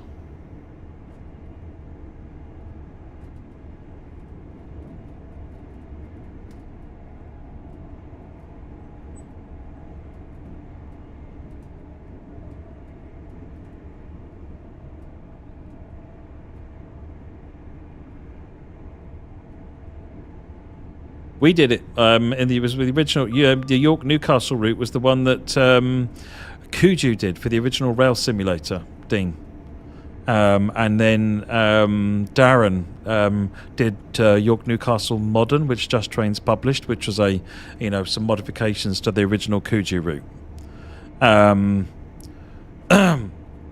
I'm not the biggest fan of it, I've got to be honest, but it is certainly another section that could be looked at. I mean, once you get to Darlington to Newcastle is quite interesting, but York to Darlington is a little bit of a snooze. But then from the perspective of being a high-speed route, it sort of doesn't really deliver on that quite so well either. So that's kind of why we did this one. But I want to do another stretch of the East Coast Main Line at some point, certainly. Am I going to sleep in the office? No, it's only 11 o'clock. Quite often don't leave the office till 3 or 4 in the morning sometimes.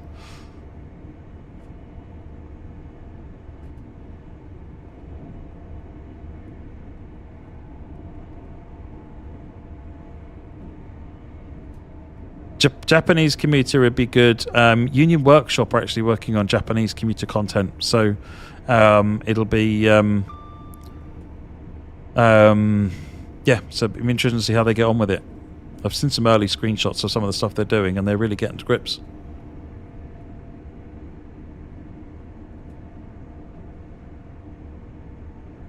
No plans for multiplayer at this point, Joshua. No, not for Train Sim World.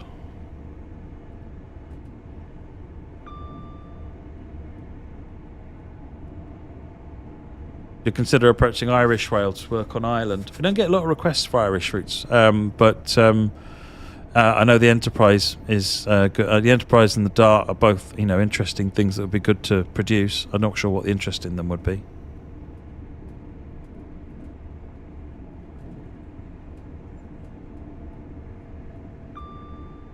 Netherlands always appealed to me, Simon, because back in MSTS days, it occurred to me, or I was able to see, just even in these modern times with modern trains, whereas in the UK, it sort of every station's just got 50,000 of the same train in them, whereas in the Netherlands, there's still lots and lots of variety. So it's actually really interesting as a rail fan.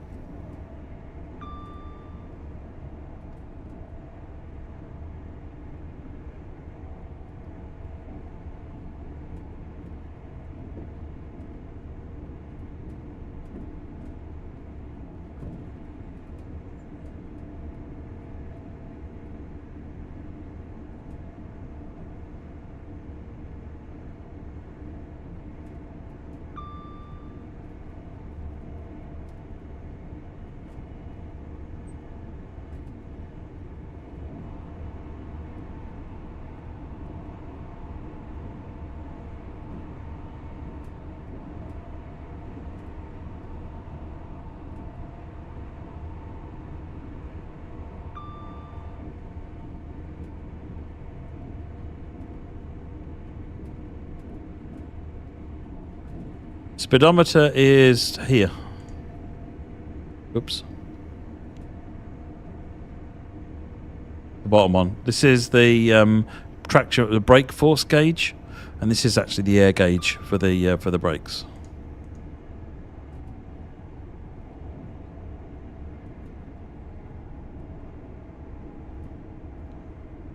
Newcastle, Edinburgh, Waverley is my favourite stretch of the East Coast Main Line, but it's about 120 miles or something like that. But it's beautiful, especially around Berwick.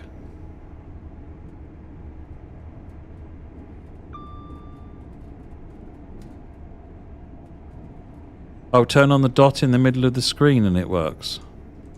It does too. Interesting.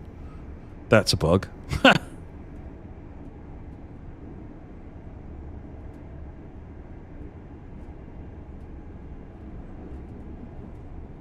I can't see a brightness adjuster for the for this screen, no, which is unusual.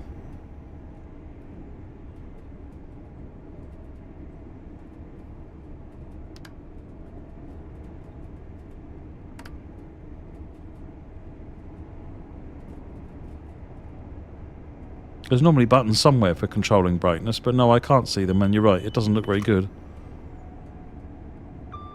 How do you guys poll interest in different routes? We look at what you're asking for. The kinds of things that you're posting in suggestions, the kinds of things you're talking about. It gives us a really good sense of what people are looking for at a broad level.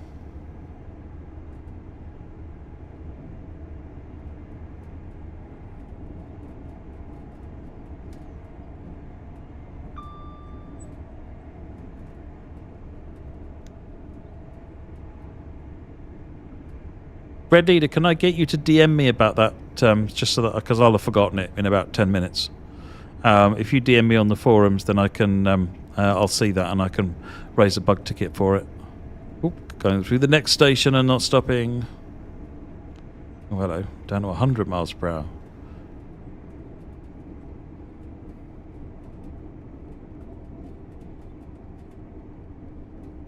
Green brightness, there's a little button next to the speaker icon. Next to the TMS.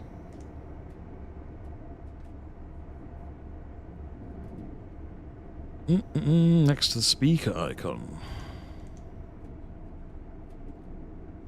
Oh, right. Is that not just for this, though? Oh, it is doing everything. Oh, I didn't realise. I thought it only touched this. It's actually on this as well. That's improved it. Not enough, really, but it's improved it.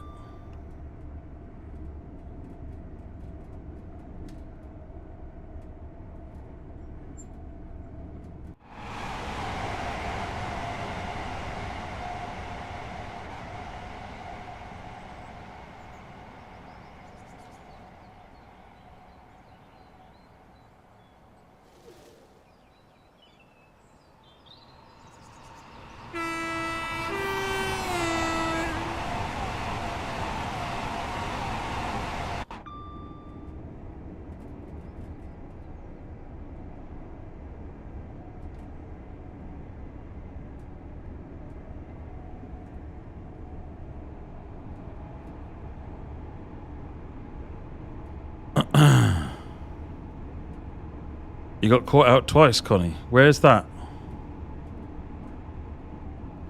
Is it TPWS that's catching you rather than AWS?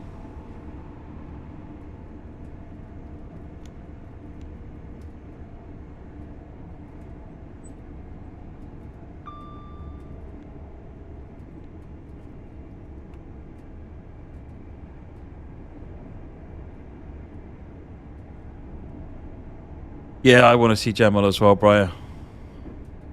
Gemel me on my old stomping grounds where my parents live. You must be shouted. I'm all right, Siri. I mean, it's the first time in, you know, I've played obviously TSW4 lots, doing lots and lots of different testing for it, but this is the first time I've just played it to enjoy it, and it's just chill. I'm loving it, and great company, you know.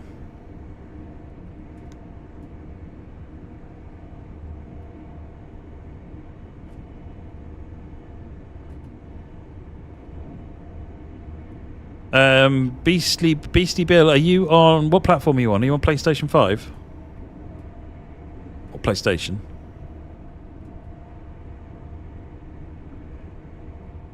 No, we're all just annoying little bugs who pester you in questions. It's all good, bad guy. It's all good. You're on PC Steam, Beastie Bill. Okay. So there is an update coming which will boost the volume of the vigilance a bit. So there is that coming. The audio guy have tweaked that today.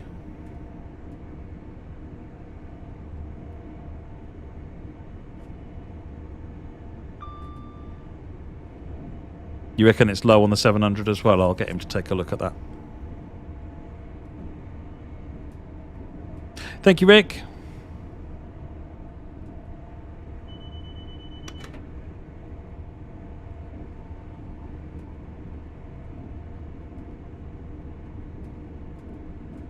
"41 miles.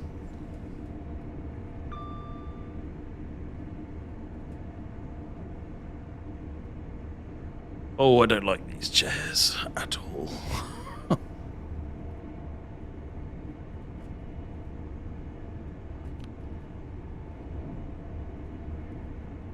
think I'll bring my other chair in for when we do the charity stream in a couple of weeks. What was the most challenging thing about TSW4?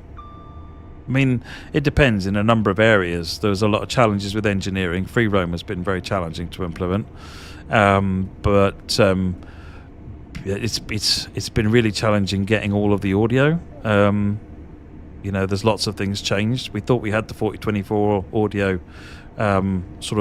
it looked like it was all going to be ready to go and get recordings, and then it wasn't anymore.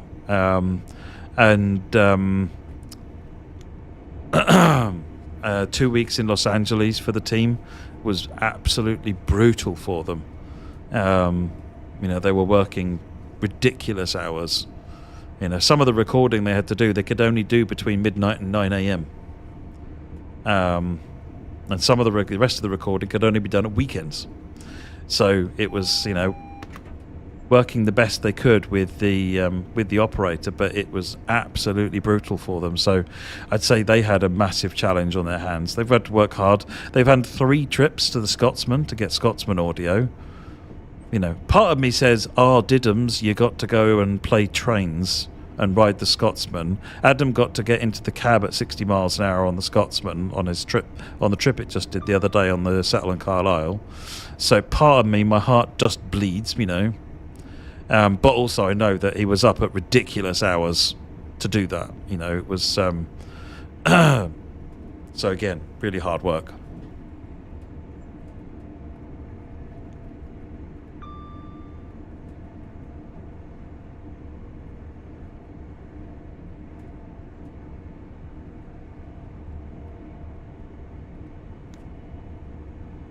Well, I mean, I'll almost certainly take you up on that, Brian, to be honest. I can't even remember where our 66 audio came from originally.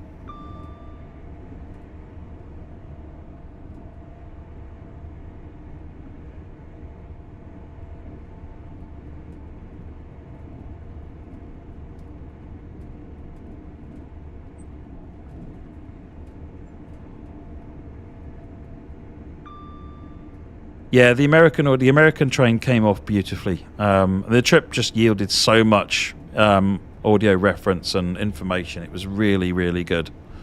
As it was a really hard trip, and actually Adam took a week off sick at the end of it to recover. It was that bad. But yeah, it's lessons learned for doing the next trip, really.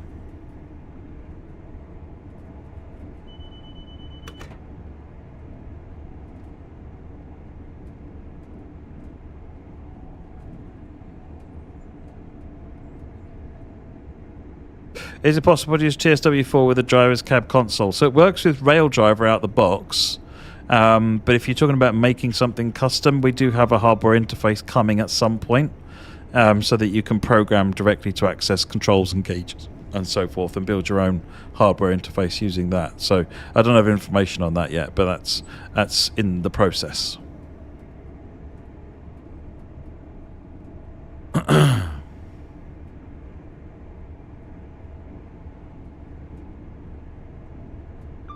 An American branch would be a cool idea, bad guy. It's like we've somewhat got the beginnings of a German branch now with Lucas and 3 or 4 other Germans that are now employed living in Germany. So we're starting to sort of get the people around for that. But you'd want to have the same sort of arrangement. You know, if we had a bunch of Americans then that were hired, then you could see forming a studio out of it. But we don't at all. 200% screen percentage. What that does, Commander Toff, is it changes the game so that it renders so if your game is running at 1080p and you set it to 200%, it will render it at 4K, and then it will crunch it down to 1080p. But what it does is it uses all of the extra data, because you've effectively got 2 pixels being swapped to 1 pixel, or 4 pixels, sorry, being swapped to 1 pixel, and it can effectively give you massively better anti-aliasing for data that just doesn't exist if you just render at 1080p, is visible at 4K. When you crunch it down, it can do a much better job at anti-aliasing. It's kind of brute force anti-aliasing. But it gives the best results, albeit, you know, with the most cost in terms of resources. But if you've got a computer that can handle it, 200% screen, and I think it's DSR, isn't it, that NVIDIA do? Dynamic screen? No, that's dynamic screen resolution. They've got a feature on NVIDIA, and I presume in AMD do as well, where you can do that on a hardware level as well, which is good.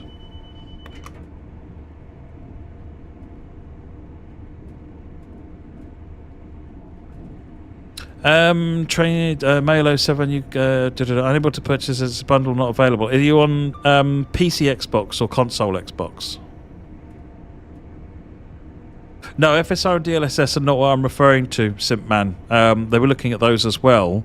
I'm talking about the equivalent of screen percentage, which is not what FSR and DLSS are. I can't remember what the option is. Maybe it is DSR. But they've got a feature which will render a double-size image and crunch it down. You're on console Xbox. Okay. I don't know the answer to that. Reboot your console, Mail 07. That seems to have helped a bunch of people. If that doesn't work, then I would suggest getting in touch with our support team and asking them for advice. Oh, wow, you got a 4090, Brian. Oh, my God. Yeah. A bit better than my 2080 I've got at home. I think this is a 3070 or a 3080.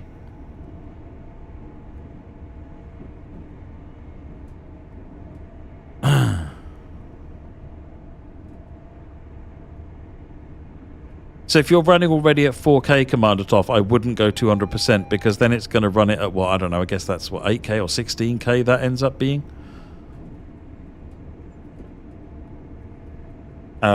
Unless you've got an absolute beast of a PC, that's going to be tough. I'm not sure you'd see the benefit, to be honest, either. 1080p to 4K de-res back to 1080p is a massive improvement, whereas I'm not sure you'd see that on 4K. Unless you've got really, really good eyes.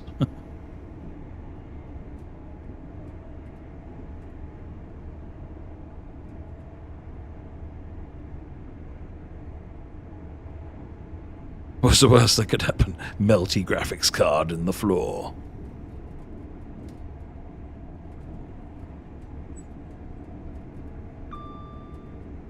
How's the Steam review score doing now? It was 76% earlier, someone said.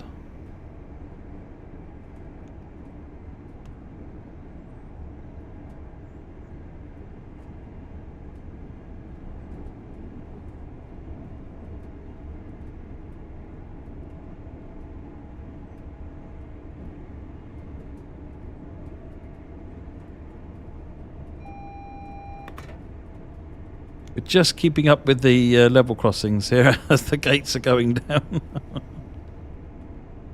Oh, it's down to 71% now. Oh, jeez.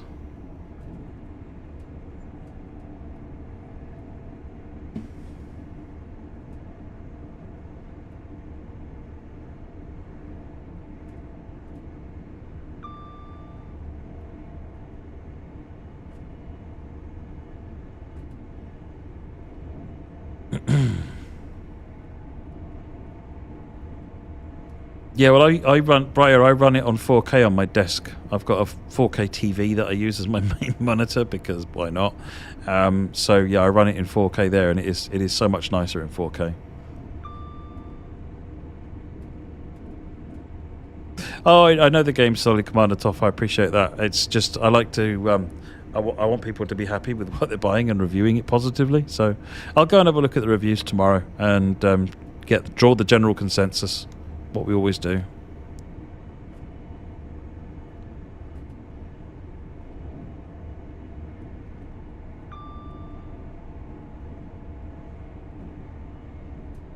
Yeah, there's a combination of the two, Brian. We look at playtime as well to see what people are actually playing and doing. But review scores have a material impact. So it is. I need to pay attention to what people are saying. It's all good feedback, even if sometimes it's ranty and covered in bile and salt. Sorry. There's usually something useful to learn in there. So I like to read the reviews and see what there is. Problem with 3 to 4 hour routes, Merrick, is no one wants to play them. Honestly, people tell me this route is too long. They tell me Castle Würzburg is way too long.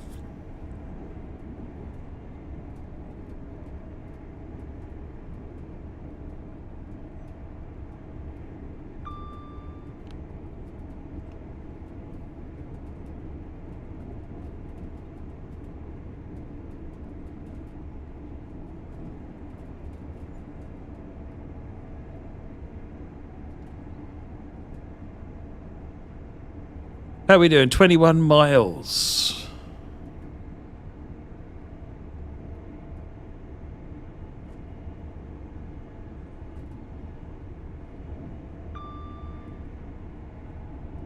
Yeah, we could do all of those if you like, Briar.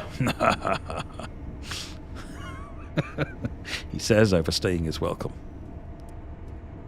Is there a staff bonus for higher review scores? No. Neither is there a penalty for lower review scores. That wouldn't be reasonable or fair for all the reasons we've discussed.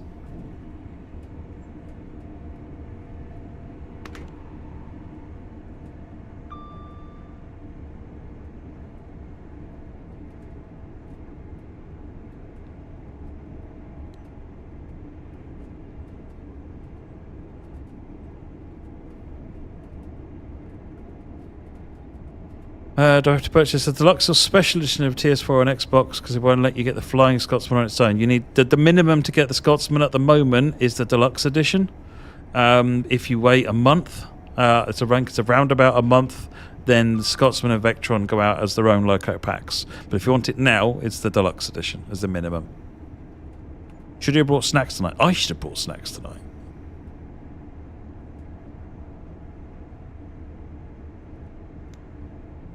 But then again, I'm not sure how entertaining the stream would be listening to me crunching away.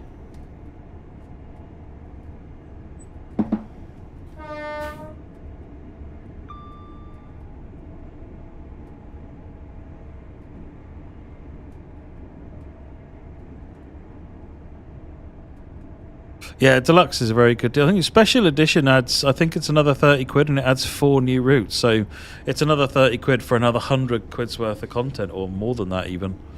So, I mean, they are all good deals. It's just, you know, what fits what you're looking for. Yeah, the Vectron's amazing, isn't it, Ice Sailing? I'm always finding new things to play with on it.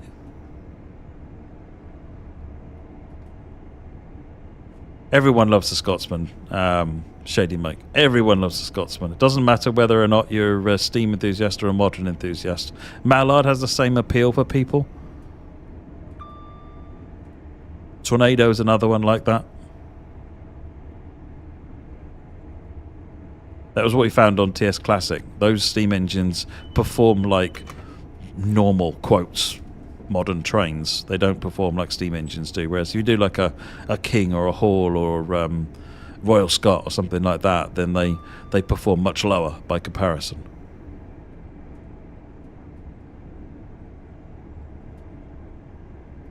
Oh yeah, if you owned the content, then there was no value getting it.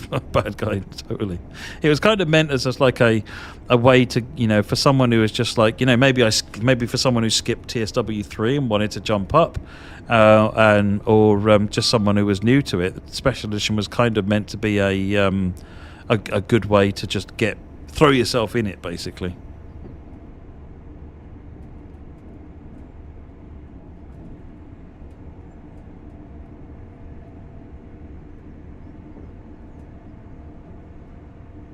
4.5 hours of streaming. Is that all, Monty? Crikey.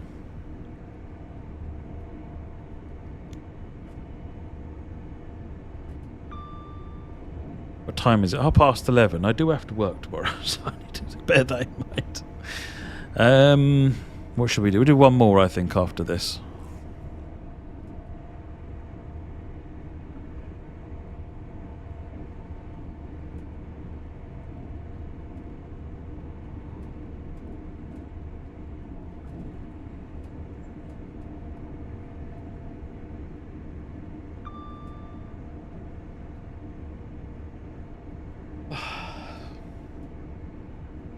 Chair is only comfortable if you actually lie back in it.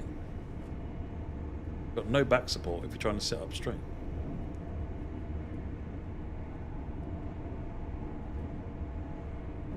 Liam, I thoroughly tested PZB at the beginning of the stream on both the Vectron and the Talon. Thoroughly tested. Can confirm worked beautifully. Thus far, touch wood, the AWS has remained untested.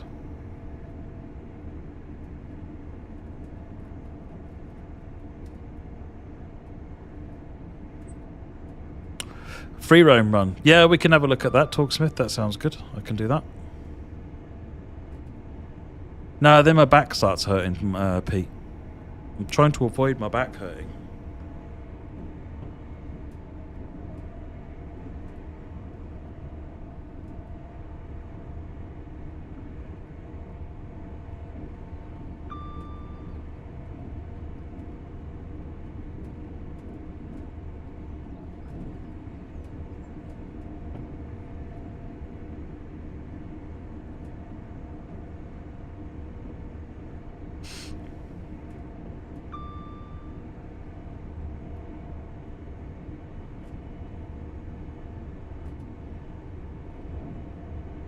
Hey there, Derek. Of course I'm still streaming.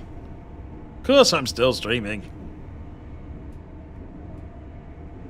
So the yellows that are coming up, Leon, are because the level crossing's going down. And until the level crossing is down and locked, it won't then grant the signal, the dispatch to go through the track on that bit. So you get held at the previous red in front of the level crossing.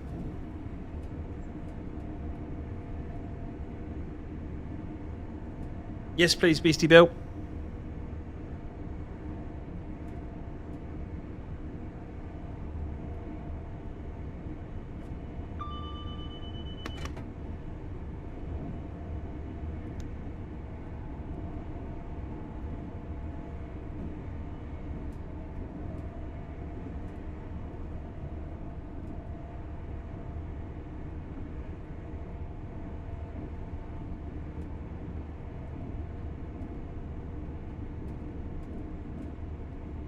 See you later, Dean. Glad it's all working for you.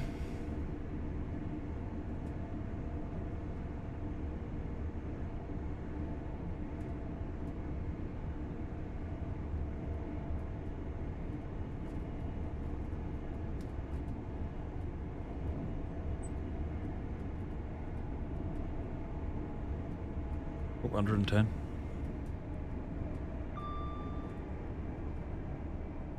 There are stopping services as well. This is a non-stop, but there are Azuma services that stop at different stopping patterns on the line at the 3 stations in the middle.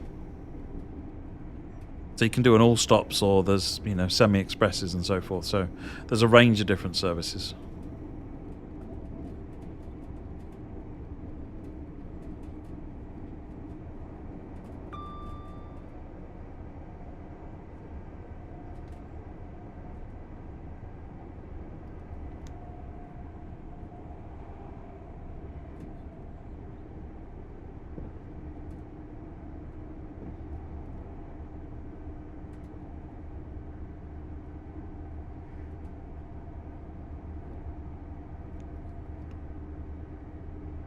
Oh, we're going to get alarmed. Oh no, it's gone just in time.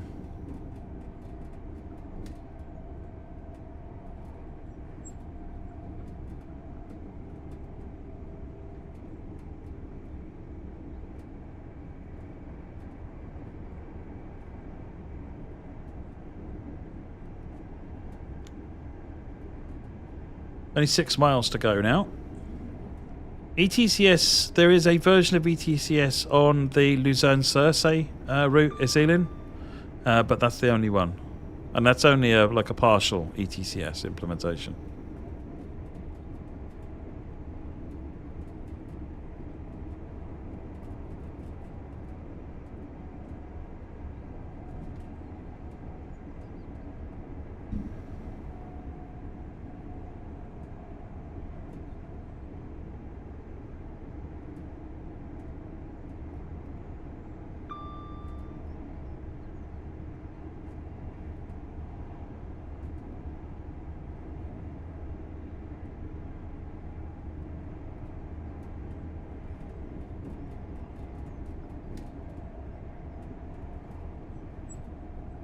Down to 4 miles.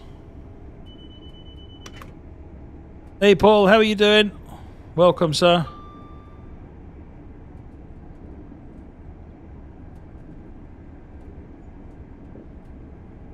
Hey Nicole Still Plays, how are you doing?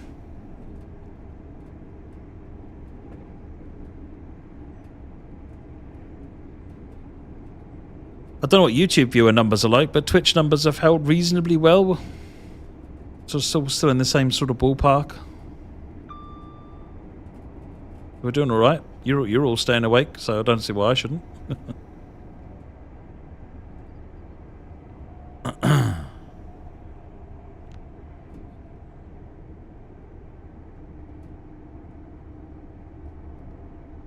(801/1) has 2 times 5. Yes, 10 cars.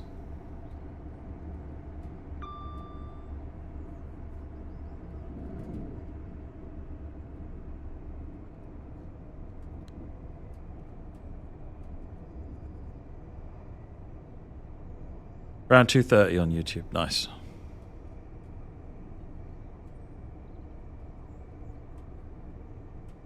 I think what we'll do is we'll finish up with a little bit of a mess around with free roam, and we'll call it a night with that.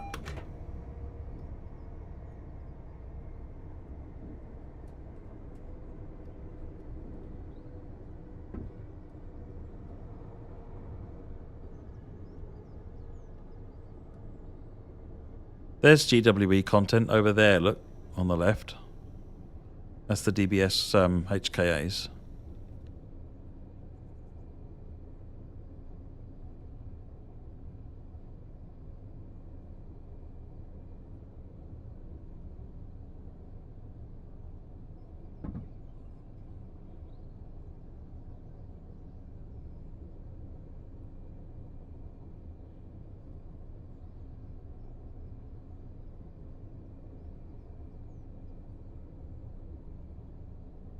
So we did Castle Würzburg to let people stretch the IC3 legs to its full potential. People told us it was too long and boring. That said, it's probably still one of the most popular routes in the game. 186 kilometers.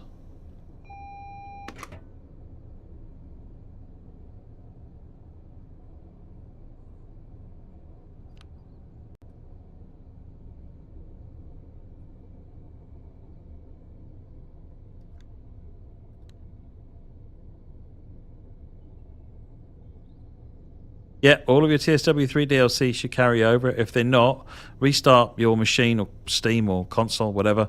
And if that still doesn't fix it, get in touch with their support people so that they can help you out.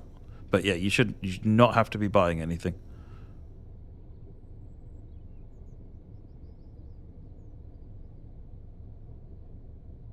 I'm not sure which photo you're talking about, Nicole.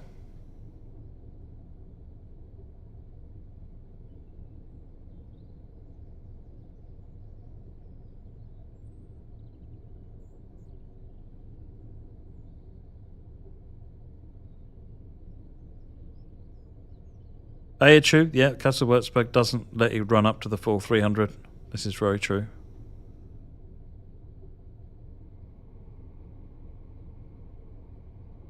We have looked at Cole Frankfurt, and it's a bit of a beast to make.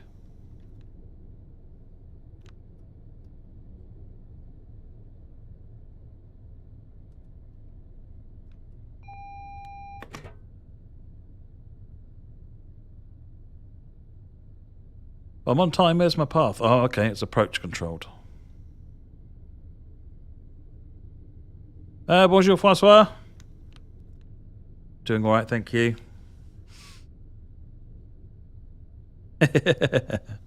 Yeah, I know how it goes, bro. I've heard the same comment.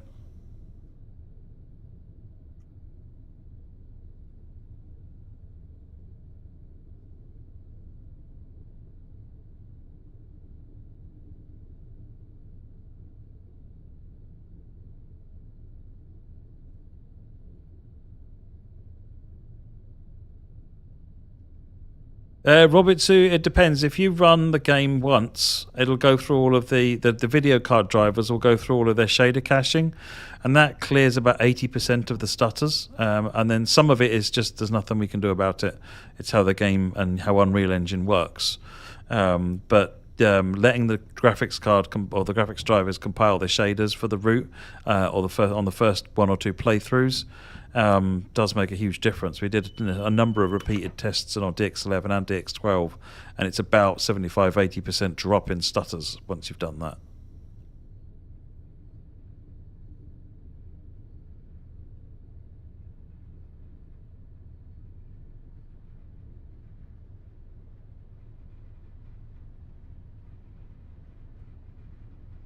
Just pulling into Doncaster. Just about on time-ish.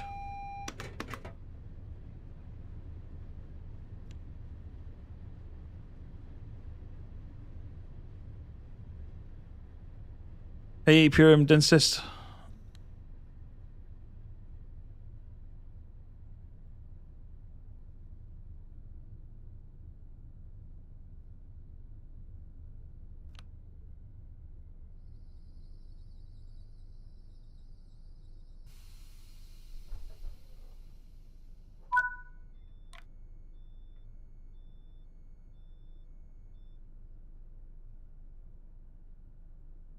How did I get a role at Dovetail? It was a little bit different. I'd known Paul Jackson, who was the owner, well, the boss of the company, for a long time prior, and because of my involvement with UK Train Sim. How do other people get roles at Dovetail? And even a producer, you apply for the jobs when they come up. We advertise roles. Keep an eye on the website, and that's the way to get in. Look for the roles and apply for the jobs. See, an assistant producer, there's very little expectation. It's more about attitude and mindset. No one's expecting an assistant producer to come in fully armed to bear. So it's finding the right job opportunity. And sometimes what some people did, Jordan, who was for a while the lead producer on Train Sim World 4, started out in QA. And worked his way up through gameplay and into production. He's been with the company, he was with the company for a long time. He's left now. But people take different paths finding it. But if you want to get into any games industry job, is look at the sort of companies you want to work for, such as this one, hopefully, and look in the job sites because on our dovetailgames.com website there is a careers page which advertises them, and there is a prospective application where you can just send your CV and the sort of thing you're looking for, and then they can, the HR team can see if it fits in with anything we're looking for at the time. So do that. Basically, Sam's just moved on to other things. I don't know the details, Simulator Go, but he's moved on to other things. As you get your profile from TSW3 to TSW4, you should be able to do that by going into the profile section. Hang on a minute. I'm just waiting for it to go back to the menu. So you go into My Profile, Switch Profile, Import Profile, and then it should list you any TSW2 or 3 profiles and let you bring them across. Is there a way to become an official third-party development team? Yes. So get in touch with our partner program. I don't have the contact details off the top of my head. And if you contact our support people, they'll be able to tell you how to do it. And then just let us know who you are, what you do, what you want to do, what your experience is. And Steve, the guy who looks after all the third-party teams, can take you through what it involves. About stutters, when you've done it the first run to compile textures and it's all smoother, when do you have to do it again? Only when you change driver. Do any kind of changes on your video card drivers. So upgrade the driver or change settings on the driver sometimes. A game update shouldn't cause it, but might. Because it's not up to us. We don't get rid of the cache, the video card driver. It does that on its own. We're not in control of any of that. So it's not every run at all. I've not rerun it on this. I did it once on these routes, and that's it before we streamed them after the first one we did. So I think we did for our bug first, and it was quite stuttery. So after that, prior to the streams, I had 2 or 3 hours of the thing just running up and down. Nicole, I think there's they're working on something for Creators Club and downloading at the moment. So hang tight. There might be a patch at some point, maybe tomorrow. Yeah, that's the issue, Dion, where it's saying about required content. You don't have it. That's the one that they've just fixed. Right. Okay. What I'm going to do is we're going to have what routes have I got installed on here? Oh, I've got a few routes actually. Oh, that looks interesting. If we go for what do I fancy?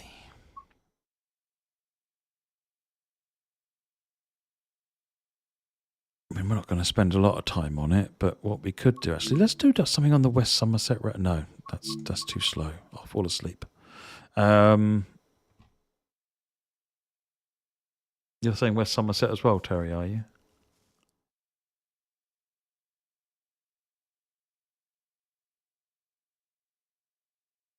Oh, well, if you already work at Dovetail already, Syria, then go and talk to People Team. Come talk to us. Great Western with an IEP. Oh, we've just done the Azuma. Snooze. Yeah, let's have a bit of fun on the West Somerset Railway. What I'm going to do is I'm going to do it in free roam. You can do this in timetable, but there's not a lot. There's a lot of opportunity for this to go wrong if you have the timetable running, because you've got so many single track operations. But we'll spawn at Minehead. We'll give it some nice weather, and we'll go.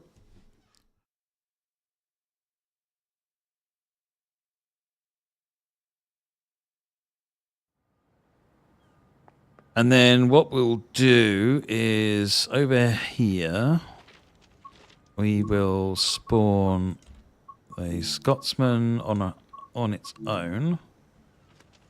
We'll put that there. There's Scotsman.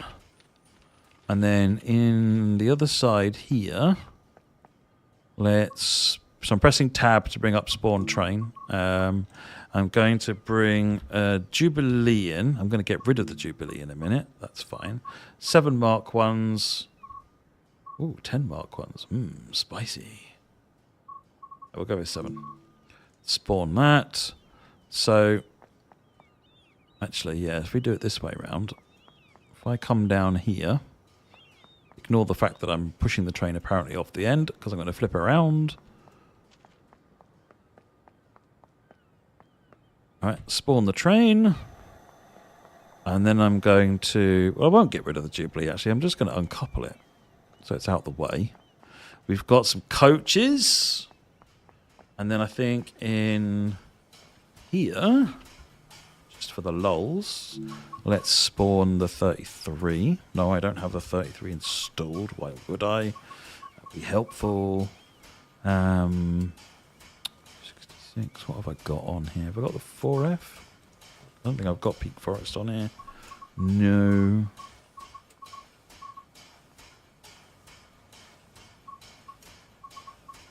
I'm trying to see what I've even got installed.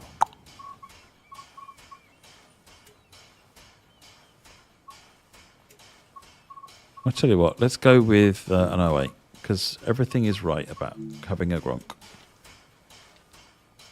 Spawn the 08 in. There we go. We've got an 08. So what I'm going to do is get in the old Scotsman.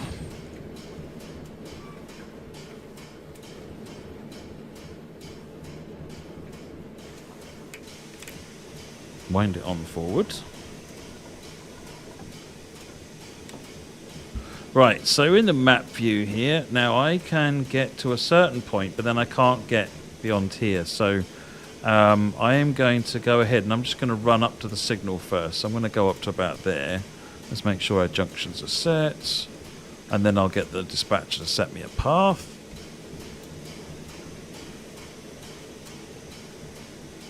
Now we're in a land of vacuum brakes. So the first thing I'm going to do is spin up the vacuum brakes.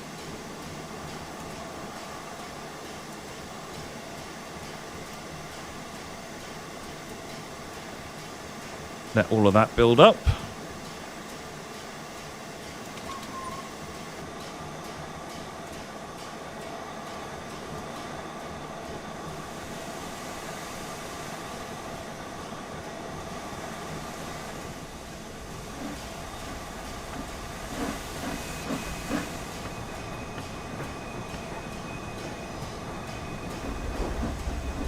Got our brake now, so we don't need the large ejector anymore, but we'll leave the small ejector on just to maintain it.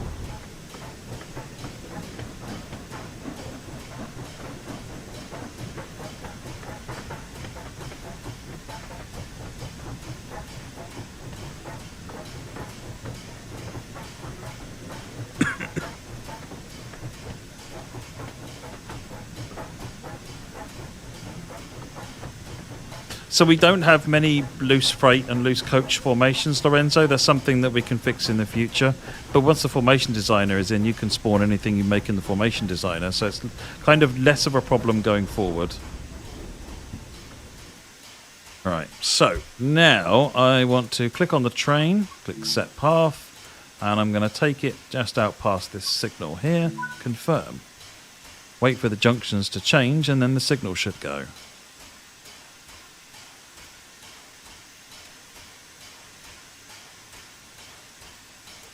Boom, there it goes.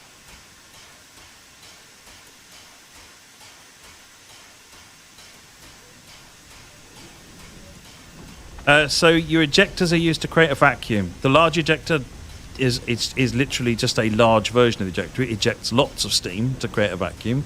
The small ejector ejects a little bit of steam. The reason is that nothing is a perfect system, meaning that if I close these ejectors all off and we're not creating a vacuum anymore, you'll see that eventually your vacuum disappears because it's not a perfect system. You see how it's going down?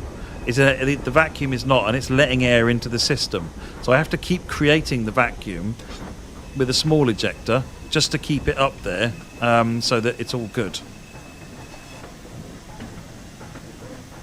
Set a path, Torg. You click on the train, and then you've got the instructions you can do on there. So in a console, hover over it and press the action button like A or cross.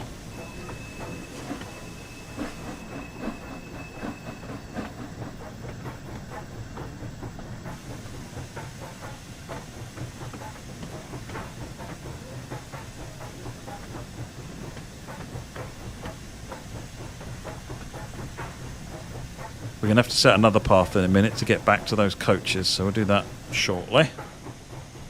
So we've stopped.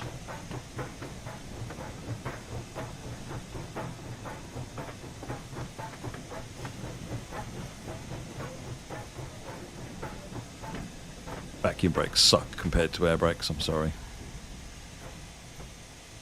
Oh, I'm going to stop just before it. Oh no, it worked, good.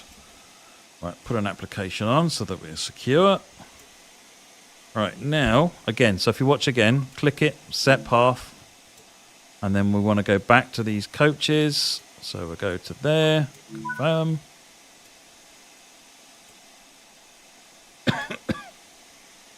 Give it a beat. Might need to tab to request permission. Oh no, there you go, it's done it. Level crossing gates went down.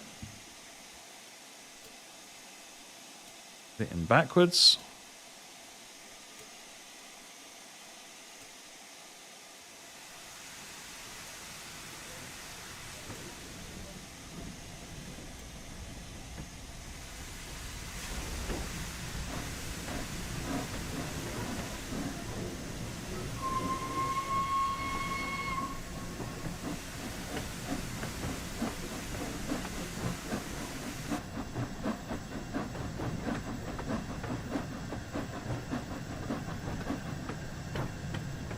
It's an old route. It doesn't surprise me, Briar. Some of our older routes have got some sins on the signals.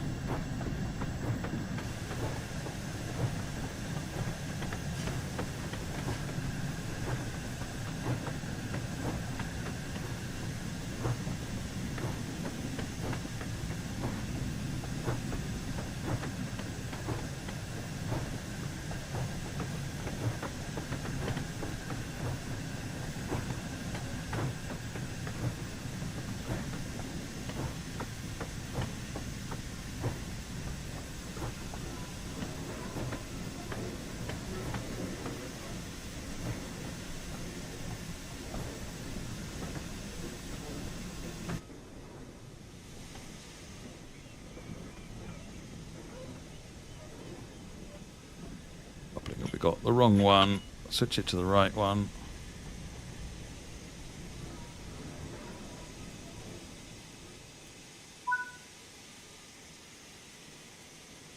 Coupled.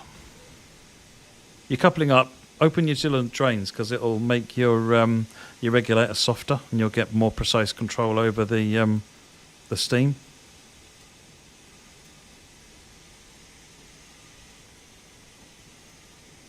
Oh no, this is using a Buckeye. I was right.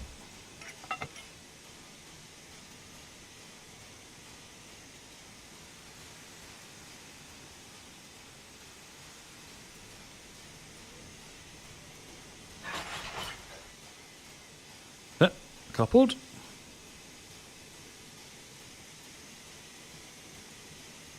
Put it back in forwards. Get doors open. And then set a path to here.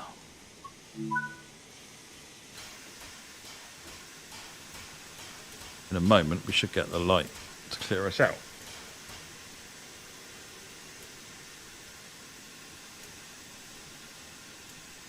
Go. Shut doors.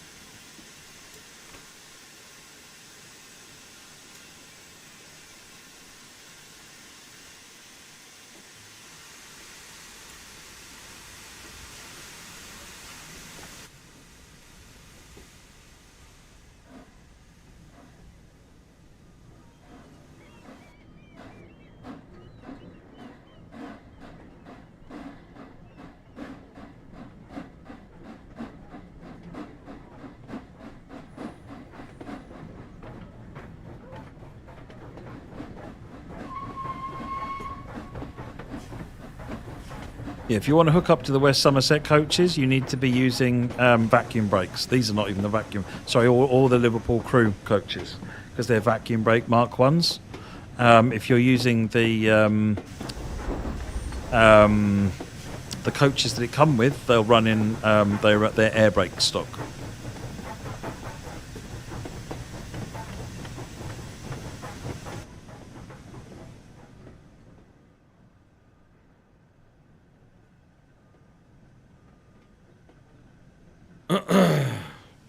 Tornado would be good to see, wouldn't it? Yeah.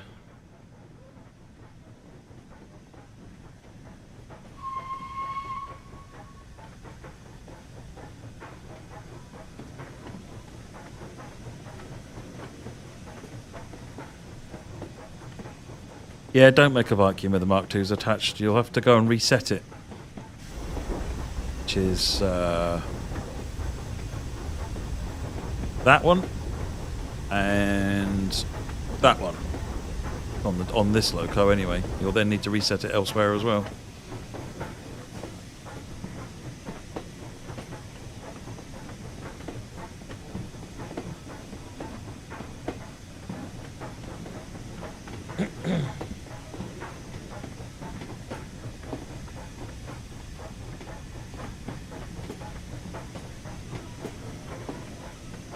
The Flying Scotsman Mark 1s are probably vacuum as well, yes. But the Mark 2s, those are air brakes.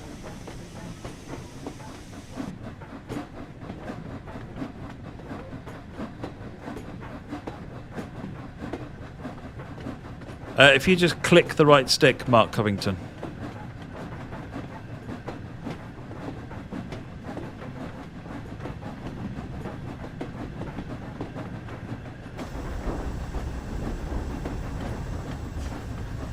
quite right.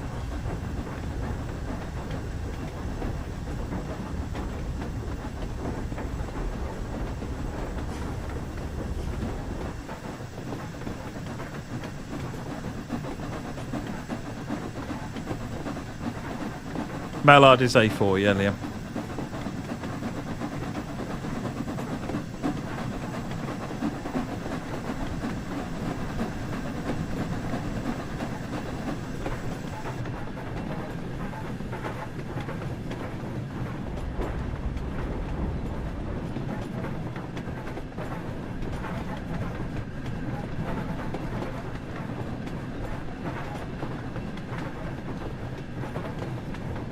So our Mark IIs are only air only, Terry?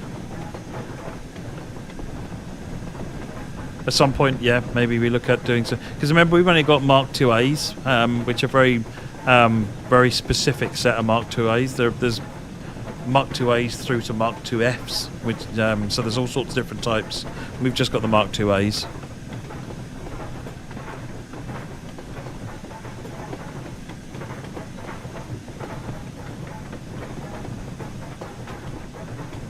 The other name for the Scotsman?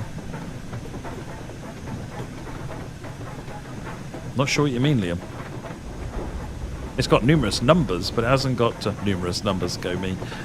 Many numbers, but it's only got one name.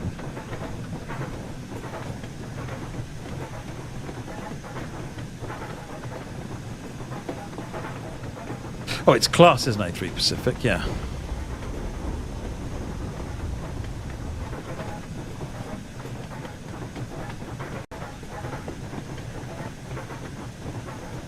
There will be videos at some point on the editor. I can't say your name, but I don't know what the plan is at the moment. Well, Scotsman started out an A1 Pacific and was then remodeled to an A3 Pacific, so kind of both is the right answer. The Mark IIs for Flying Scotsman are recoloured versions of what comes with the Northern Transpennine, yeah.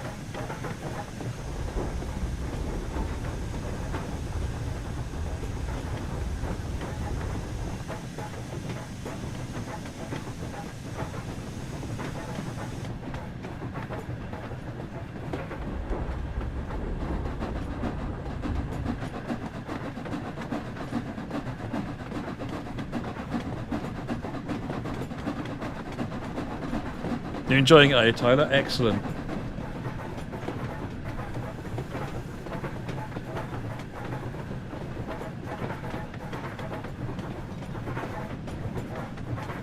Get slowed down for this 5.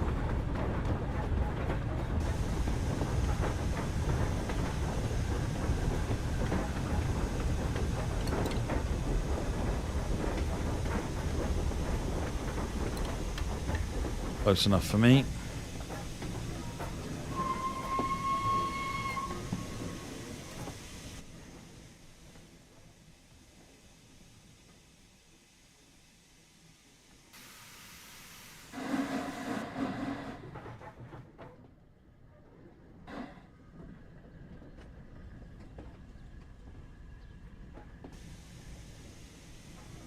Tell me about it, Briar. You're only seeing a tiny bit of the problem, trust me.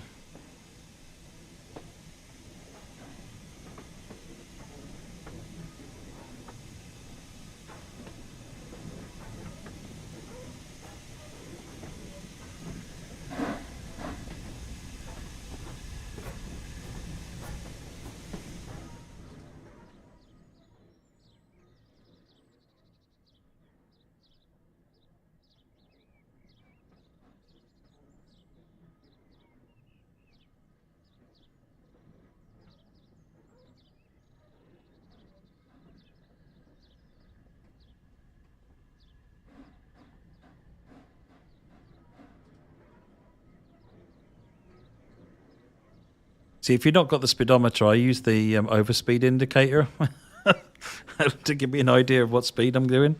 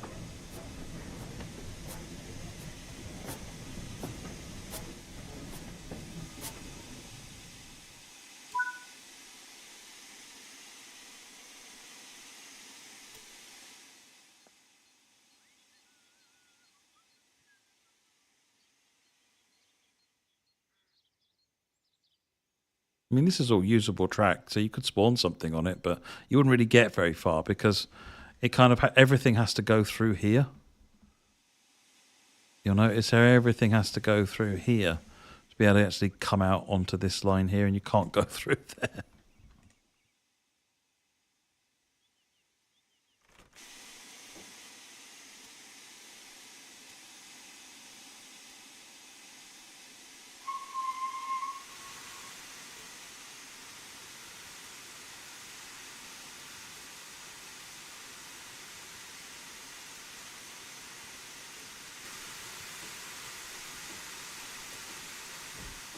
What I need is to give myself another path.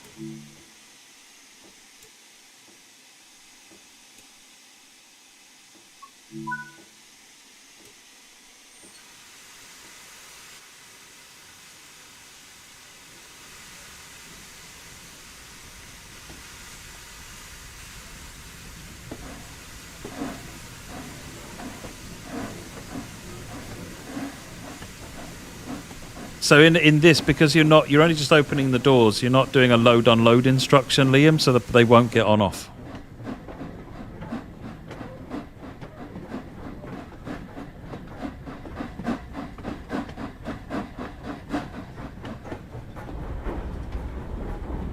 It's 10 for this level crossing.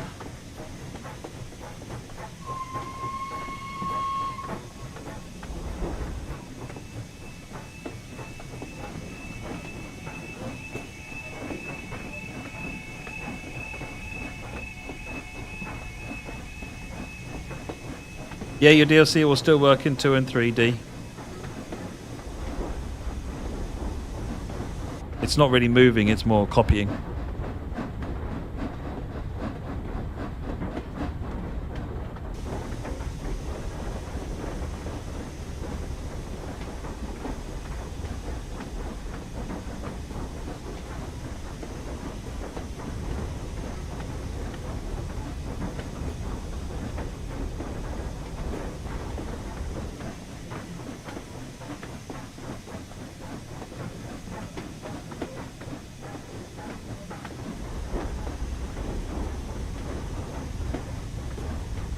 Still got a lot of coaches.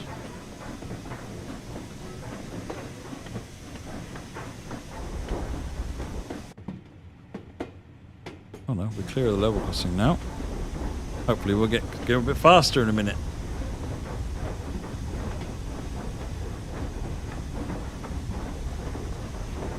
Oh, 82. Oh, very good, Commander Top. Oh, I'm happy about that.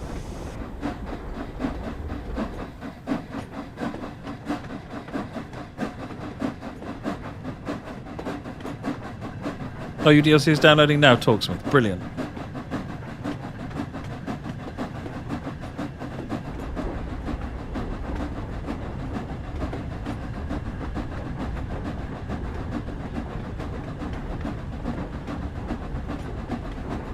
Not in free roam mode, but if you add a free roam train to a service... Oh, sorry, you're replying to somebody else.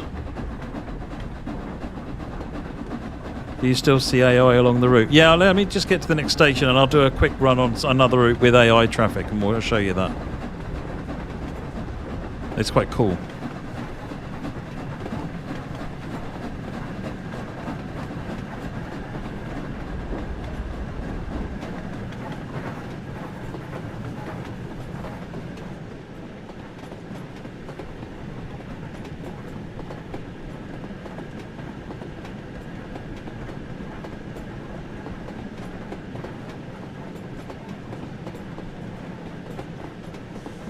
We're looking to see what we can do on soundtracks. I don't know whether you'll see them in DLCs, the gamer, but maybe. We've seen, the response to them has been really good, and we really like how they've come out. So it was an experiment, and we're kind of like, Ben, the audio guy, music guy, has already come back and sort of said, well, what's the next thing we can do? What next it 2.0? What's the next thing we can do? So we're thinking about it at the minute. He's dead keen to do more. It's brilliant because Ben is such a good musician.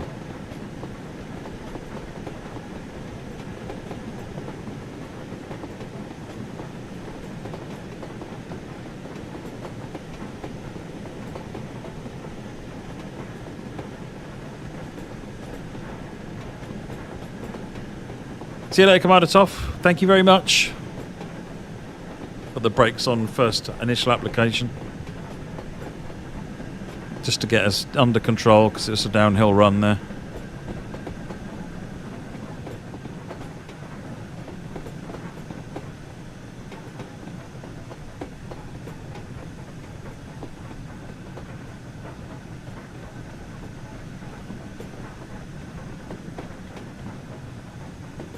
Yeah, massive shout out to James Lewis who made the manual, 125 pages of it.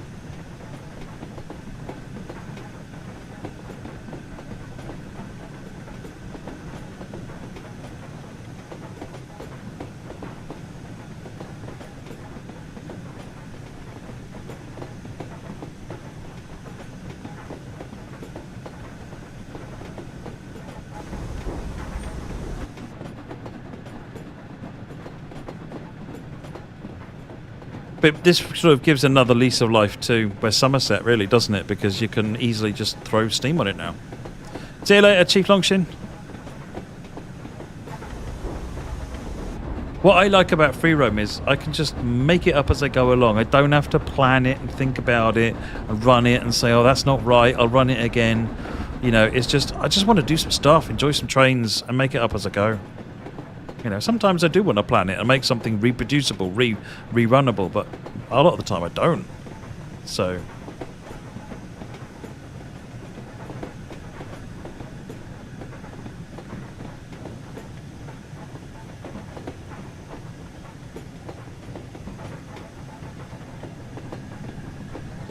yeah, that's one of the valid bits of feedback, Irascible Sap, that we need to take on board.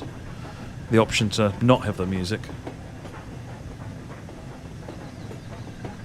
Now you can walk through a carriage, you can even walk through the tender on this one, Synth Viking. Let me get stopped and I'll show you.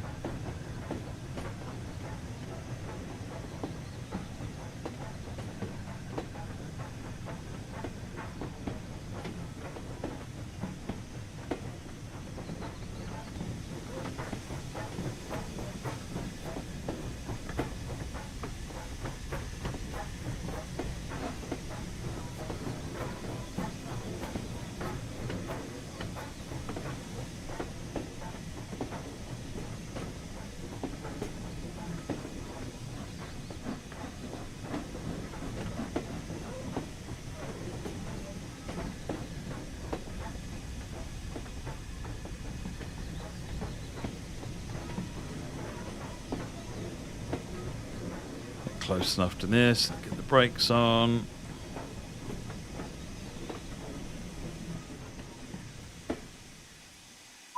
Might be a bit long. Oh no, we've cleared it. Very good. So yeah, you can go through here, open the door, crawl, come through the tender, which you could do at speed, in theory. Come through here, go into the coach, walk into the coach if you want to, sit down in the coach. You can walk down, see what other coaches there are. Can't remember what else this set has got in it. I think somewhere down here there are some TSOs. These are the FKs, the first class corridor ones. Oh yeah, here we go. TSO, Trading Standard Open.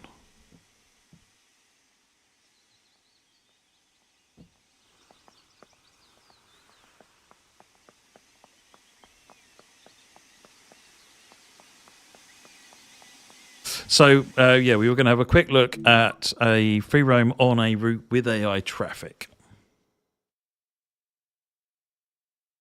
Yeah, well, one of the things we're trying to change Irascible Sap is that the gameplay team put the music into the scenarios, not the audio team. So we're going to get the audio team handling that, and then they can measure up levels and put dips in so that you can hear the music, or they can try things out and use, because they're audio people, they've got a better knowledge of the tools, and then the gameplay team can then call upon that whenever they want to use it. So we learned it was an experiment, and it was a successful experiment, but even successful experiment, well, especially successful experiments, you learn, so that you can do it better next time. So let's go Glossop, timetable on foot, Manchester Piccadilly at 8:30. Probably going to have a couple of trains to worry about there. Custom weather, light cloud, go. Has the Scotsman not been to West Somerset Railway then, Barney Witch? I thought it surprises me that it hasn't, if that's the case.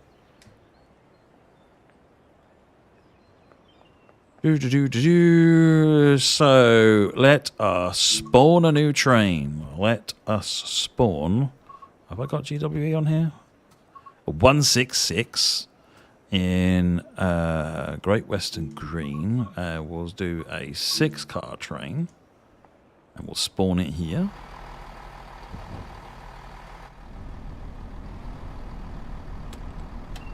Put it on. Safety systems on. Instrument lights on. Shut me door. Thank you. Let's give it a path to here. Actually, no, let's give it a path to here. Now what I need to do is let's double check the path it's taking, make sure we're happy with it. Yeah, that's fine. Nothing crazy going on there. Good, we've got a green light.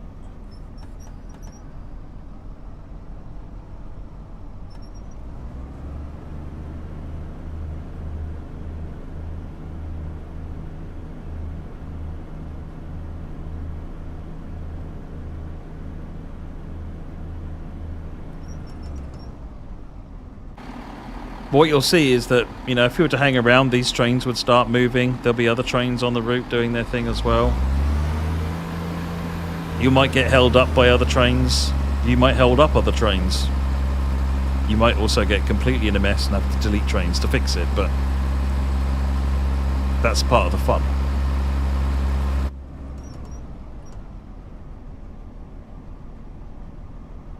No, you can't spawn trains and make them AI. For every train to move, it's that you create there. It's got to be a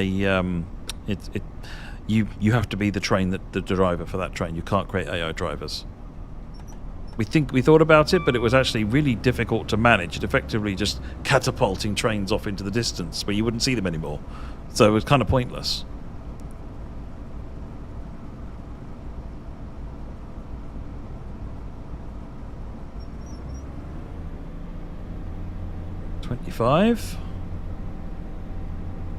The player train may or may not get priority. It's a first come first served system, same as it is in normal service mode. So if other trains are already requesting paths, then you lost. Okay, there's another train coming up here, and you might get held up. If you go back to the free roam stream that I did last Monday, I showed actually doing a steam engine on Dresden.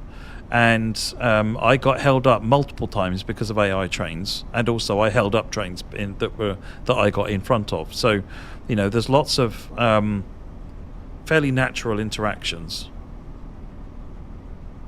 On a PC, you press the Shift key. Rock Boss games, you can't really. You can plug a keyboard into a console and get the same effect.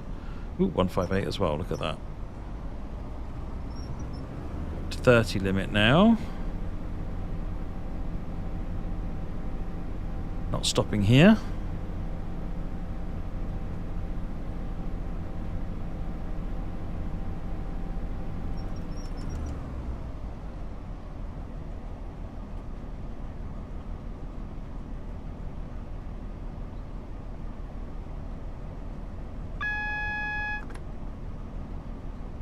The double yellow. All safety systems work. And whatever you're doing it's working fully. No, the problem with ending it when you run a red light eye ceiling, in reality, there's actually a massive process for trying to fix that, and you've kind of broken that now in the game. You're in an area of the track that you're not, that's not allocated to you. So you could be anything. You could be in another train's track, and a human dispatcher can then work out, oh yeah, just pull him back to here, stop him coming here, whereas the computer can't really figure that out. That's actually quite a hard problem to solve. So, really, you run a red light. It kind of has to be game over because the game doesn't know how to recover from that.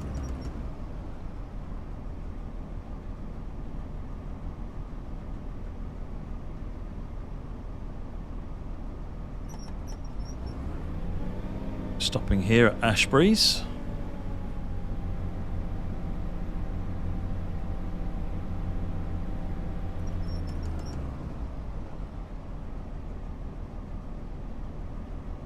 what we'll do is we'll see if we can drive from here back to Manchester, just to go back a different way.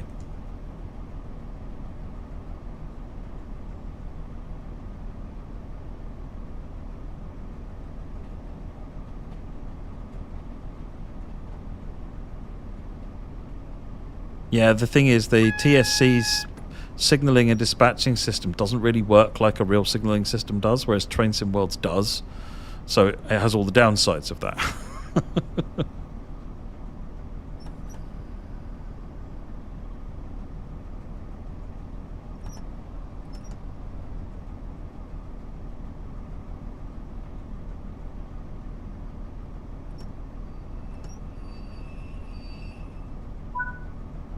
So if I now set a path back to, let's go into here, see if it'll let me do that. See what path it's allocated me. Oh no, that's not going to work. There's a train right behind me. What I could do then is if I clear the path, assuming that it'll let me do this.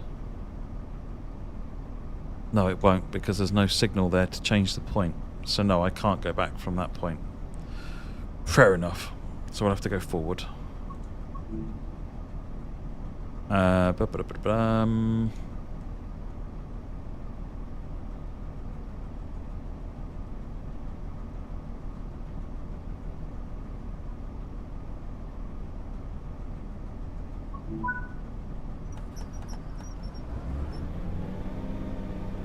Yeah, you can couple up to an AI and get up to all sorts of shenanigans. What some people have tried doing is, imagine you've got a 47 and some coaches, and you want to do it with a 45.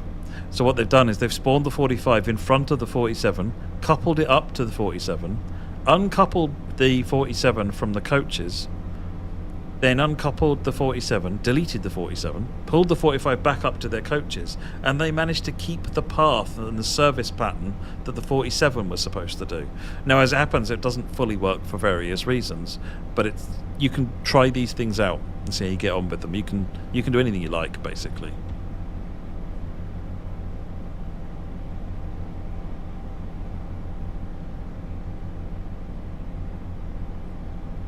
I know. We'll put the path. We'll chuck the train up here. That'll do.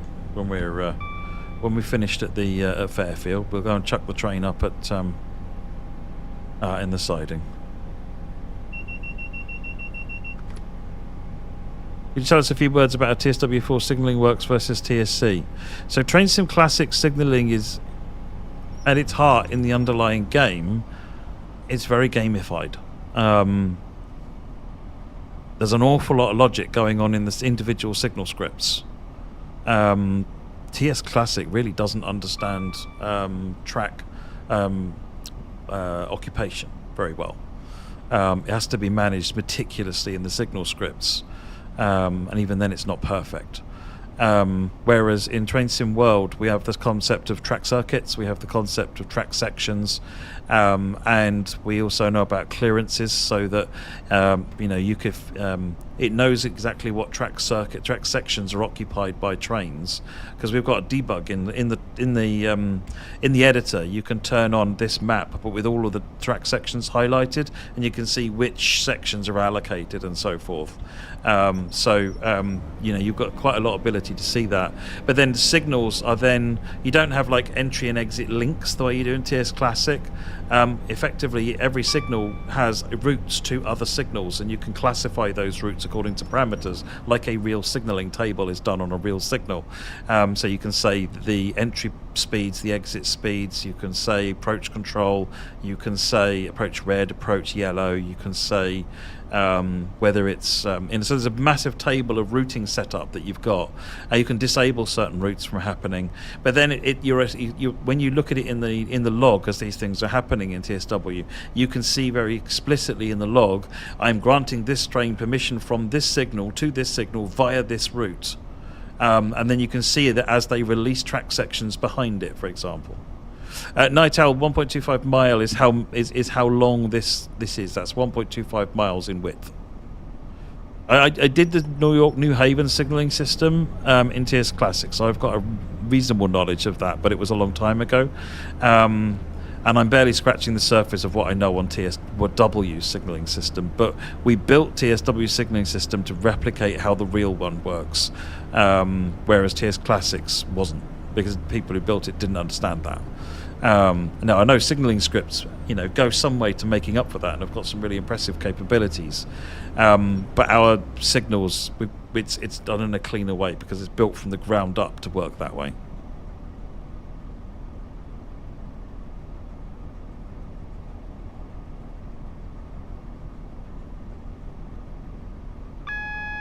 Ferrovius, I would suggest that you get in touch with our support team, explain the information about everything, and you can, and they'll help you figure out what the right next step is for you. So on TSW free roam, you can't deviate from the path. No, but you can cancel the path and create a new one. Because again, we've got real signaling in here. You've got to use the signaling properly. Now, you can just cancel your path, set up a new path, and go somewhere else. You don't have to follow the path you've set up. At any point, there is a remove path option, which will delete the path, clear all the signals back to red, and then you can set a new path. Like, I've only set the path to here, so I'm now going to go and choose where I now want to go. What we didn't want to do is have something where all of a sudden all the points become manual, because then it's crazy. You got the signals will actually tell you what you're trying to do here. So I'm going to just chuck the train up into a siding. Let's chuck it into here. No, can't get to there. So if we're going to come in from the left here, let's just be really... Oh no, we should be able to come across and put it into here. Yes. Got a path. Double check the path looks okay. So I can choose where I want that path to go, and it will bow to my whim. If I didn't like that path, I could just click remove path and do another one. Or if I got to this station here and thought, oh, I want to go straight on now, I could do that. I could cancel the path and carry on going straight on. Go here and reverse back up here. But you're doing it by talking to the dispatcher. Yeah. Well, you're telling the dispatcher what you want to do. You're not being the signaller, but you're telling the signaller, I want to drive here now. Okay, I'll set that up for you. Good. Right. Well, what about here? Okay. Night Owl, if you go into options, settings, and you go into accessibility and HUD type, you want to go into normal HUD type. There you go. Look, I've been trying to do this for ages. You can get the mini HUD with the bottom right because of a bug. Normally this should put back to the original one. I've been trying to do that all night and it's not been working. So yeah, it's this HUD type here. Let me set it back to there. Right, and then set it back to the HUD type again. There you go. So this is what you had before on the mini HUD.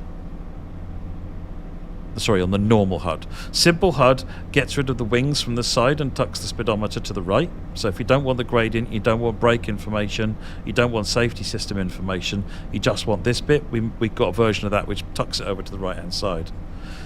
Because Lucas put it in the wrong place, bluntly, Simpman. That's all there is to it. Lucas put it in the wrong screen. We'll try and get it fixed at some point. Yeah, I'm blaming Lucas. Actually, I'm thanking Lucas hugely because he was actually the one who implemented everything. So, much respect to Lucas.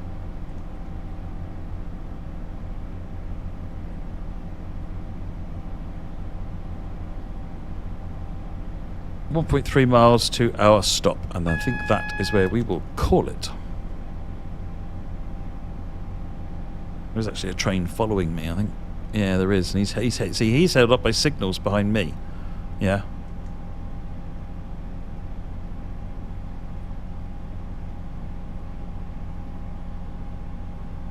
No, you can't be a signalman for other trains. You can only be a signalman for your own trains. The other trains are, they've got their paths. They know where they want to go, and the dispatcher is assigning those paths all the time. So you can't override what those trains are trying to do. Good night, Jake.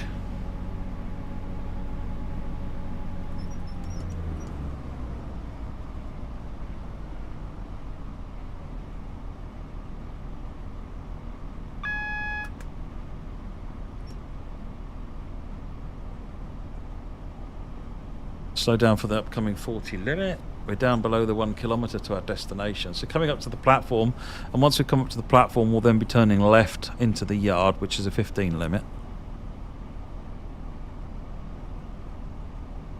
Not a thing with, no, you'd have to rework how quite some core fundamentals. No, trains.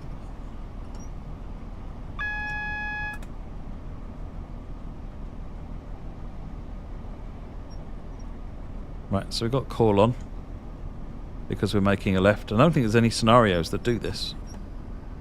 But yeah, in theory, you can go to places that other gameplay can't reach. Can the dispatcher route trains around you on a 4-track raceway? No. It will just... All the trains... the dispatcher doesn't have the ability to do dynamic routing like that. It can't make decisions.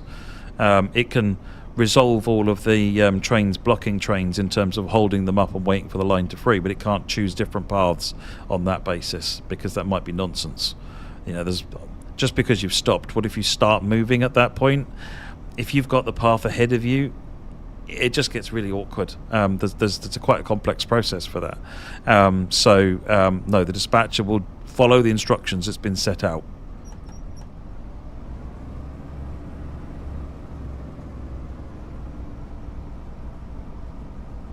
No, so we're going into a shed, are we? This is a bad plan.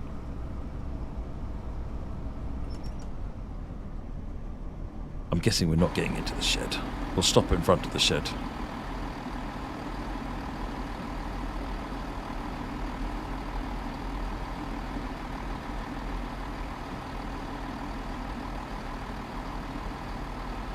Oh yeah, too right. The ambassadors do a brilliant job with the content they produce, and Train Simulator Driver, well worth a look on his YouTube channel. He's got some really fantastic content. Lots of tutorials.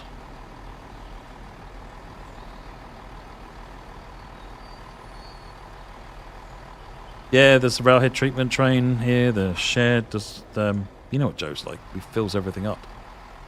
There's a siding, he puts stuff in it.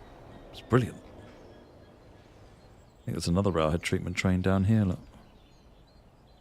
Because this is where they're normally stored in reality.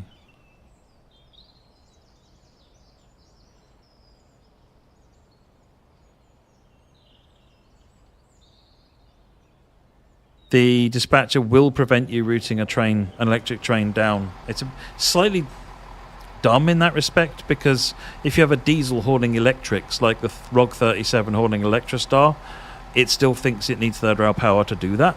So that's a fix that we need to make. See, the train behind me has now got the path around me. Now I've got out of the way.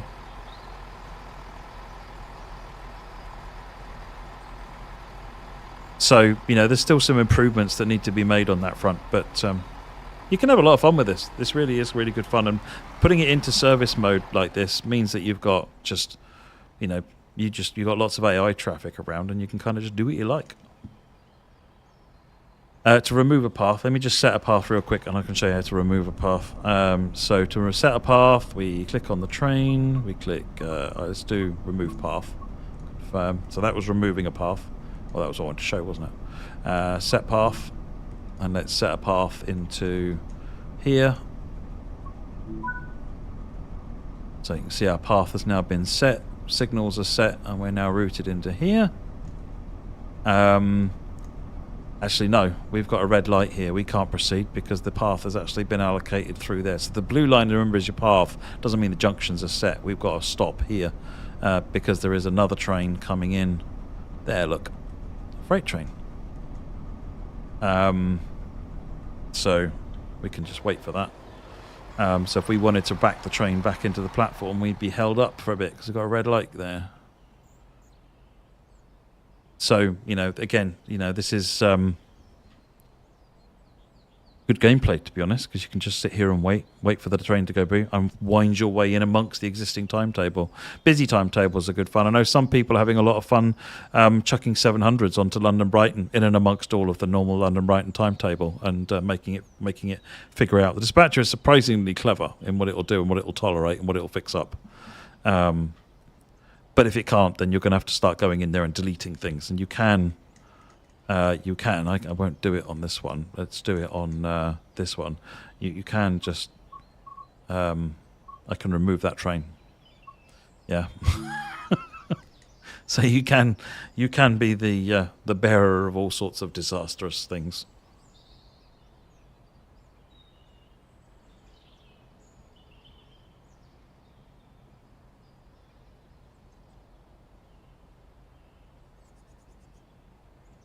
Shed to go through.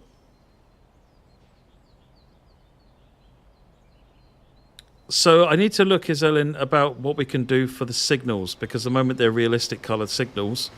What we have done on signals is we've made it to where there aren't any on the screen at the moment, typically.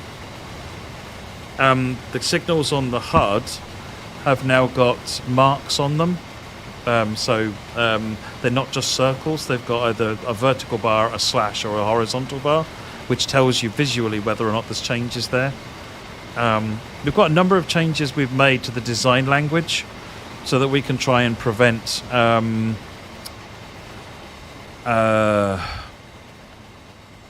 we've got white lights, so that's all cleared for us now. Means I can reverse the train.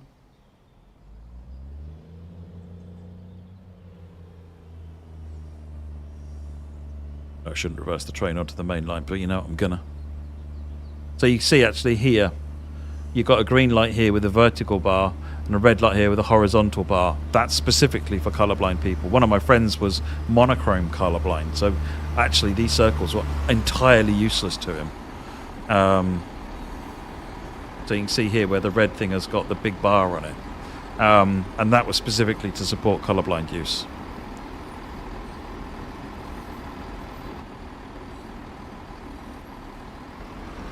To be honest, I think it's probably an example, Briar, of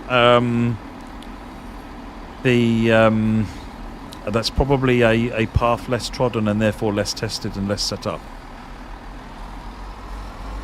If you're going off the beaten path, it wouldn't surprise me if you find some detail like that not been set up.